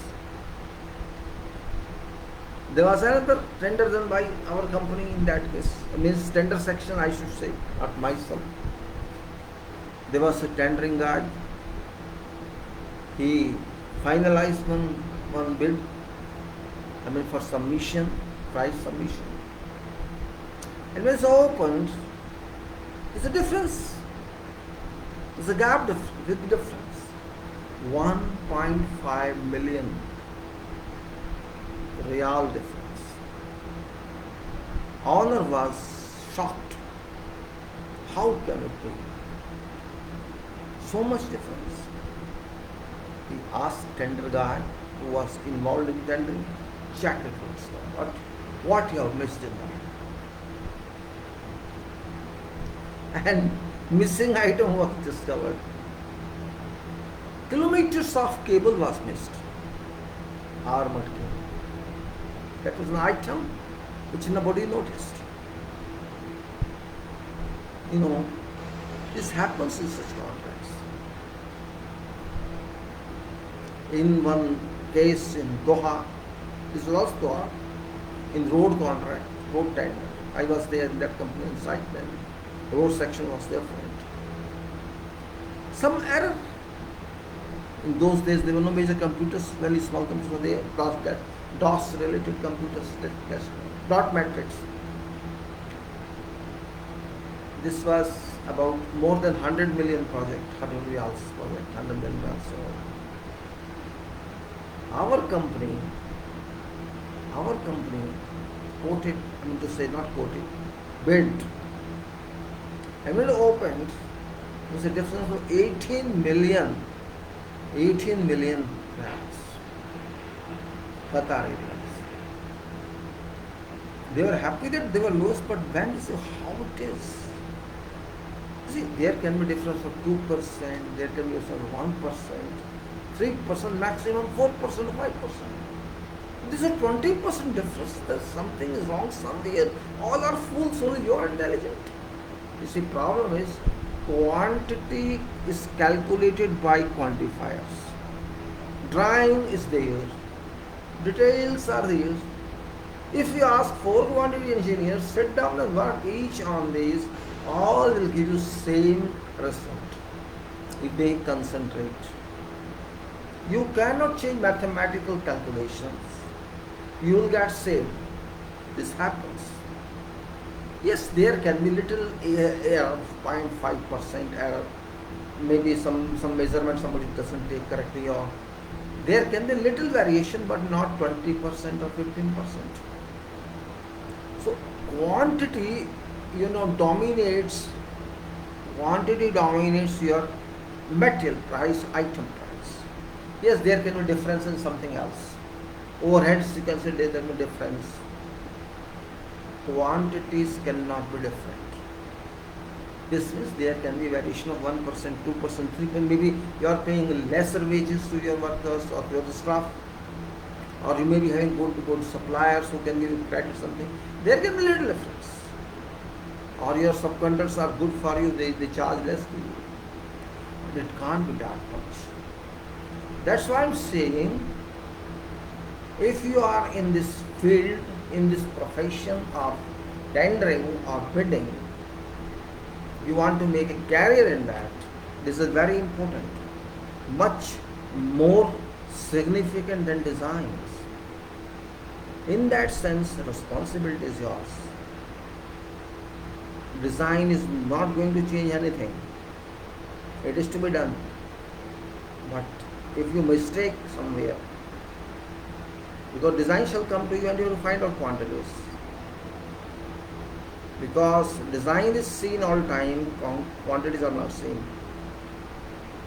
You are taking off from something, you are writing on Excel or somewhere else, you forget some item, or you write double item. Many BOQs are there depending on project, and you are not doing that project only. Sometimes you do today, tomorrow I will not do this, tomorrow I will do something else happens. Oh, this extension of some mission, so let us put this in cold storage for 2 weeks. Will take after 2 weeks. This happens because people keep on applying for extension of submission date, extension something. So why too early? Oh, it's too much time. 2 months time, leave it now. We'll do later on. You do this. So you select that. When you get up after 15 days, or maybe you go on vacation, somebody else comes. This happens because they take it. It will not. Okay, you check it what he has done. They'll simply say, okay, you have a review forward guide, and you keep them forward. What happens? Either you take double quantities in some cases, or you forget something. And your own work you cannot check. The problem is that checking quantities is a very difficult job. Everybody has different style of working. There are thousands of entries, maybe more. For small items, nobody bothers. And you are under force now. Do it now. You have to finish tender, do it now. You have to sit at night, take this at home, do whatever. Your mind is hot then, nervous. So what happens? Review doesn't happen peacefully. Even if you are serious, that error you will not find until you sit peacefully and concentrate. So what happens? That error, which is once, single one, goes on accumulating to whatever times. That kills your tender, that kills you. And you cannot run away. Once you have submitted tender, once you have submitted your tender, you have submitted tender bond as well. If you run away, your tender bond is gone and your reputation is gone. They won't give you second time chance for tender. And if you don't submit, that's also another problem. You are expected to submit. See, there are so many points in this line, so many barricades in this profession. It's not simply we are calculating. Calculation is important, but many others. Technical submissions. Technical submission includes quantification, includes resources. All resources includes their schedule, includes your procedures or methodologies of project completion. They would like to see, are you in a capacity to understand and do it.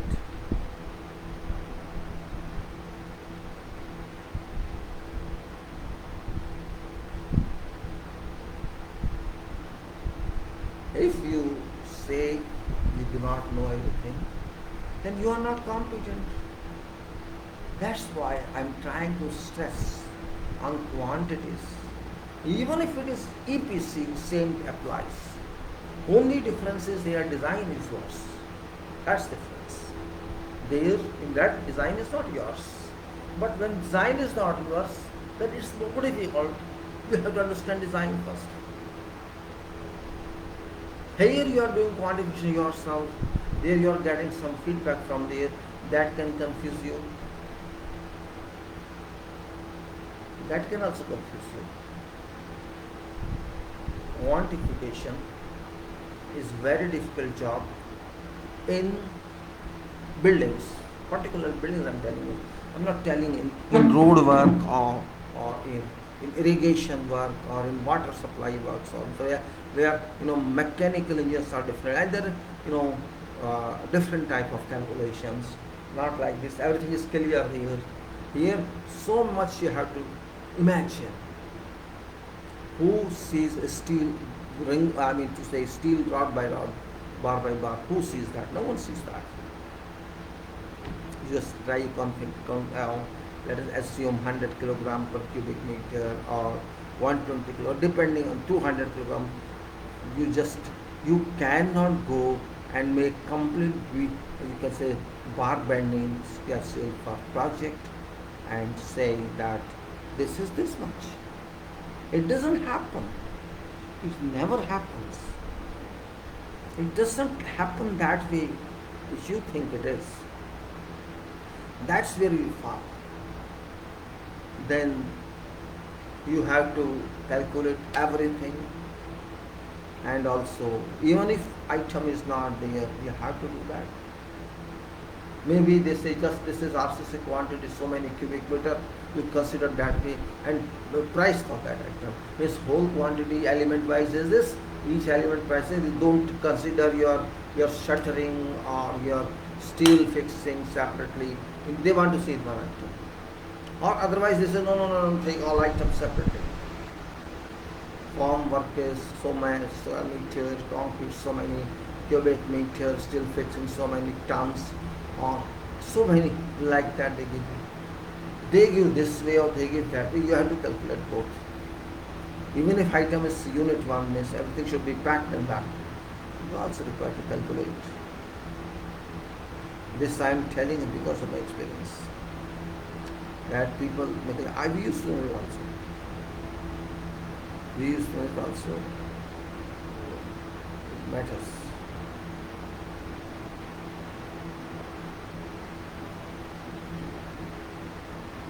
If a generation think that we'll get every facility sitting in, and no problem for that.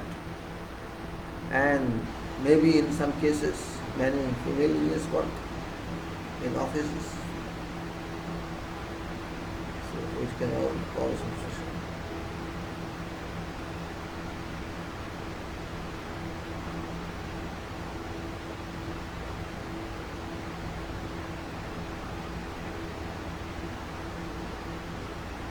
Well, my suggestion is for everyone, be mature. One cubic meter loss in concrete means something. Remember, 1 cubic meter of loss in concrete is something.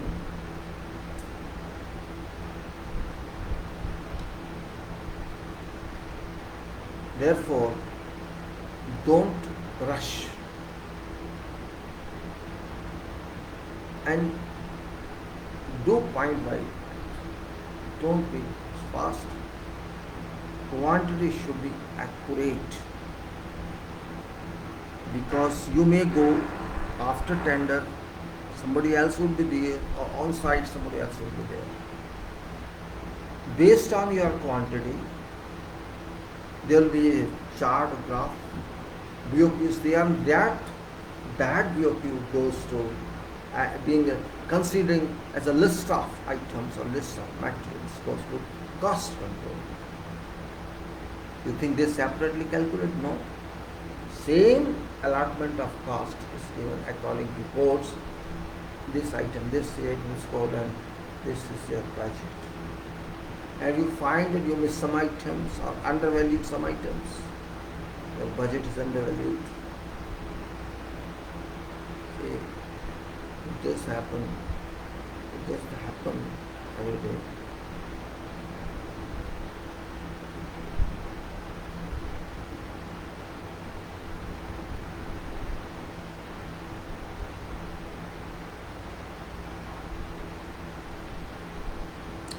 Gentlemen, contract is contract. Because we are talking EPC, still there is time to continue. EPC is where you are designed. Yes, feed is there, but design philosophy may be there. You have to comply with that because of bylaws and so many other issues there could be. You have to design your structure. You have to design the structure, and if you are also having MEP contract with you in the same package, you have to design mechanical engineering also, you have to design electrical engineering also, and plumbing as well, and landscape as well. All come into your purview if you have complete package of EPC. And that is where your smart selling or smart necessary.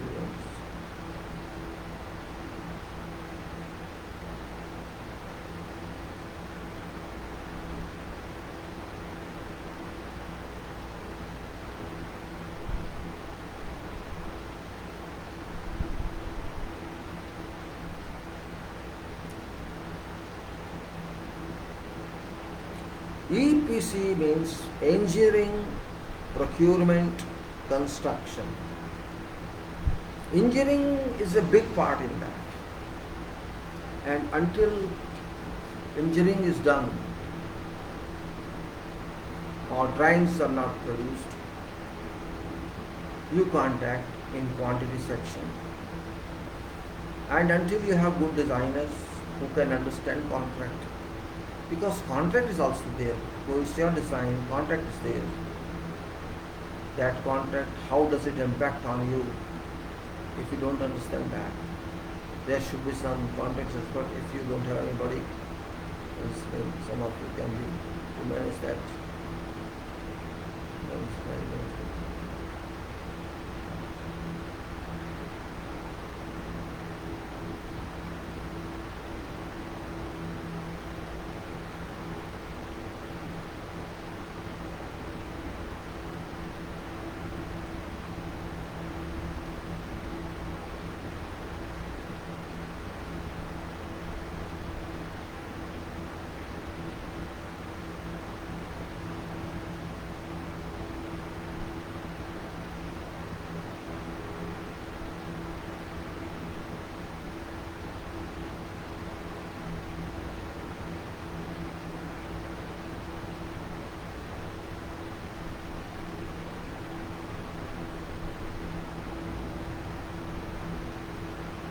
Later on, when you find that everything is ready, drawings which you produced meet requirements, which you have to see through specifications. Sometimes what happens, drawings people, they do not care for specifications, and moreover they are not used to that with design philosophy. They are not used to what is given in what's required. So you have to also ensure whatever design is done is according to contract requirement.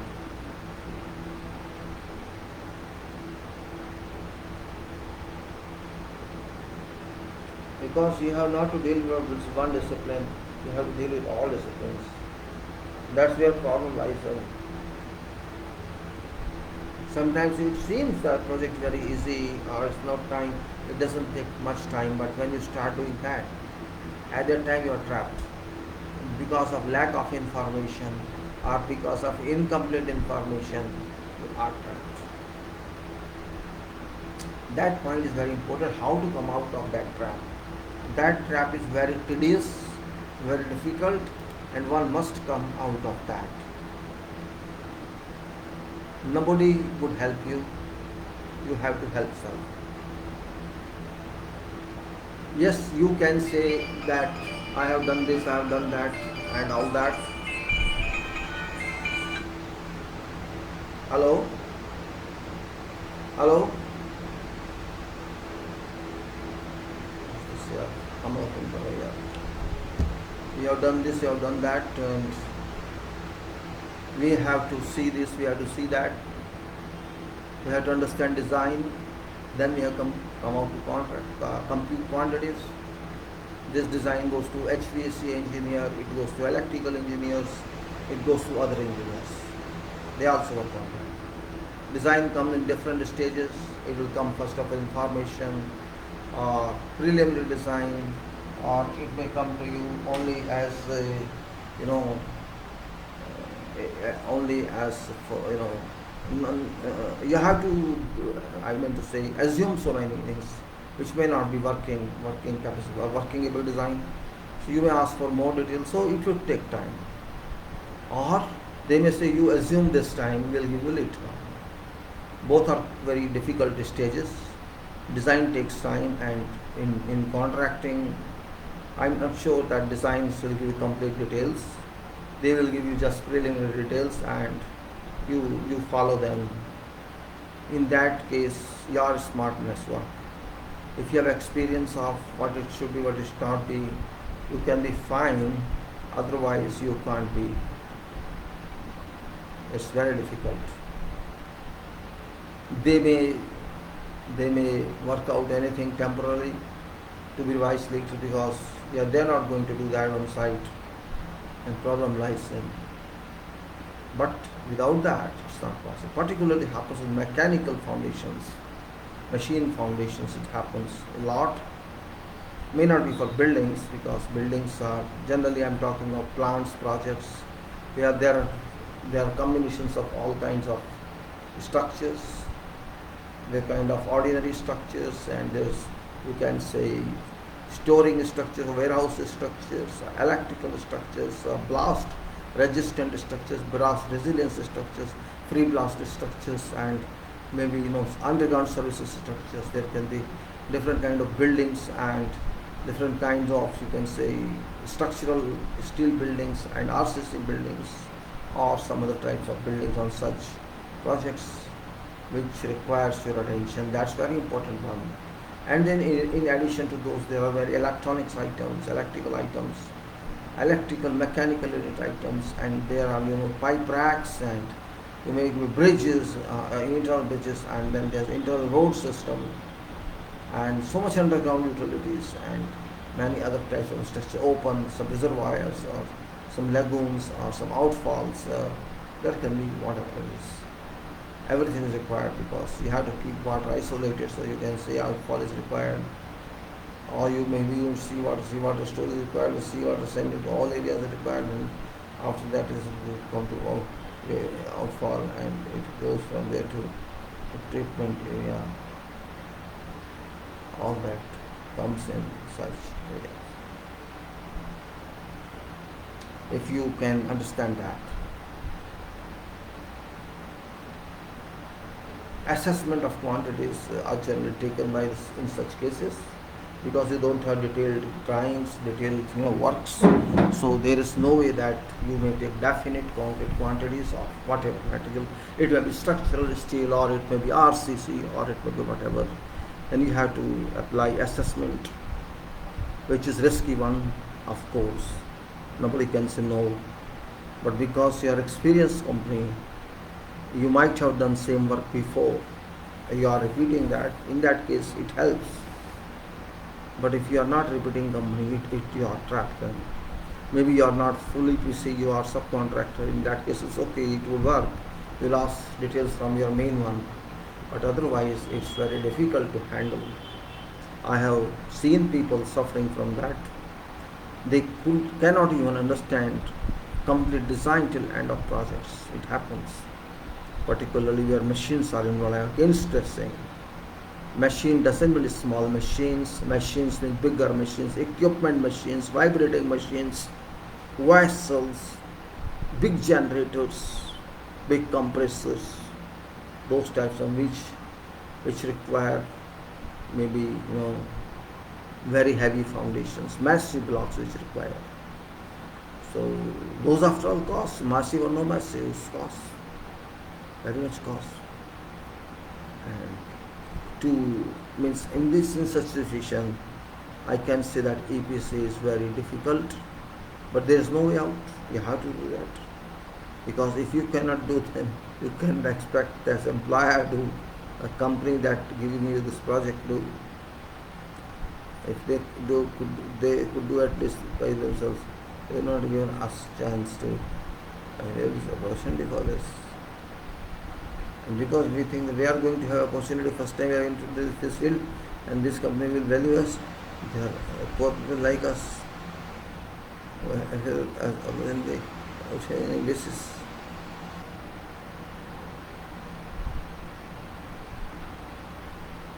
So point is that, it's everything is not smooth as we say.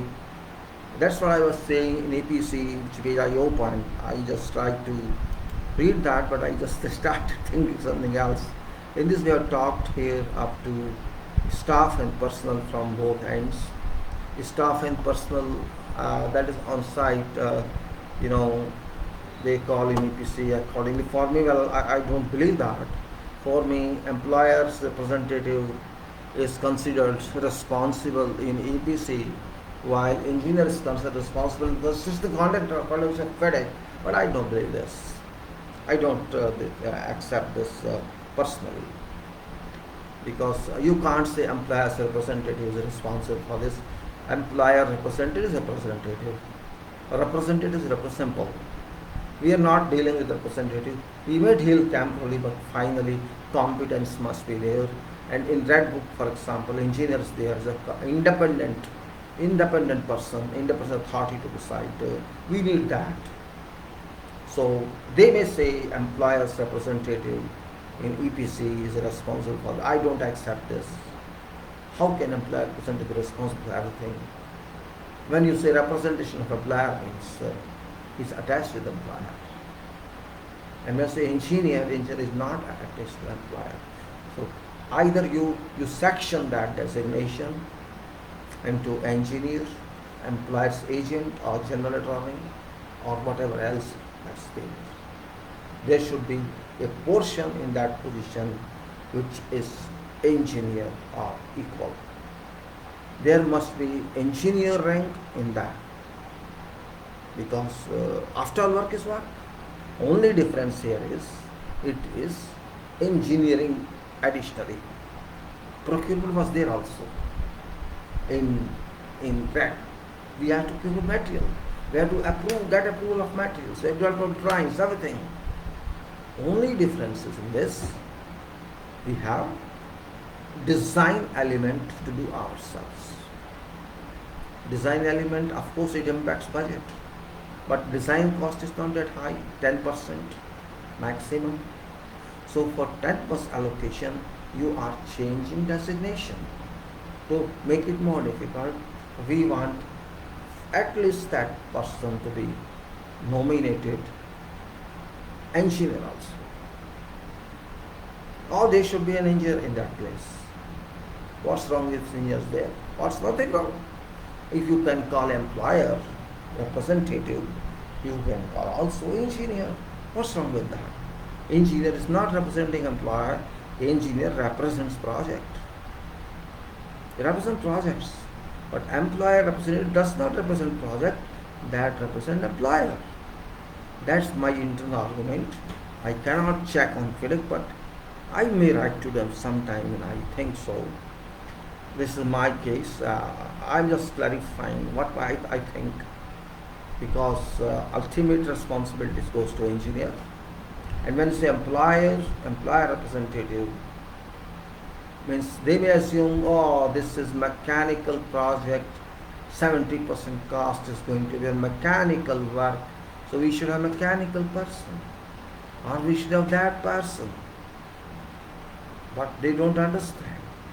Mechanical cost is high because of equipment, not because of work. Equipment are not done on site, equipment are procured. That's the difference here. We must know our limits. We must know everything. That's what's required.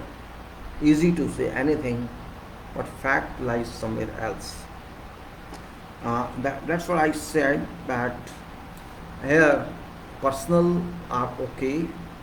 Employer has, I mean to say, engineer has every right, like employer has right to accept or not to accept any proposal of engineering staff, of contractors, or of, you can say, of employer.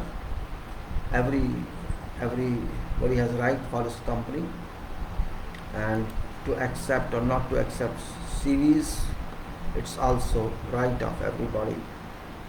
But question is not of that only.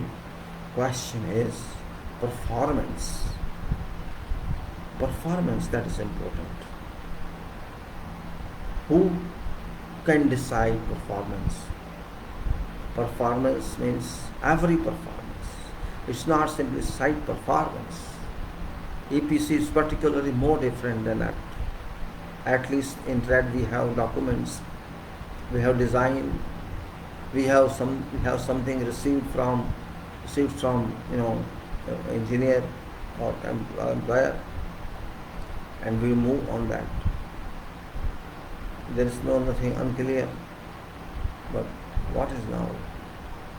This COVID has changed everything.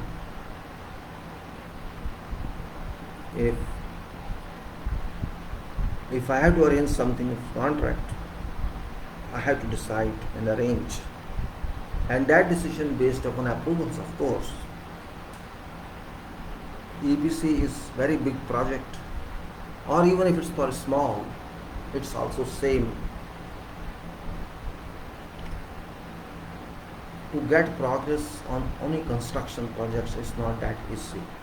Even if you say we have machines, we have this, we have that, that is supporting system. But procedure is expensive. If you say project is say for 1.5 years, let us say 1.5 years. 18 months project, and it's very small. Yes, it looks small, but exact cost of that. 2 months end of project is no use. You have to do testing and commissioning. That is out. 2 months out of 18 months. 1 month is mobilization, which may take 2 months minimum. So 2 months there and 1 or 2 months there are out. Then you think submissions of materials and drawings go so smoothly? Never ever. Do you think you get employees or staff ready all time? Never ever. You think you get your drawings done so fast? Never ever. You think you can procure material, whatever you have to use on project at one go? Never ever. Time is same, procedure is same, delivery is same, custom is same, duties are same, only quantity is less. Only quantity. So project is big, it's not small.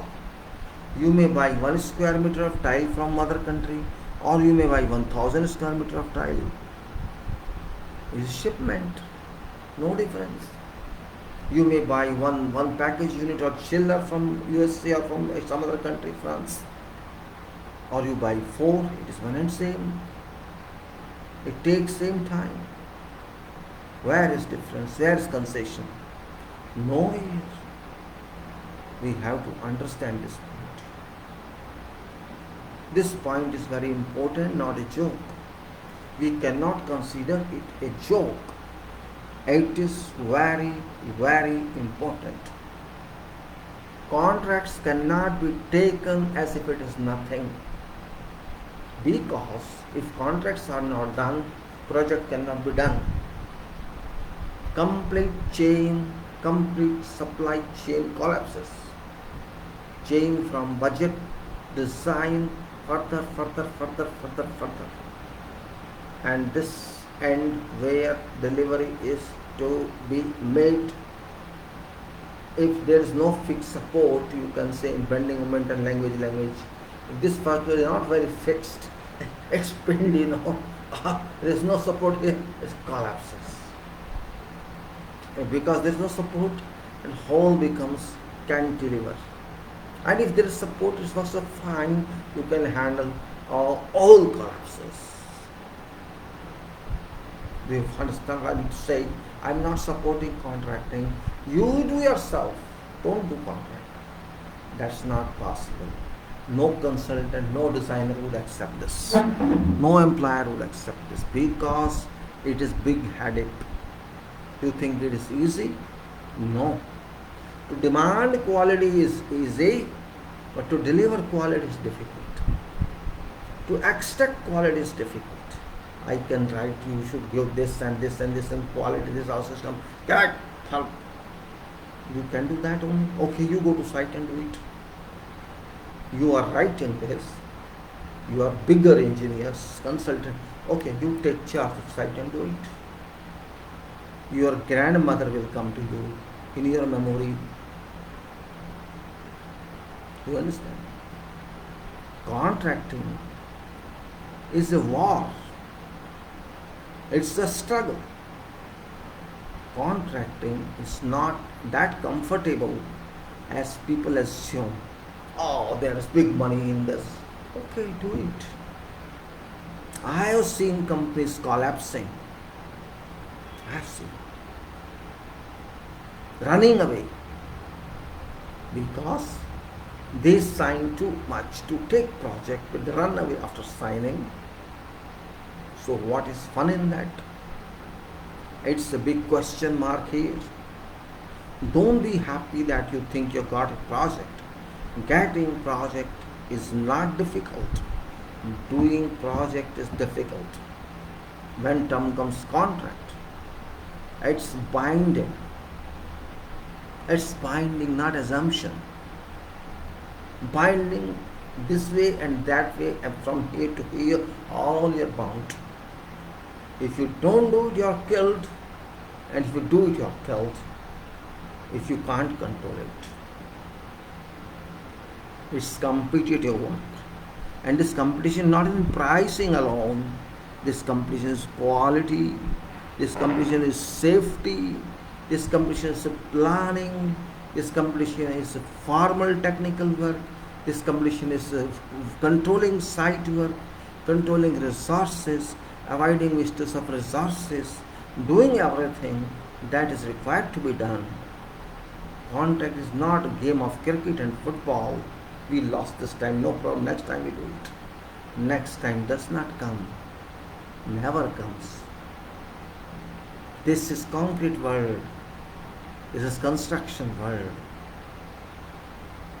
If you are not serious, if you are not routine, if you are not regular, if you are not committed, if you are not determined, if you are not well-willed, I mean to say you have no will, you cannot complete a project. If you don't have good workers with you, if you don't have good staff with you, if you don't have good subcontractors with you, if you don't have all this stuff with you, you cannot complete a project. This is well-controlled statement, determined and calculated statement I am making. It's not that easy your thinking, not that easy. It's completely different if you think you're right. Contracting is not that easy as we think or you think. It's by chance you are lucky if you get good rates. By chance you are lucky. Or you are a subcontractor. You take work from some big man contractor and get good rates, because in those big projects and those big people may not mind giving you good rates, so that just to save a headache. And you bring cheap people and get it done. Sometimes it used to happen. And you have a good margin, say 20% I have margin. Even if you make 5% loss in that 20%, still you have 15% margin.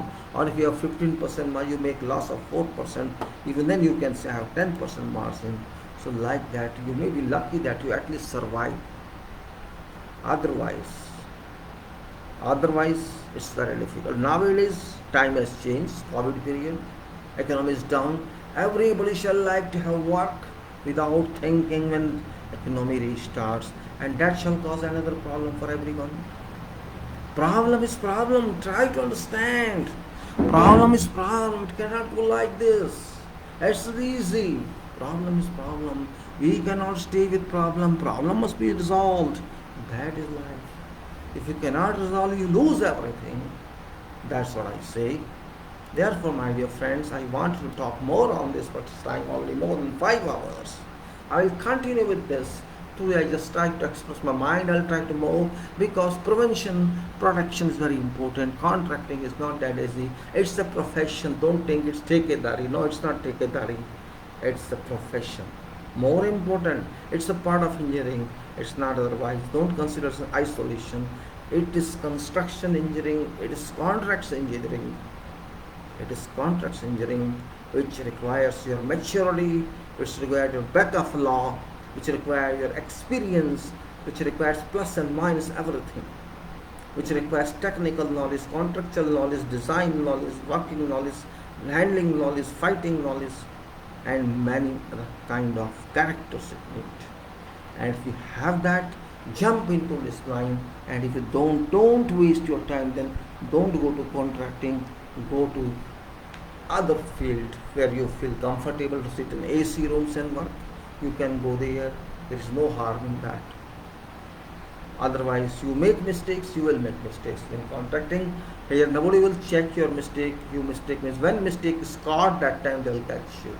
Because they trust you, you are an engineer, you can't make mistakes. They believe you, because your mistake may be known after 1 year or 2 years. By that time, you may not be there, so company would suffer, and they will abuse you. This person was there, he did that. Or you are there, then you will definitely get a question to answer. Because engineer position is that, engineer job is that. I'm not talking about contract engineer. I'm talking ordinary educated person who is employed in the position where engineer is required to be employed. That is not easy, that's difficult like that. So with this, I would like to thank you for today's little long talk. I wanted to make it a little longer because I wanted to include some time for this contracting as well, and that technical soil mechanics. Thus I'm also going to take time, and it's a very boring subject, and of course we have to understand everything. So I would say we continue like this, I hope. And with that statement, I would say thank you very much, everyone. I close this now. I hope you may like to continue, or you may use this talk for your benefit. It's not entertainment anymore. It's very serious discussion. I am sharing with you. I'm not getting any feedback. That's my bad time. You're not writing anything to me. Well, either you're not serious, you're not attending, you're not viewing this, or I think maybe you know nothing about that. Then if you know nothing about, then there's a chance for you to learn. It's positive for you. Or if you know, then you better write to me, that's this right or wrong, so that I can check myself. With this, I say thank you very much. I close this YouTube first, and then I close other one. This YouTube has to go first. It takes much time, it takes much time in going. That's the problem here. Come on, go. So go, gentlemen, go from here, and then I'll come to this. It's taking much time to go. Now I'm back here. Thank you very much, gentlemen. I'm going back home now. Thanks.